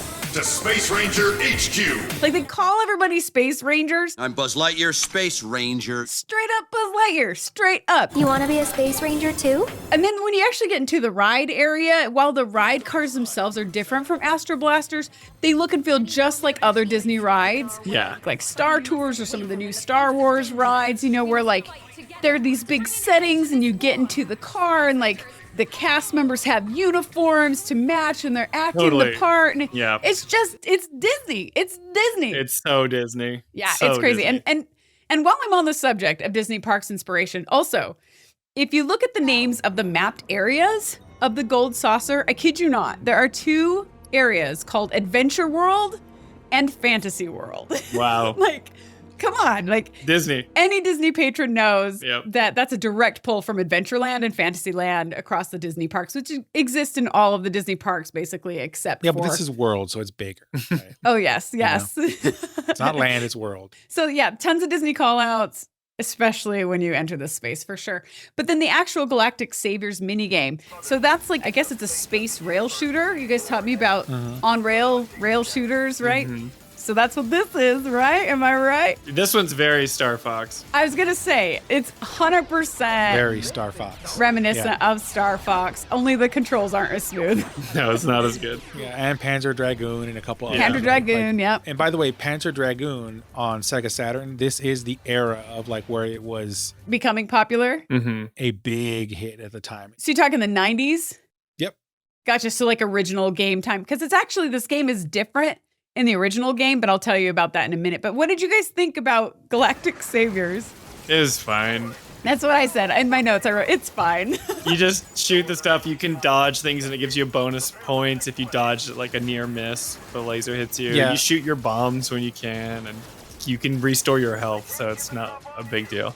Yeah, rail shooters and even just like 3D space shooters are not generally things I play much of. Not that I don't play them at all. I played them in the past, but it's not really my thing. But other than that, it was fine. I enjoyed it. I played it and got through it and moved on. But it wasn't bad, but there was nothing like memorable about it. Gotcha. I was like, you checked the box. Yeah, I played it once and ended up with 25,116 points because I take notes. The target was 15,000. So I beat it by like over 10,000 points, which fulfilled ranks 1 and 2. I didn't get to rank 3 with that. To which Aerith told me, You do just fine with your feet off the ground, mister. which I thought was like, I don't know if I just can't read her insults, but like that sounds like a compliment. Oh yeah, it's a compliment, not an insult. You do just fine with your feet off the ground. Like that's a compliment, right? Yeah, that's a compliment. But I felt like I was better at the bike race game. And she was like, you suck. And then, but here she's like, you did good. And it's funny too, because I walked in on Spencer playing this game a couple days ago and he was doing it on hard mode. And he got through it and he's like, I don't think I did very good. And he got 50,000 plus points. And I'm like, that's double what I got, you piece of crap. Yeah, I think I got an S rank on that one too. Some of the mini games to me, it's like if they're games like I know the mechanics. I've played Star Fox. I grew up on 64. I played those forever. I grew up on Star Fox too. I loved Star Fox. And so like I was not having an issue with that. But then other mechanics in other games, I'm like, I don't understand this. It's not working very well. Right. So it was fine.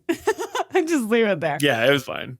It's still just amazing that they fit so many different genres. That is pretty That cool. is cool. Inside. It is kind Like, of fun to go through They all that. don't knock them all out of the park, but the fact that they put them all in here and that they're as They're competent. doable as you're Yeah. able to, do, that's pretty impressive. Like Yeah. there's some props that need to be given for that. Well, I mean, all of them have like their own mechanics, right? But Right. even more difficult than that is the physics and all of them, right? Like Sure. the space Right. physics versus land physics. And then when we get later to Mario Kart, that physics is even Bird Mario Kart. It Yep. is Mario Kart. on another level. So getting all these things in there is like, wow, I don't even know how they did this. Yeah. I totally agree with you. I'm gonna have to agree. And then to your point with the Bird Mario Kart, so at this point at the Gold Saucer, you can also visit Chocobo Square, but you can't race yet. Can't race Right? You can't really do anything except listen to NPCs. You can find Madam M there. Yeah. And she's freaking out about how much money she's losing. And now I'm flushing all that gill down the toilet. I swear, every time one of Sam's chocobos takes first. Probably doping his birds, the con artist. And I think her dialogue is really funny. She's great. Yeah, she's a good voice actor. I'll cover her in more depth as we have like a more full moment with her in the future. But yeah, that was fun. Now, original Final Fantasy VII mini games. What were they like? Listen to this because it's fascinating. Some of these games were carried over, some were not. So in the original game, Wonder Square is the 90s arcade. It's actually, it looks like an arcade. There's arcade games around. There's NPCs trying to win these little arcade games. And you can even play this little like arcade style basketball game called Super Dunk. Although I think when you actually play it, it's called basketball game. But like the sign on it says Super Dunk, right? You pay 200 gil, you can shoot a basket. I tried it once, did terribly. It doesn't give you instructions on how you're supposed to like get the basket in. So I was like, well, I'm not going to spend time figuring this out. But apparently you can earn 1 GP for every shot you make and 300 GP if you can hit 44 shots in a row. That's such a random number, 44. That is weird. Yeah. And then, so as you may have noticed, this basketball game did not make it into Rebirth's Gold Saucer, but apparently a variation of it was originally planned to be on a basketball court near Jesse's house at night in Remake. That'd been cool. Yeah, and I need to go back and look at my footage. Apparently there's a ball there that you can roll that was going to be part of that. But then one of the co-directors thought that it would be weird to hear like a bouncing basketball in the Silent Evening setting, so they cut the whole thing. But that was going to be Super Dunk. In Remake. Yeah. Also in Wonder Square is the G-Bike game. Yeah. So that did exist, where pretty much your only controls are to like attack left and attack right while moving the bike around. And then just like in Rebirth, the Gold Saucer version, it's a replay of the previous bike chase mini games from earlier in the story. So they just carried it over here. This is really interesting too. So you can also play an arcade game called Mog House, which is basically, it's mostly just a cutscene that you watch. And it's the story of a Moogle named Mog who needs to learn to fly so that he can find a mate. Wow. Yeah. So our job as the game player is to feed him the right amount of Kupo nuts so that he has the energy to fly without getting too fat. And then it ends, if you do it right, it ends with him attracting a mate who then like births them a bunch of like Mooglets. It's actually pretty cute and charming. I actually really like this cute little game. Wait. Jolie likes the Mogs? No, not in Rebirth. No, see. I know the original. I know it's the original. It's cute. It's like, I don't know. Is it cute? It's cute little graphics, cute little sound effects. It's not like obnoxious. I don't know, but. Sounds kind of risque to me that they're creating these Mooglets. Well, they don't show the mating. Like, they show the result. Okay. And if you play it, then you'll see that Mog lives in a big toadstool, exactly like the ones we see scattered across Rebirth. So, although they carried this minigame over to Rebirth, apparently someone decided that it would be better to trade the cuteness and the charm of the original for like utter annoyance and exasperation, and then duplicate it and spread it all over the planet so we get to relive it over and over and over again throughout the game, instead of just at the Gold Saucer. So that's where the Mog House across Rebirth comes from. Gotcha. It's from this little minigame. Also, in the original game, in Speed Square is a rail shooter game. Okay. But instead of like a Star Fox inspired space kind of shooter, this game is called the Shooting Coaster. And you shoot a bunch of stuff like balloons, there's rocks, flying saucers. It's really crazy the amount of weird things you shoot. But you do it all while you're riding a roller coaster. And it is as crazy as you might imagine in 1990s. Yeah, so they literally just took it like on the nose as a rail shooter. On the rails. On rails, yeah. Yeah, and it costs like 10 GP to ride, so I didn't ride it much. But the shooting coaster clearly evolved into the Galactic Saviors game for Rebirth. Now let's go back to Rebirth, because story stuff is about to go down, you guys. So once we've played some of the games and earned some GP, we hear an announcement that the Skywheel Square is now open for all guests. Skywheel Square is now welcoming all interested park guests. And we even see a notification that we should go there. So we head in that direction. And once we almost get there, our camera fades to an establishing shot of like people running out of the Colosseum in the Battle Square. And then Barret's like running toward it. And Barret looks around and he sees like collapsed troopers. There's like bullet holes in the wall. And he asks what happened. Then he sees the back of a brown-robed man in an elevator who throws off his robe to reveal a gun, possibly the same weapon that we actually saw in a robe guy earlier. It seems like we may have seen this. Mm-hmm. And then Barret is in disbelief. It can't be. Oh, it was. He runs toward the man, but the elevator door is closed before he can get there, and the scene fades to the next one. We gotta straighten this out. So then we fade to Skywheel Square, where Cloud and our date, if we have one. What does he do by himself? I guess he goes solo to the Skywheel. Yeah.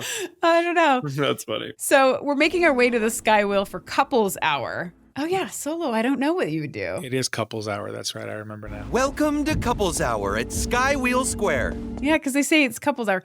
So in my case, Aerith is like excited to go. Come on, let's get in line. And I'm excited for them to go together because I wanted Cloud to go on the date with Aerith for, the story's sake. But then the Skywheel unexpectedly stops operations. The crew members say they're having technical difficulties and they start just escorting people off the Skywheel. So we missed our chance. We're going to have to find it later.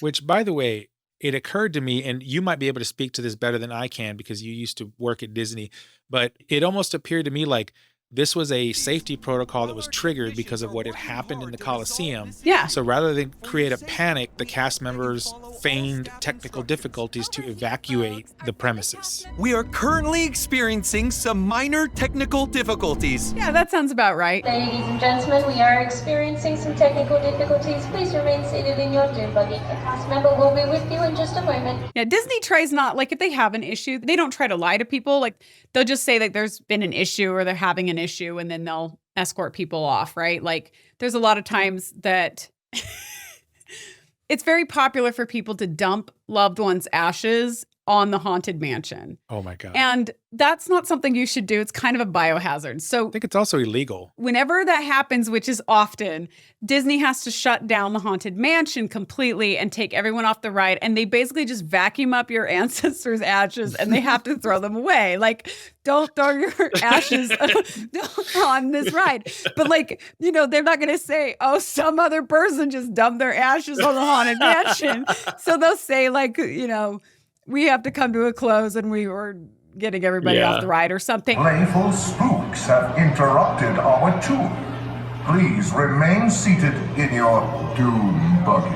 And then they do it, because they don't want people to panic, but they also don't want to tell people what happened. That happened because they'll probably just make other people do it more, Because Right. the idea is there's 999 ghosts on the Haunted Mansion, and people, I think, want their relative to be the 1,000th ghost, so they keep dumping their loved ones out. People are weird. They do it in like the rivers. The Disney adults are weird. Pirates gets it too. Like there's so many. Anyway. And they have cameras everywhere. So they're not going to see you do it. Yeah. Everywhere. I've been in the rooms with the cameras and it's everywhere. Tons. And they see it all. And they'll pull the person aside and determine what to do. But yeah. But to your point, the protocol of them escorting people off is very Disney-esque. But beyond that, they actually say that friendly cast members will help guide them off the Skywheel. Over here, folks. Our friendly cast members will show you the way. So they're using the terminology cast members verbally here. Yeah, that's when I heard it. I heard cast members for the first time and I was like, they said it. Yeah, so again, it's like this term that's very Disney-esque, right? So good call out. And then from there, we turn to leave. Cait Sith appears. He stops us. Get to the Colosseum! On the double! Because between you and me, there's been a wee shooting in the lobby over there. And the word around the saucer is that a man with a gun for an arm was the perpetrator. Which is alarming because it doesn't seem like something Barret would do, but he has to be the only person with a gun arm, right? I like how it's alarming to everybody. I was like, this is par for the course. Somebody shot up the joint. Now we have to go figure out who it was. Yeah. That can't be true. Can it? Let's go find out. So we grab a ride via the Moogle guide, the Moogle kiosk thing, to Battle Square. We're needed at the Colosseum right away. Because they make it so obvious that you're supposed to take the Moogle guide. They're like, Yeah, you have to take it this time. There's notifications that say take it. The NPCs are saying, oh man, if you need to get somewhere in a hurry or something, you should take the Moogle guide. We strongly encourage you to make use of the guide, Moogles. Because, spoilers, you're going to come back to the gold saucer later. So Right. It's like, learn how to use this. Yeah, and then our party, except for Barret, they meet us at Battle Square. We get to the lobby. We start to see random injured guests and NPCs just out there. One NPC even talks about transporting bodies. Found a place to transport the bodies? So they're giving us the impression that something bad has just gone down. That shit's gonna haunt me. And when we get to the storage room, which we can see is in disarray, Spencer saw that it was in disarray before this all happened. Well- It was an accident. Like, Yeah, because I know what happens. This is the second time I'm playing through. And then the Battle Colosseum, I'm there to do the, fights. And then I look in the room. and if you look at the right angle, you can see the bullet holes before they've happened. And I see bullet holes all Yeah. over the wall. They already have Shinra troopers there. Just police tape is all up. People are under the blankets. So that I don't think you can see the blankets yet from that angle. And I thought to myself, wait, this hasn't happened yet. Why are they here? I'm like, it's a glitch. Just ignore it. Yeah. So the storage room is in disarray. This point's supposed to be in disarray. Mhm. And Cait Sith appears and begins to tell us that someone basically shot up the place. But then he's interrupted by Dio. He comes out of nowhere. It's like I told you. Someone went on a rampage. And now... I'll take it from here. And he introduces himself again, even though he's already done that. I am Dio. And then he again welcomes us to his paradise. As park director, it's my pleasure to welcome you to this, our gilded paradise. And he's flexing over all of this. And then he recognizes Cloud. We meet again, young man. If you'd like to go another round, I'm always game. Seriously? And then he begins explaining like what just happened and why we're there. A director from head office was attending a Colosseum match earlier when their security detail was gunned down. Both guests and staff were caught in the crossfire. And that's when we do, to your point, see a bunch of tarps over bodies where like limbs are hanging out. So clearly these are the bodies of people who have died. And I will say, this scene is a total tone kerfuffle to me. Yes, I have problems. So I actually like Dio, but I remember as I watched Dio talk to us in this scene, I was like emotionally confused because it seemed like the developers could not land on a tone. Like Dio is a joke just visually already, right? Like he's a joke of a human. He's this hairy bodybuilder in small shorts with a cape, right? Right. And he's flexing as he talks about this guy with a gun for an arm who Yes. killed all these people Murdering all these dead bodies. who are under tarps. The Right bodies there. are all around us, and he's like, Yeah. like flexing his muscles and stuff. Then I'm It just was a like, guy with a gun for an arm. Right. Look at these guns. And he's like, check out these guns. And yeah, it was basically that. It might as well have said that line, like honestly. yeah, he's like, this is the right to bear arms right here. Right, like As he's flexing his pecs. This is so good. Ernest, it was basically your dad jokes surrounded by dead bodies. Like what? I loved it. It was so You good. love everything. That's a fair critique, but I loved it. But the real thing I loved was the juxtaposition of like, Dio was like, I'm the director of whatever. And then he talks about how they tried to shoot at the other director, like you said, who you know is Palmer. And then like just in your mind, you're putting the juxtaposition of like Dio versus the other one. These are two directors. They couldn't be farther from polar opposite of each other. I didn't even think about that. That is interesting. I was just too busy being super confused about, am I supposed to laugh Oh, I was laughing. and think Dio is funny? Or am I supposed to feel bad for these innocent people who were killed? Or am I supposed to be disgusted that Dio Yeah. is so nonchalant about what happened? Like, It was so good though. I did not know what the developers wanted me to think or feel. I feel like they needed to pick a lane, and I agree with Jolie. And if they did pick a lane, I didn't catch where it was. I could not. It was the Dio lane 100%. They picked Dio's lane. Like, yes, you saw the people under the tarps, but like, there wasn't blood everywhere. There wasn't guts. Like, yes. But the idea is that people died, Ernest. Like, Well, yeah. They're trying to set it up like it's supposed to Look- be higher stakes. yeah. The Shinra troopers had it coming, so that wasn't a problem. Well, they're stormtroopers, basically. Yeah. Like, But the innocence, yes, I felt bad for them for about 2 seconds until he did his next, flex, and then moved on. that's so disregarding of human life in their own terms. I don't have a problem with this because I have in my notes, I say this game is a freaking cartoon, right? Because It is. Dio is here doing these poses over these dead bodies under tarps. Yeah. But it's like yeah. Final Fantasy VII Rebirth has had many tone shifts. At the end of chapter 5, Yeah. the captain of the ship is like murdering rogue people. Everyone's freaking out. Yuffie's like, don't shoot me, all this stuff. And then they go to Coast Still. So, but that would be like if the captain of the ship started shooting these rogue guys. It's really freaky, tense stuff. And then Dio just like, hey, like, what's going on in here? Like crazy. It kind of has that. Yeah, it's true. It doesn't know what it is. So I agree with Jolie. But even a cartoon knows. But the game is setting up stakes. Like Barret is in the lobby of Gold Saucer. He sees the rope-toted figure. He sees the gun arm. He goes after him. Then we see the part where Barret kind of witnesses the aftermath in the elevator, and it's starting to get kind of serious tone, and it just goes right out the window when Dio's there. Right. Yeah. But even when Dio's in the room, they like do a close-up on like a guest's arm hanging out of the tarp. Yes. And Tifa's like, that's terrible. And Dio's like, you know, like, I'm just like, what is happening? What am I supposed to feel? I don't. It's just so good. The thing is, Dio is funny, but Right. I don't know if I can laugh at Dio flexing when there's like if it was like a trooper's arm or leg or like a trooper boot coming, maybe. Yeah. But the idea is like innocent people, like not troopers. Troopers are a dime a dozen in like every movie, game, whatever. But I don't know. Yeah, I agree with you. The tone, it was weird, but I like that Ernest just had fun. I do too, actually. And then to play up on top of that was the dialogue that Cloud had with him, where like Dio was like, he'd already had it in his mind that Barret was the one that did it. Barret did it. Because Barret had the gun arm, right? It was a man with a gun grafted to one arm. And that's when it hit me. I knew this man. He was one of several fugitives we were warned to be on the lookout for. Nigh as tall and muscular as I, yet brash and brazen, with an ever-present scowl that smolders behind his sunglasses and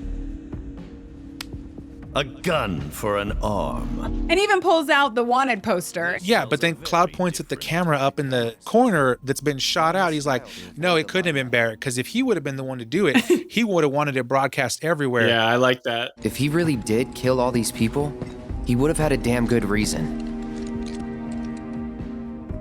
One that he'd want the world to know about. He'd have made sure you had the footage. Trust me. And Dio's like flexing again. He's like, yes, I understand, because he's a showman, right? Yeah. Like the whole thing just ties together, Right. but in a very morbid way. But like there's also the camera thing makes sense because in Remake, He does that. there were moments where Barret tried to be broadcast publicly while he was doing something anti-Shinra-esque, right? Yeah. They want to turn this into a spectacle? Then I say let's give them one. Let's take down Shinra's big-ass neck in front of everybody. So like that makes sense to me, but Yeah. I wish I'd taken it like you, Ernest. And as I watched it the second time, it was more on the funny, Yeah. but I don't know, man. Like, Switching just- topics a little bit, but that wanted poster is really important because at the very beginning of the game, Palmer is passing those out, right? At Right. the beginning of the chapter. So he got one from Palmer. And then he got one from Palmer, and then he's showing like, hey, look, this is your guy. You guys are wanted criminals. It's got to be Barret. Like, Barret's the type of person Exactly. with a gun arm. He would do this. And they're all like, no, it wouldn't be him. Now wait a minute. Barret might have a temper, but he'd never do this. Which ties into the end of the chapter, too, with the wanted posters. So. Yeah, it wouldn't be him, because if it was, he would have wanted a show. Yeah. Right? Like, Yeah. not because he's not that kind of person. He's not an animal. He doesn't murder innocent people. But because if it was, he would have wanted that camera on so that he could like just like the craziness of that scene is like, that is a Dio level over the top. That's what that is. He is so over the top. And I actually like that he's over the top because it's ridiculous and absurd and hilarious. It's yes. But when there's like tons of dead bodies around him and he's like flexing, I did not know what to do. Yeah. There's a phrase for show business for this, right? The show must go on. Sure. Kind of. And there it is. But it doesn't go on backstage. You're not like flexing backstage while there's bodies around. That's not the same. Like That's true. But don't underestimate Dio's dedication to his craft. I was like, Dio's always in show mode. Dio's a showman all the time. Okay. Dio's in show mode all the time. From the minute he wakes up Maybe so. till he goes to bed, he's in show mode. So Dio isn't willing to take our word for it that we don't think it's Barret, right? Mere character statements will not suffice. I'll tell you what. Find me the true perpetrator, and I will declare your friend innocent. You have 24 hours. But if we can't, then we'll be arrested and considered All of us. complicit. All of us, right? Yeah. And then he slaps a tracking bracelet on Cloud, does some more flexing with final instructions. And then we follow our new guide, Cait Sith, apparently, who's now joining our party. We follow him to the elevator out of the gold saucer. And it's on this elevator going down out of the gold saucer that Cait Sith, who's, again, randomly now our guide, because I'll guide you. if you don't know what's going on, you're like, what's happening? Right. He explains that we're going down to this place called Corel Prison that is run by criminals where murder is considered normal. So this is a rough place, right? And apparently this Corel Prison area was originally meant for Gold Saucer employees to live in. It was where the Gold Saucer employees used to live. But when hordes of fiends started appearing, the staff relocated up top where it was safe. And then criminals took over the land below, right? So I do want to really quick cover Final Fantasy Original, how we're sent to Corel Prison. So in the original game, the same events happen, but the specifics are a little bit different. So instead of being notified by Cait Sith that there's been this like incident at the Colosseum, we actually find out that something has gone wrong when we visit the Colosseum and we see a standing guard suddenly just drop over dead. So we see some guy just keel over. So then Cloud runs to the lobby to investigate, where he finds a whole bunch of Gold Saucer employees and trooper bodies like scattered about. And at first they wonder if it's Sephiroth's doing. That's who they blame first. But then they realize everybody's been shot. And that's not Sephiroth's style, right? He's got his big old sword. Right. No, that's Rufus. Right. It actually is Rufus's style. But one of the shot people, who's apparently still alive, is the one who moans that it was done by a man with a gun for an arm, right? And then Dio just shows up right at that moment, and he asks if we were the ones who killed everyone. He doesn't hear the gun arm thing. Cloud says no, and then Cait Sith, who you'll now remember is in our party because he wants to see how this unusual fortune will turn out, he tells us to run into the Colosseum because it's going to get ugly, and Dio demands that his guards chase us. And then in the Colosseum, we're surrounded by 3 big robots who capture us. And then Dio demands we're thrown down below to pay for our crimes.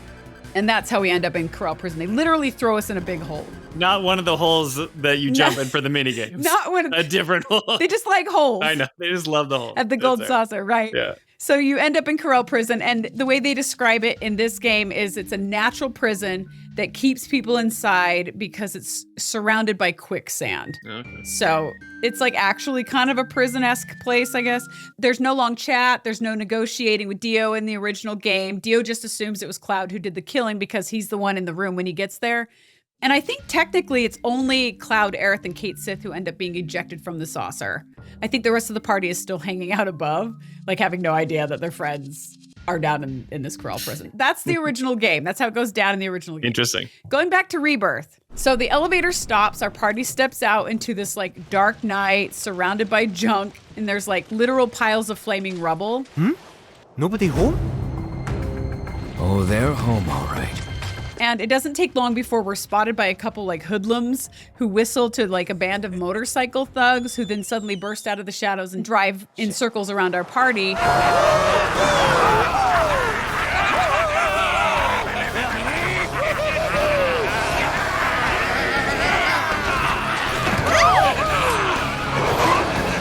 Then this thug in like a yellow leather outfit smacks Cloud with He smacks him with a nail bat. A nail bat. It is a nail bat. And knocks him unconscious. It's probably the exact same asset they used in their Probably remake. from Remake, yeah. But I'll tell you, you get hit by a nail bat with a bunch of those nails. Oh my gosh, that's going to do more than just knock you out. You're going to be looking weird for a long time. Well, they had to justify that Cloud could get knocked out because literally they fight all sorts of monsters and then these guys take them out. But it's whatever. They have to get captured for the story to progress. The yellow leather guy is the one who defeats us. They do justify it a little bit because Aerith gets taken captive and then they have a knife up to her neck. And that's when he looks at her and so they... Yeah, she gets like actually grabbed. Yeah. And the light is really bright in his eyes. You can't see or something. But then the scene fades to morning in Corel Prison and our party is woken up from like, they're sleeping on the floor in some lair. Top of the morning to ya! The lair is called like Solemnitude Manor. And the yellow leather thug is there, who we find out later his name is Garth. Like Garth Brooks, who calls out to his boss. Hey, boss! Your guests are here! And then some other guy in a green zoot suit bursts through some doors and starts dancing to like 70s style funk music. Yeah, this guy rules. James Brown type music. Okay, there you go. You're James Brown guy. Well, maybe so then. But this is our first introduction to Gus. Solemn Gus. Solemn Gus, yes. And that's why it's called Solemnitude Manor. Yeah. It's also callbacks to the original game. Not the Gus part, but the solemn part. Cool. But yeah, this is the crime lord of Corel Prison, who is this animated loud, boisterous, like charismatic guy who welcomes us, his forced prisoners. Allow me to welcome you to my desert oasis, Cloud. Welcome. Cloud, right? Merc for hire? Got it in one, boss man. And then he toys around with us by suggesting he knows one of us is Cloud, but he doesn't know which one when he actually does know. I'm just messing with you. That there is our man. Apparently he knows who Cloud is or about Cloud because he's heard about there's a guy who took out Don Corneo or took Donnie C down. Donnie C. I liked that part. Donnie C is what he calls him, yeah. It's very Gus-esque. I've heard about Cloud taking down Donnie C. I'll tell you why. Because it's my business to know. Yeah. And what kind of businessman would I be if I didn't have the scoop on the man who brought down Donnie C? Yeah. Let me just say, bravo. I had a lot of trouble with this scene in general, just because the part where they like knock him out and then take him prisoner, and then like I'm like, you telling me these bunch of like street thugs took out a soldier and like all these other— That's what we were talking about. Yeah. It's like with a nail bat, one guy in leather, you know? It was super weird. And then like you said, when he came out and he was like dancing and telling him all this stuff, and he's like, is it you? Is it you? Is it you? No, it is you. Yeah. It's the pooch or something. Yeah. Is it you? You? Maybe you? Or is it the pooch? Something like that. So you didn't like it? I liked the Solemn Gus character and the way he like came out dancing and was like, that was all cool, but just like the whole suspension of disbelief that this ragtag bunch of morons was able to take down like trained killers. Okay, yeah. It was like, come on, please. You don't like that, but you're cool with Dio flexing over those dead bodies. Oh yeah. Just kidding. kidding. Yeah, that was on a whole nother level. I'm just teasing. But I find Gus to be entertaining. I really like Gus. Oh, yeah. I think he's so over the top, but he's also really clever and he's fun. And as you might guess, his voice actor is fantastic, you guys. Intel's my bread and butter. Really gotta tell you twice? Uptown secrets always trickle down. I loved his grill, like his gold teeth. Yeah, his gold teeth. Oh my, that was like— His nose ring, like he's such a caricature, right? He's like one of those criminals who like, you never understand, like when they arrest them and you see like photos of them, you're like, how did this guy— Yeah. What brought you to this choice? This kid would have gotten beat up on a kindergarten playground. How did he become a kingpin? I see. Yeah. So Gus is awesome. The voice actor is fantastic. I had to look him up, by the way. The VA's name is Jonah Scott. He was born in 1993, which makes me feel really old. And he has a pretty good number of voice credits for games and TV series, really over the last decade. It looks like he actually voiced some random NPCs in Remake. And then he was cast with a supporting role in Rebirth, which is pretty cool, right? Like that's an increase for him. And in the last few years, he's voiced a lot of characters from random anime TV series that were dubbed in English. So that's like his MO. Like his resume is all these anime series with his voice. Like he was the voice of Bluto. I don't know who these characters really are, but Bluto in an episode of the Pokemon TV series. No idea. He was Kokushibo in some of the Demon Slayer series, which is one of the demons, I think. I don't know very much about that series because they look scary. But yeah, most of his work is English dubs of Japanese anime, similar to this. So he fit right in. This is an English dub of a Japanese anime too. Yeah. He did a great job playing the character. Like, I thought he was great. In fact, I think he deserves more mainstream roles in addition to his current MO. Nothing against like these Japanese dubs. I think that takes talent too, especially with timing, and there's a lot of like hurdles there. But I would be interested in also seeing him like maybe act live on a screen, not just be a voice actor, because he did a good job. That he impressed me enough in this tiny little scene. I was like, oh, that guy's good. Your buddy shot Shinra troopers in broad friggin' daylight. So I ain't about to give him up for free.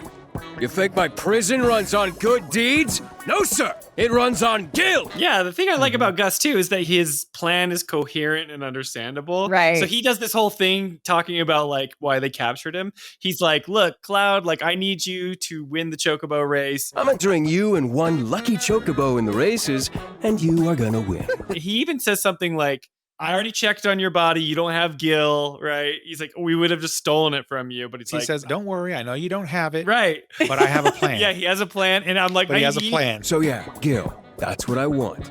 And relax. I know you don't have it on you, but I got an idea on how you can scrape some together. You can see why he's a boss. Yeah. Like, wait, he's the boss of this place. He's the crime lord. Yeah, when the rest of your crew don't have two brain cells to rub together. But they can still take Cloud out with a nail bat. Sure. It doesn't take much to be the boss of that group, let me tell you. I like that his plan was coherent. I'm like, okay, he caught me up to speed really quickly as someone who just captured me. He's like, this is my plan.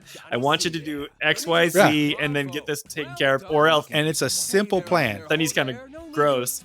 He's like, I have other ways to find money. And he looks at the girls. Well, okay, that was like kind of Yeah. crazy to me. It's like, so he tells us about this, like, you're going to earn me a ton of money in the Chocobo race up at the Gold Saucer. Yep.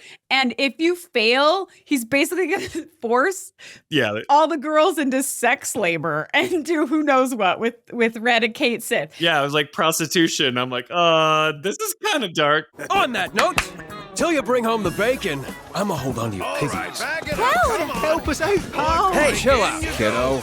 We'll take excellent care of them. Unless you fail to deliver, in which case, well, let's just say there are plenty of other ways to raise the funds I require. Can put a price on anything. Trick. That's Gus to you. That's like pretty sinister, right? Like, so while he's like this charismatic and like entertaining, kind of lighthearted seeming guy, he's a crime lord. Like, He's also a criminal. Yeah, I was going to say, like, Yeah. That's when I'm like, okay, this is kind of serious. I'll win the Chocobo race. So it is also worth pointing out that the music that plays when Gus comes out is so fitting of Gus and like adds so much to his character. It's called the Gus Funk. Nice. Yes. And it's obviously his theme song. And the lyrics of the theme song go so far as to mention Gus in the lyrics. So like some of the lyrics are, let Gus elevate you, take you sky high. Don't just cut a rug, burn that mother up. I'm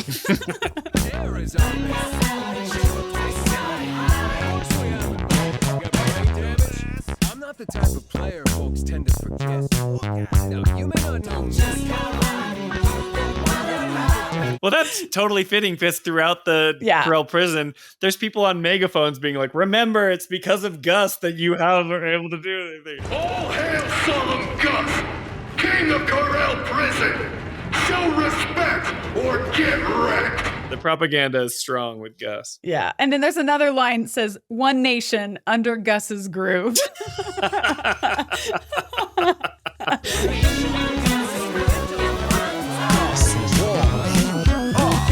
The only way they could have made it better, now they didn't, right? But like, had they made his character more like George Clinton Who's George Clinton? from the Parliament Funkadelic? I mean, No.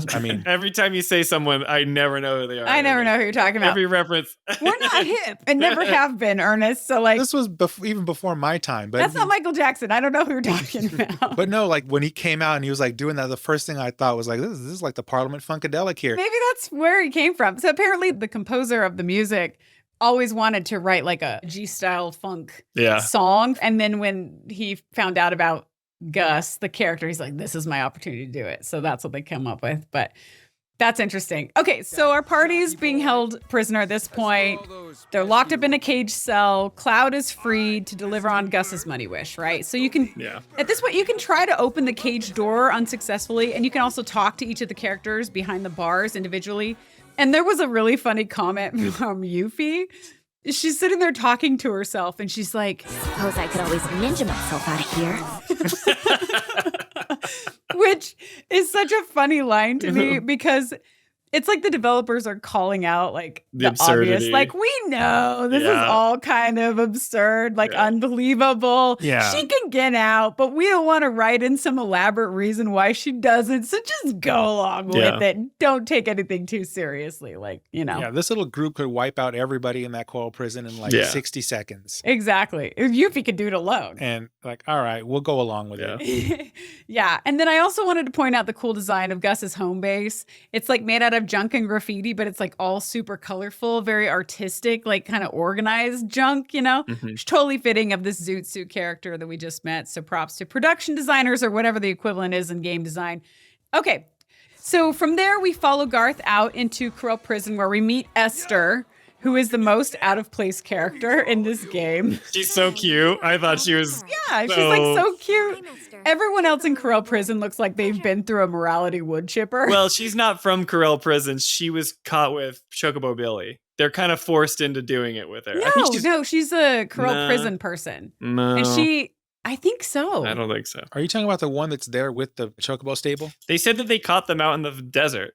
No, they caught Billy and Pico in the desert, but not Esther. Esther lives at Corel Prison. Because she's in the original game, too. Wait, Cloud? Aren't you that kid from the ranch? Hang on. You two know each other? What happened? We were making our way to the saucer for Pico's racing debut, when these ones nabbed us. Hold up. How about you tell them the real story? How you were dying out there in the dunes? How we saved your scrawny ass? Ungrateful little piece of shit. But yeah, everyone else looks crazy and she looks super normal compared to everybody else there. She's got like a clean pink and white outfit. She's got like well-kept hair. She's got some braid in the front. The way she hits on Cloud suggests that she's not as soft as she appears. Can't say I was expecting someone so pretty. But she's the one who takes care of Chocobos in Corel Prison, basically, and manages Chocobo races for Gold Saucer. And we do, to your point, though, we run into Chocobo Billy and his Chocobo Pico, who apparently almost died in the desert and was brought here to recuperate, who is also the first Chocobo we wrangled, if you remember, back in Chapter 2 in the grasslands of this game. And we're told that Pico will be the bird we race at the saucer. And since he looks almost dead, our new mission is to find Gissel Greens around Corel Prison by doing little side missions. So we can feed Pico and get him up to full strength. Which is kind of hilarious to have all these like hardened thugs reward us with Gissel Greens. I think that's so funny. I'm like, hey, thanks for helping me out with that really difficult problem. Here's this vegetable. Why don't you take some of these green? They're really hard to find down here. My favorite one was the guy that was like the con man that was teaching the other ones. Yeah. And I'm going to go through each of these too. He like hands it to you. Yeah. So at one point they do try to justify that they're giving out all these Gissel Greens by saying that vegetables are just really hard to come by in Corel Prison, so it makes them very valuable. Vegetables are hard to come by down here, so I'd be happy to buy yours. But this whole idea is definitely a stretch that falls within the same bucket as Yuffie not getting out of the cage. How come y'all get to eat veggies? It ain't fair. So there are a number of things that you can do to earn Gissel Greens, and you can earn as few as 3 to advance the story or as many as 6 to advance the story and be able to purchase Gi Chocobo gear for Pico. So we might as well go through these really quick, right? So to earn greens, you can play Queen's Blood matches. You can do a micro dungeon where you chase a cactuar around. You can solve the swindling seminar challenge that Ernest was referencing. You can compete at the Beast Battleground Arena, do the Desert Rush minigame, and complete the Stalker's Discovery mission. Those are our 6 options. First, let's go through Queen's Blood players. In order to earn Gissel Greens, you have to help this like makeshift card casino owner by defeating the 3 Queen's Blood champions that are apparently scaring all of his other customers away because they're just so good at Queen's Blood. My casino happens to be plagued by a gaggle of rather eccentric Queen's Blood players. I'd love it if someone could take them down a notch or 2. So the first player is a man painted head to toe in gold. Are you here to play Queen's Blood? That's going to be tricky. I'm a living statue, you see. I'm not supposed to move under any circumstances. I even have a note about him here. His name was Pietro. The name Pietro means rock in Italian. Cool. If you ever go to like Rome, there are these gold statue guys everywhere trying to get tourists to take a picture. Oh, they're all over the place. But yeah, you're right. So he wants to be a performer at the Gold Saucer someday, and he's a level 6 player. And even though I was 2 ranks below him, I think all that training at the Gold Saucer helped me out, and I beat him on the 2nd try. Well played, good sir. But my performance wasn't half bad. Wouldn't you agree? The next player is a drunk woman with countless empty bottles set all around her. She's just sitting out there. Yeah. Her name is Mary, and I assume that's a call out to the alcoholic cocktail Bloody Mary. And she also plays Queen's Blood. So maybe that's why she's Mary. She's Bloody Mary, right? And when I've knocked a few back, nobody slips through my fingers. So, either you take a drink, or we play a game. Your choice. She's also a level 6 player, but I demolished her on the first try. So again, she wasn't terribly hard. Next time, you better bet I'm gonna be sauced to the max. Much easier than the challenges of the gold saucer. And then the third player is this like really freaky looking guy with a red mohawk and a gas mask who starts the conversation really harshly. But then he like berates himself for not being more inviting because he just wants to play Queen's Blood, even though he's not the friendliest. Yeah, he just wants a friend. Like, yeah, he just wants a friend. He just wants people to talk to him and play Queen's Blood with him, right? What do you want? Oh, shit! I said it again! Sorry, old habit. No harm meant. Please don't go. I'm begging you. I only want to play a game of Queen's Blood. I promise, that's all. I mean, this entire area is literally the island of misfit toys. It is. Right? So, like, yeah, you're getting all these personalities everywhere you go. Right. And they always amp up these Queen's Blood players into total hilarious caricatures. And I love that. I think it's super fun. It's great that they play into it. Yeah. It works so well. It does. And his name is Dax. He's a level 6 player. And at this point, I had moved up to level 5. I ended up demolishing him on the first try. I think it was 26-0 was the score. So I'm getting better and better at Queen's Blood, thankfully, not getting any worse. But when you beat Dax, he tells you how he just pretends to be scary because the area is scary. Prison ain't a great place to let your guard down, you know? So I got into the habit of acting tough and yelling at anyone who looked at me funny. Kept me safe, but it also made good, decent people like you avoid me altogether. Even though I just wanted to play cards. And he's so happy that we approached him. Yeah, so he was my favorite of the three. Okay, another thing you can do to get greens is to go talk to the bartender inside the bail jumper bar. He says he has a garden up on a cliff and that we're welcome to help ourselves to whatever greens are up there. So this is the micro dungeon, right? Yeah. He gives us a key to a gate that takes us into this micro dungeon through caves. You go through like old pipes, up and down some ladders, you're along like cliffside, and you're basically just chasing this cactuar that's hoarding greens. And it's pretty easy. Micro dungeon, for the most part, it lasts about 15 minutes. Who here did this one? Me. I did it. Okay, we all did it. Okay, Yeah. cool. So you do fight monsters in there, including like a group of 6 cactuars at the end, where you end up getting the Gissel greens. That was kind of fun to take out all these little cactuars at once. But one particular monster fight was harder for me than the rest, and that was there was a group of 2 death claws. Do you remember this? Because Cloud is solo this time. He's fighting solo, so every attack, including that one like HP hit they do, Yeah, you have to avoid it. and it's all focused on Cloud, right? There's nobody else to distract them. So since I went in like sword blazing right up front like I often do, the dumb death claws killed me pretty quick with their 1 HP hit. And so for the second try, I tried to use my brain and I dodged a lot. And then even though my HP got low in that second try and I had to bust out like a Titan summon, I was victorious. Well done. On my second try with Cloud. I got the greens. Yeah, if you dodge the death claws, I think that's in the assessment. It pressures them. It pressures them. And then as soon as I get an enemy pressured with Cloud, they are done. They're dead. Focus thrust, like it instantly staggers them. And then I just go nuts. Or with Barret, focus shot. Or that's awesome. Yeah, okay, and then there's another. So this is the one that you were talking about, Ernest. The swindling seminar. Welcome to my swindling seminar. Today, for the very first time, I'll be unveiling the art behind the con. You can earn greens there. You talk to a guy named Conniving Caglio. And he's basically teaching this group of people in an alleyway the art of the con, like how to thieve people, right? And he's apparently taught 5 of these students how to lie convincingly, although one of them is supposedly telling the truth, and it's up to us to pick out who the truth teller is. And then the way we do this is by paying attention to our surroundings as we explore Corel Prison. So one person claims that the booze in the bar isn't watered down. You ever heard of a place called Bail Jumper? Yeah, the finest booze around, pure as the driven snow. Not watered down one bit. Which you can learn is false by speaking to the bartender. That's our house specialty. Call it sunshine. We take moonshine and water it down so the flavor's just still perceptible. Another says the weapons store sells potions. The weapons store owner's got a few screws loose if you ask me. I mean, what's he doing selling potions of all things? Which you can learn is a lie by shopping there, but they make it tricky to shop at the weapons store. Do you remember? Yeah, because he wants dead silence. So if you tip over anything, then he gets mad. Anything. And he's got like these crates and things like stacked up in there. Yep. And if you bump one, he's like, get out. It's reminiscence of like trying to sneak out of Aerith's room in Remake. Because if you knock over things, then, resets it. Oh my gosh. Pick up after yourself. How?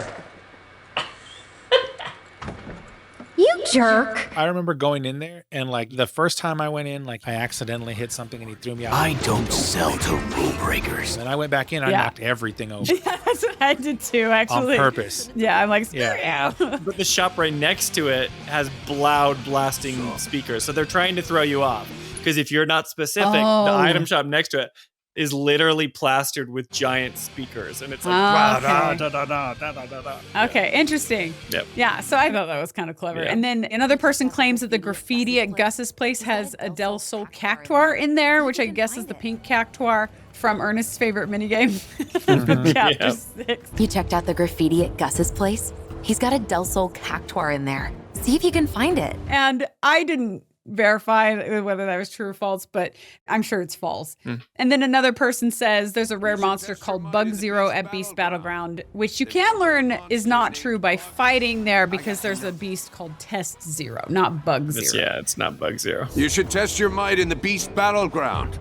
They've got a rare monster named Bug Zero. Yeah, so it's the middle swindler student who tells the truth by saying that Gus's autobiography is available at the local bookstore. Have you read Gus's autobiography, Meditations on the Outlaw Life, yet?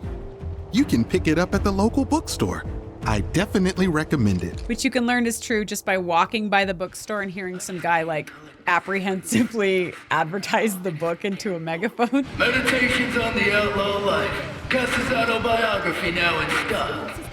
Read the only thing worth reading. See, that's fascinating. I picked the graffiti, but mine was not the Costa del Sol cactuar. It was a graffiti of Stamp at Gus's house. What? Legit, not even making this up. I went there and there's a thing of Stamp. I chose that and I was right. But I thought it was the guy selling the autobiography because he's right next to the bookstore. Is that a hard mode thing or a patch? I have no idea. Or maybe it's starting over. Maybe they patched it because people were confused. I wonder. Because technically the autobiography guy on the megaphone is not in the bookstore. He's out front, but he's not inside the folio shop. I think he's asking people to go into it. Yeah, okay. It could also be that there's just more than 5 or 6 answers. There's like 10 or whatever, and they randomly assign Like them. they reset or something? I wonder. Anyway, I passed it. I got the greens, but it was not the Costa del Sol cactuar. It was a graffiti of Stamp. That's really fascinating that we had different experiences. And it was option number 4, not number 3. Oh. It's probably to prevent people from like doing it through process of elimination. Getting the answers online like we do for everything else if we need them. Oh, yeah. Well, that, but also like process of elimination. Like you go in there and, okay, this is wrong. Now you go back and they've got different things. So it's like, oh, man. Oh, that's fascinating. Okay. The hell was that? So then Corel Prison also has its own battle arena, right? Down the long ladder into the big pipe. It's called the Beast Battleground. And if you win 3 combat challenges as a solo fighter, you can get some greens. The first challenge is Field of Nightmares. You fight Grassland, Wolf, and 2 Ignisks, I guess. This is pretty easy. I was also up-leveled. I was level 30, and that challenge was like level 26, right? And then the second challenge is Portent of Ruin, where you fight a level 27 Bagnadrana. I won that fight pretty well with a lot of dodging. The third fight, though, was much tougher than the other 2. Ernest, you'll have to tell me if you did this one too. It's called Unknown Error. And that's when we fight the Test Zero creature, which turns out to be this like really ugly Shinra dog with a purple tail. Yeah, it's like Rufus's. Yeah, it is like Rufus's. It looks like Rufus's, but it's even more like insane. Like it, not only is it capable of healing itself, but it apparently talks in this really high-pitched, annoying voice. Do you remember this? I do. It's creepy. I fought them all and beat them all in there. So do you remember like the weird talking dog? Damn it. Okay, so while I was fighting it, I was just like, who is talking? It's the dog. Like, what? Because like you don't see like mouth move. You just hear I don't know what he says, but he's like, it sounds like that. super obnoxious, like hype. I did not know. Apparently it's the dog that's talking. Yep. Anyway, the fight was tougher. I still beat it on my first try, but I was probably over leveled by a couple levels, but didn't want to fight that weird thing again. Got myself some greens, and then there's another challenge you can do after that, but it doesn't give you greens, so I skipped it. Do you know what it is? No. It's 2 of those test zeros at the exact same time. Oh, I forgot. It is? It's like impossible. I think I did it later. I just did it later, and it was like so hard. Oh my gosh. Because they heal each other, and then they... Yes, I do remember that fight. Now that you mention It's it. frustrating. I didn't do it in this chapter, but Yeah. that was... I cleared them all, but I'm also playing in story mode. Yeah, so gotcha. Right. It's a different experience when you're in story mode. it wasn't that hard for me. It was one of the hardest fights in the game for me. We'll talk about one of the hardest parts in the game. Hardest farts in the game. One of the hardest fights in the game is coming up. That's it. We're done, guys. Shut up. Okay, so if you walk to the side of Corel Prison opposite the Battleground Arena, you can play a minigame called Desert Rush, which is basically the amped up version of Whack-A-Box from Remake. Did you play this one, Ernest? Yes, I did. So you did like all 6 of these, it sounds like. So, okay, and so did you, Spence, it sounds like? Yeah, I did them all. Okay, cool. So I didn't like this version. It took me a couple of times to be able to... Took me 2 times. You have to strategize. You can't just chop. But Whack-A-Box was just about chopping and Remake, and that's what made it fun. So I didn't like this one as much because instead of just seeing how many boxes with like how many points you could destroy in a designated time period, this one was more about learning the landscape and like figuring out where the boxes were, which made it really easy to get lost and like just waste time. You just see your time ticking as you're trying to figure out how or where to find the next box. And like there were some like mechanics, like you could only hit the gearboxes after certain qualifications had been met and they blocked your way. And I don't know, I wasted a bunch of time just trying to find boxes to hit during this. So, and the music was like heavy metal, which just annoys me, puts me in a bad mood. So I was like, this is not my favorite. I didn't even reach the lowest rank on my first try. I got 12,000 out of the 15,000, which sucked. And then my second try, I passed with 19,800. Yeah. Which was enough to earn the greens. But I had still wasted a ton of time like looking for stupid boxes. Yeah, this one was a map memorization thing, right? Because it was a combination of hitting the boxes, gaining more time, and making sure you got the right gearboxes for the elevator and whatever. Like, you had to memorize the entire map to be able to do it. I didn't want to do that for this game. I was like, that's too much work. My trajectory was the same as yours. The first time I played it, I only got enough to get the greens because I felt like I wanted to move on. I was trying to rush the game because I only had a limited amount of time to play because I was playing the same time you were, and so I was just rushing it. The second time, though, I memorized it and I beat it. There's a hard mode challenge as well, or like it probably opens up after chapter 12, but for me, since I'm replaying it, I did an expert mode, and I beat both of them, and I got all the items because I have to do it. Good for you. It sounds like you did better than Ernest and I. Not the first time. Just like you. I was like you the first time. But you got past the rank you needed the first time, which is better than I did. No. I just got the greens. I didn't think I got the greens first try. Oh, yeah. Yeah, so once you have enough greens, you can go back to Pico. You can feed him back to full health. Old Pico's right as rain and fit to hit the track whenever you are. And if you got 5 greens instead of 3, which it sounds like we all probably did. Esther then says that we can trade in our extra greens for Chocobo gear. But since we're 1 green short of being able to buy a full set, she suggests that we might be able to beat another green out of some stalker gang, which opens up the Stalker's Discovery. And this discovery made me laugh. So bad. So it's not very hard. Yeah. You find a group of these 3 thugs who try to bully you. He looks promising. And then they literally follow you around into this like isolated area where they plan to, I guess, beat Cloud up or rob us or something like that. Now we can have a nice private talk without anyone butting in. But then you get to fight them and totally kick the crap out of them. Like they're super easy. And they give us the 6th greens as an apology. We got something special for you. A gift to remember us by. Before they run around, they're like, oh, you didn't tell us you were out of our league or something like that. Right. You should have warned us that you were so powerful. Before you were so good. You could have just told us you were out of our league. So then from there, you can go back to Esther and take Pico and Billy up to the Gold Saucer for the Chocobo races. But before we do, we have to mention, did you see Chadley? I know you did. Yeah, we saw Chadley. We all saw Chodley. Chadley! This is a considerably dangerous location, so I decided to disguise myself. And of course, they were going to give him that costume because we all hate him. So This is the one time I like Chadley. Oh. Because I think it's hilarious that he's in disguise and he's wearing the Tonberry mascot, the same Tonberry mascot outfit that the people wear at the Gold Saucer. He's wearing one of these. Yeah. You can actually talk to him in the costume and you can still develop materia and, and you can do the battle simulator. I was so annoyed by it. I was like, 2 things I hate in the same thing. I thought it was so fun. I love that he was in a Tonberry costume. It's so funny. I don't like Chadley, but I thought this was good.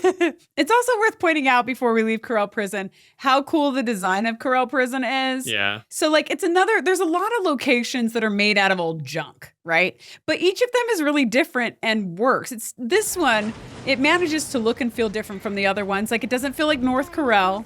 It doesn't feel like the slums of Midgard, but it's still made out of junk. And part of that is the different kinds of people who are walking around and adding to this like energy. Yeah. But the design itself does a pretty good job of telling the location's story visually. Like it uses a lot of graffiti, a lot of old vehicles, right? It's got like the storage containers that are probably used from like all the shipments coming in from the Gold Saucer, but they're all like dilapidated and at the bottom of the saucer. Totally. It is really cool. It's cool. And the atmosphere of the people that are around, you know, that are inhabiting the Corel Prison. Like there's no children. It's all these like hardened adults. When you get knocked out, you think it's just going to be a bunch of thugs, but there are some crazy characters. And the band that we see playing, right?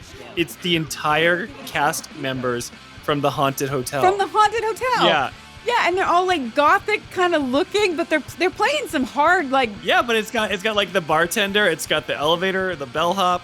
They're all there and they're all doing stuff. Are they the exact ones? Yes, they are. Really? Yeah. So it's those people. I thought they were just people who worked for that area. I didn't realize they were the exact same. No, it's like the employees. They're down there. Yeah, they were playing like some, I don't even know if it was like a fusion, like rock funk type thing.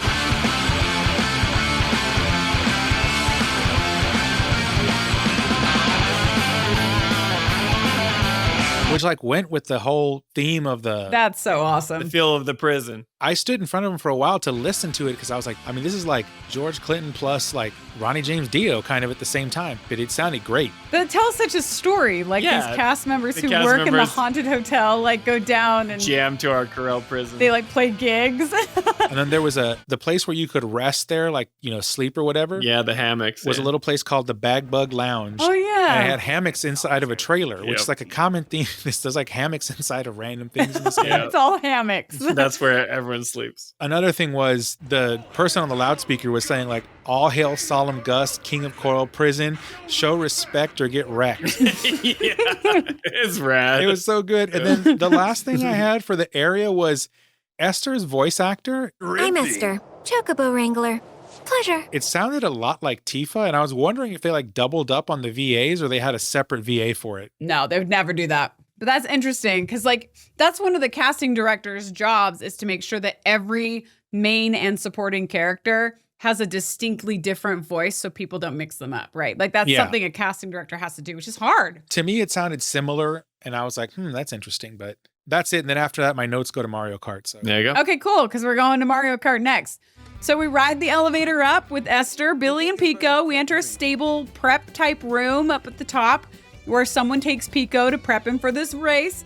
And if you walk around, you can see the other stabled chocobos are all different colors, are wearing different outfits, which is fun. Yep. And then we head into the jockey lounge where we're greeted by Joe, one of Sam's jockeys, who's apparently like the best rider there is, right? And he's not a total jerk to us, but he isn't nice to us either. Yeah. Sounds like you got a fan, son.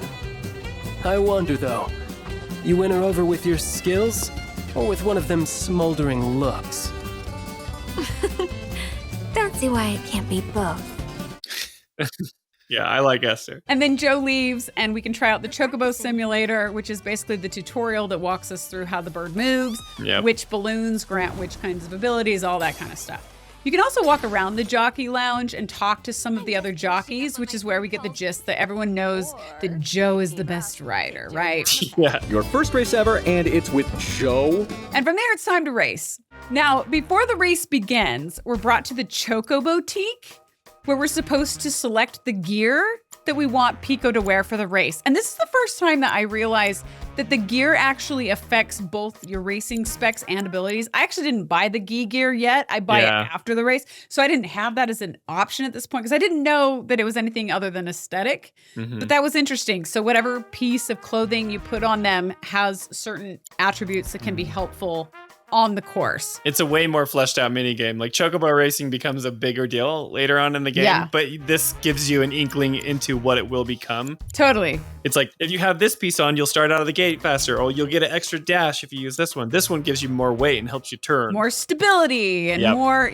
there's one that like lets you jump at certain moments. There's one that like lets you kind of fly or glide or something like that. Which will become very important for later games. Oh my gosh, I know exactly what you're talking about. The real boss fight of the game is that. About time I had some competition. I don't know if you guys remember what you put on your Chocobo. I basically like went completely on stats from what I had. I didn't go with aesthetics at all. So I dressed Pico in a Merc cap, a tropical shawl I think I got from like pre-buying the game or something. Nice. And Merc leg wraps. So that apparently granted me the rock solid ability that helps enhance the bird's traction, prevents you from like being knocked around or something. But Pico looked completely ridiculous. Yeah, I was similar to you. I just used whatever stats that I wanted, and it was an amalgamation of just ridiculous outfits. Okay. I think I just put the gi gear on him. Yeah. That's what I just got. Did you buy it then? Yeah. Okay, cool. Yeah. They seem to be leaning toward wanting you to do that. Right. So there's probably an advantage to having the gi gear on for this race, honestly. But yeah, I didn't do it. I didn't even know it boosted stats. I thought it was just aesthetic, but I did notice that like, so when I was watching clips on YouTube of other people doing it, I saw so many people who have never played Mario Kart in their life and were consistently going around the same corner and off into the dirt over and over and over again. And I'm sitting here like, guys, after the first time, you should have picked up on like when you need to like start turning and sliding. Yeah, the drift. I thought everyone had played Mario Kart. It's like the universal game. Well, that's what I thought. It is one of the most purchased games on Nintendo. Yeah, literally. Yeah. It's like the third best-selling game in the world. Or not even, I mean, Crash Team Racing, Spiral Racing, there's several of these, right? Like it's not just Mario Kart. Diddy Kong Racing. Well, yeah, that's close. Shout out to Diddy Kong. They need to bring that They back. had like airplanes and stuff. But my point is like, there's so many people who haven't played these things that like the concepts and the mechanics are all the same. Right. But you had people like slamming on the accelerator into the corner and then not sliding, ending up in the dirt. And I'm like, what are you doing? You're like, what is wrong with you? Why were you born in the 80s? Learn to drift. Yeah. Actually, before we race, so the camera shows the opening of the race with like all the jockeys and the birds like getting into position at the starting line. The sound mixing here, by the way, side note, was also a little bit weird, but whatever, it's fine. All right. And then the camera cuts to another cutscene that's actually away from the Chocobo race, and it's of Palmer. Do you remember this? Palmer is sitting in some room and he's watching the Chocobo race. Oh yeah, he's eating his like ice cream treat, and there's two fawning. It's like the same. It's the same thing as Hojo. Energy that like Hojo. We have these cute cowboy girls just like throwing themselves over, and it makes sense. It goes back to Ernest's point that he made in chapter 6. It's like men with power and money like attract a certain type of. Even if they're the worst ever. Yeah, even if they're like Colonel Mustard in this. And like, he's right. Ernest is right. Like that's exactly what's happening here. These two beautiful women. And I just want to pull them aside and be like, ladies, wake up. Like, no, like this is not your dream, man. Whatever. I get it. That's what the writers are going for. They're trying to show that power. Right, that's Palmer. So it's in this scene that Palmer reveals that he was, in fact, the target of the gun arm shooting at the Colosseum. So he says so. Yes, I was there. Or I would have been had I not gone to the bathroom just before. That's amazing. You're so lucky. Aren't I just? Which, like, what a crappy shooter. Like, and also, like, not caring about his troops, right? He's just like, yeah, he's so careless. I was the target. And the girls continue to fawn over him and they call him Lucky. And then Palmer basically makes out with an ice cream sundae. Like, it's like super gross. But also the mentality that admitting that you were in the bathroom when it went down. And being like happy about it. Not just happy about it, but like acting like it is some kind of like courageous or. Yeah, like he did something right. Oh, yeah. It's like, that's embarrassing. You were literally hiding on the toilet when this whole thing went down. And then you're out here like trying to brag about, but I'm still alive. Agreed. He's gross. Good thing he was already sitting on the toilet when that happened, because you know what happened when he started hearing the gunshots. Wait, are you saying, what are you saying? You're saying he just like took a crap when you said, what Because had he been out in that main room, he would have crapped himself. Yeah. So I like, thought you were saying. good thing he was in the bathroom already because the problem was solved. He was already sitting on that toilet. Just had to make sure that's what you were alluding to. That I was picking that up. Okay. I mean, if you were in a room and you start hearing gunshots and you don't have a gun to respond, that's going to be the response. The result. Right? Like, yeah. So there you go. It is. There you go. But yeah, so also in this room is stone-faced Rude. I love this scene. Yeah, okay, this is cool. So Rude answers a phone call from Elena. Got eyes on him? And I'm assuming the him is the gun arm guy because the Turks are also trying to find him, as Dio told us, right? Mm-hmm. And rather than answer his question, Elena has like this royal freak out about having to trudge through the desert. Got eyes on him? Oh, I'm fine, thanks. Do you know how hot it is out here? I'm melting. Ugh. God, what asshole decided our uniforms had to be black? I find her freak out so funny. This is great. Like, she's mad because she's having to trudge through this hot, boiling desert in a black uniform. She's got to wear the Turks outfit. Do we have to be wearing all black? Yeah, like that's who's her. the jerk who made our uniforms black? And then she like dramatically demands that Rude bring her ice cream, but no vanilla. Yeah, but Rude is like vanilla, not vanilla. She's like cut him off. And then Rude just hangs up on her. I'll be there as soon as I can. You freaking better. And bring something cold to drink. Or better yet, ice cream. Is vanilla No okay? vanilla. Seriously, I'm getting heat stroke over here. I'm gonna die. You want that? Do ya? He's stone-faced, but then he mentions how he misses Reno. The contrast between those two Turks is pretty golden. Like, it's pretty good. Yeah, but also think about poor Rude here. Like, he's a consummate professional, and he's on double babysitting duty. Yeah, and he laments the fact that Reno is not with him. He says, I miss you, partner. Well, okay. So I wanted to point that out because that's actually more significant than I think people realize. Yeah. Okay, so Rude says the line to himself. Wish you were here, partner. And it seems pretty clear that he's talking about Reno, who must still be recovering after he beat him up, I guess, way back in the Sector 7 plate battle. That was when we beat him up. That's what they're saying. And I think Rude and Elena actually mentioned that he's still on the mend when we run into them in the Mithril mine. So tell me about Reno. He holding up okay? He's been through worse. He's been instructed to take some time to himself. To relax. Recuperate. So that's who he's talking about. But I think there's actually more significance to this line than it appears, which is actually really cool. So I think the writers put this line here to pay tribute to Keiji Fujiwara. Now, Keiji was the Japanese voice actor for Reno. Soldier? Moto soldier だ。あらまあ、マコの目。 And he died of cancer 2 days after Remake was released. Oh, wow. And he's like, apparently he's a big voice actor in Japan, like has a lot of fans. And he died just 2 days after Remake was released. And apparently his death is also why we don't see much of Reno's character in Rebirth at all. So Square Enix said that they wanted to continue to use Fujiwara's voice for Rebirth, even though he was gone, right? So they ended up using old recorded lines and then they limited his screen time to make it work. And I think that this line is homage to him. Wish you were here, partner. Whoa, that's cool. Isn't he more present in the original? Isn't Reno there more than he is? In the original game, which I'll mention later, Interesting. the Turks aren't here for this whole scene. So they're adding this whole thing in there, right? So it's interesting. I really think that's why they put that in. Wow, that's crazy. I think they wrote a line in there in dedication to him. Pretty cool. Which is cool. Yeah. Okay, but back at the races, so we see Cloud and Pico getting ready to start the Chocobo Cup, and then right off the bat, the Chocobo races, they're clearly Mario Kart with birds. It's so Mario Kart. It's 100%. It's like you collect 10 coins. But that's good. Yeah, it's great because I don't have to learn a new mechanic. I play Mario Kart, but it's like collect the blue balloons. 10 of those makes you go faster. 10 coins makes you go faster. Just like coins. Drifting in Mario Kart, drifting with the Chocobo, like getting the power-ups. The physics are even extremely similar. Yep. You know, it's all reminiscent of Mario Kart, and that's a good thing because Mario Kart is one of the most beloved games of all time, and it's very universally played, right? There were a couple of years where like I could not be defeated at Mario Kart. I was so good. I was so proud of myself, right? You were good. It's like one of the few games that like I can beat Spencer at when we were dating and stuff, which was a lot of fun. So mimicking that game here made it better. For you. That and Smash Brothers. Especially 8. This particular Chocobo race, I said, this is a Mario Kart 8 clone, like just reskinned. I mean, it was almost identical. But it was good that way. Yeah. Oh, yeah. Right? Like it was good. A lot of the other games feel more shoehorned, like they're trying to imitate the game. This game was actually really fleshed out pretty well. Like it actually felt good.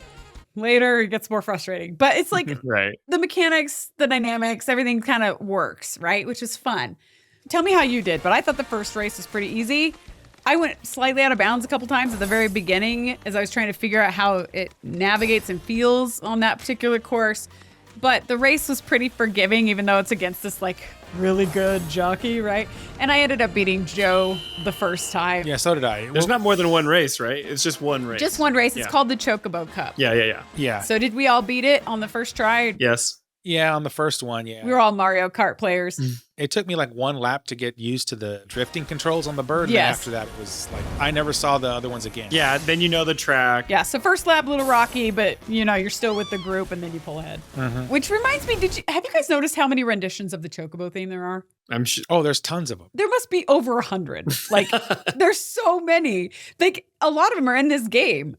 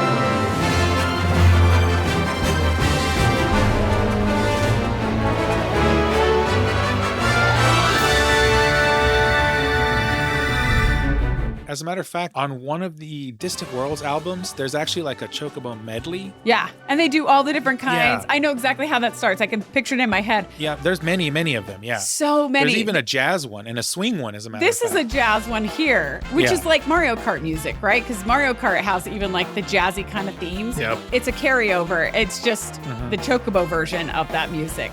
But I don't know. I think Final Fantasy rocks the Chocobo theme. It's awesome. How many different ways they compose it across the series, but like in the same game, they'll have multiple versions. I don't know. It's impressive. Yeah. Yeah.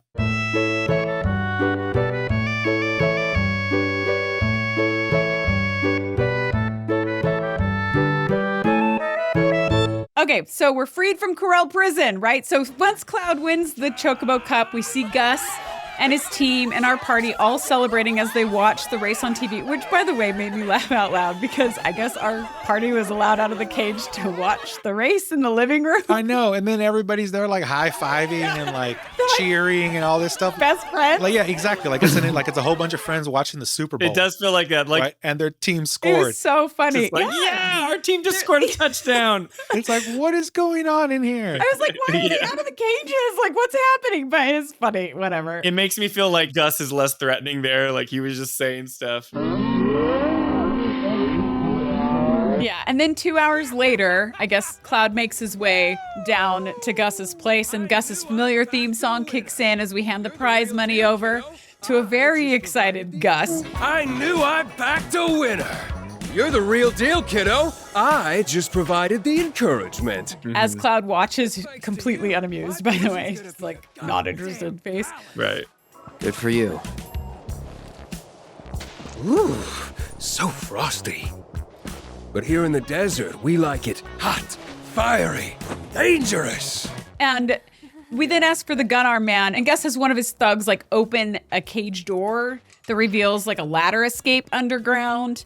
And he tells us that one of his vultures will be waiting on the other end to guide us to the scrapyard where we can find this one gun armed, whatever, that guy. Yeah, the guy that Dio's like, yeah. The guy we're trying to prove to Dio is the actual culprit, right? Everyone assumes that it's Barret outside of our party who doesn't believe that, but us as players, we know that there's another person with a gun arm. So we're like anticipating that we're going to meet this new mysterious gun arm person. Yeah. Right. One of my beautiful vultures will be waiting to guide you through the desert.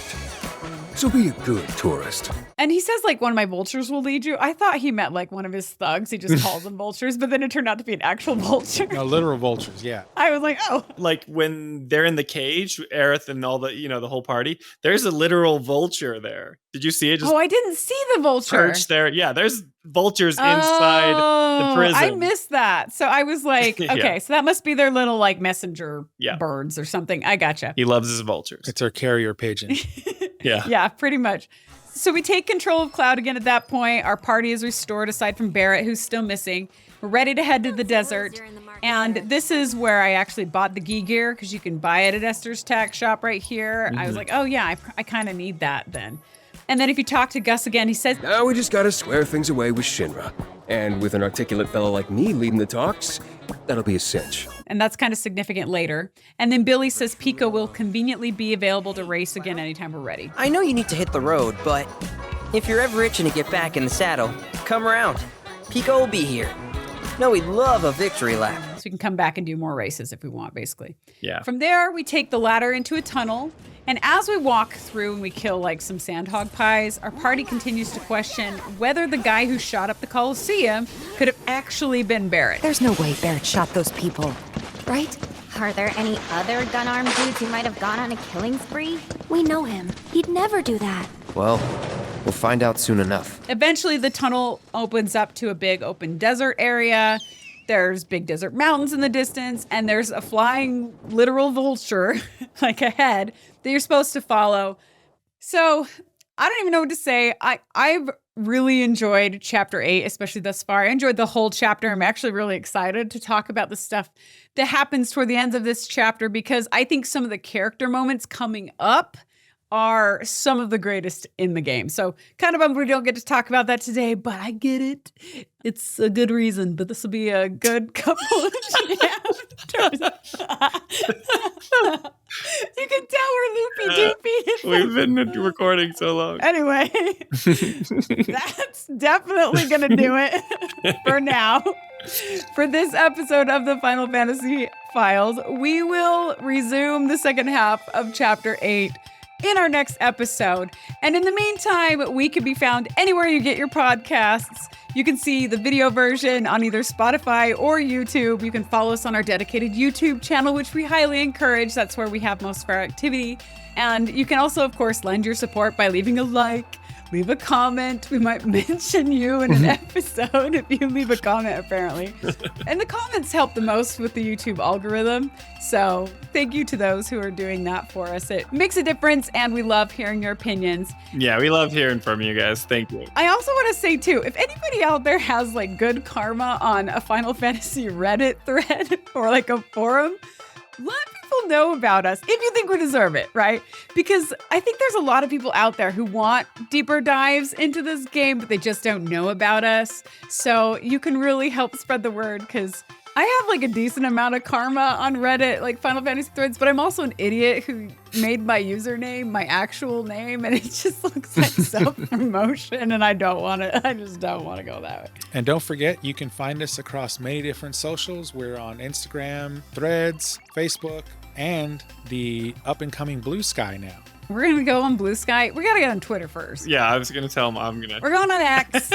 So follow us there, too. Be looking forward to that. Also, don't forget to leave us a review on your favorite podcast platforms, whether that's Spotify or Apple Podcasts or anywhere else you get your podcasts. Yay! And yes, please subscribe wherever you watch or listen to us in order to hear our clearly especially long analyses of these Rebirth chapters. But with that, walk tall, my friends. And may the flames of the Phoenix burn brightly in your heart like the fireworks over the gold saucer. Oh, you like bringing it all back? I like it. And like our good pal Barret, don't make me take off my sunglasses when I'm feeling emotional. We'll see you guys next time. That's not that your sign off was? What, you want me to say, can you hear the planet crying out? You need like an... We gotta work this out. I'm sorry.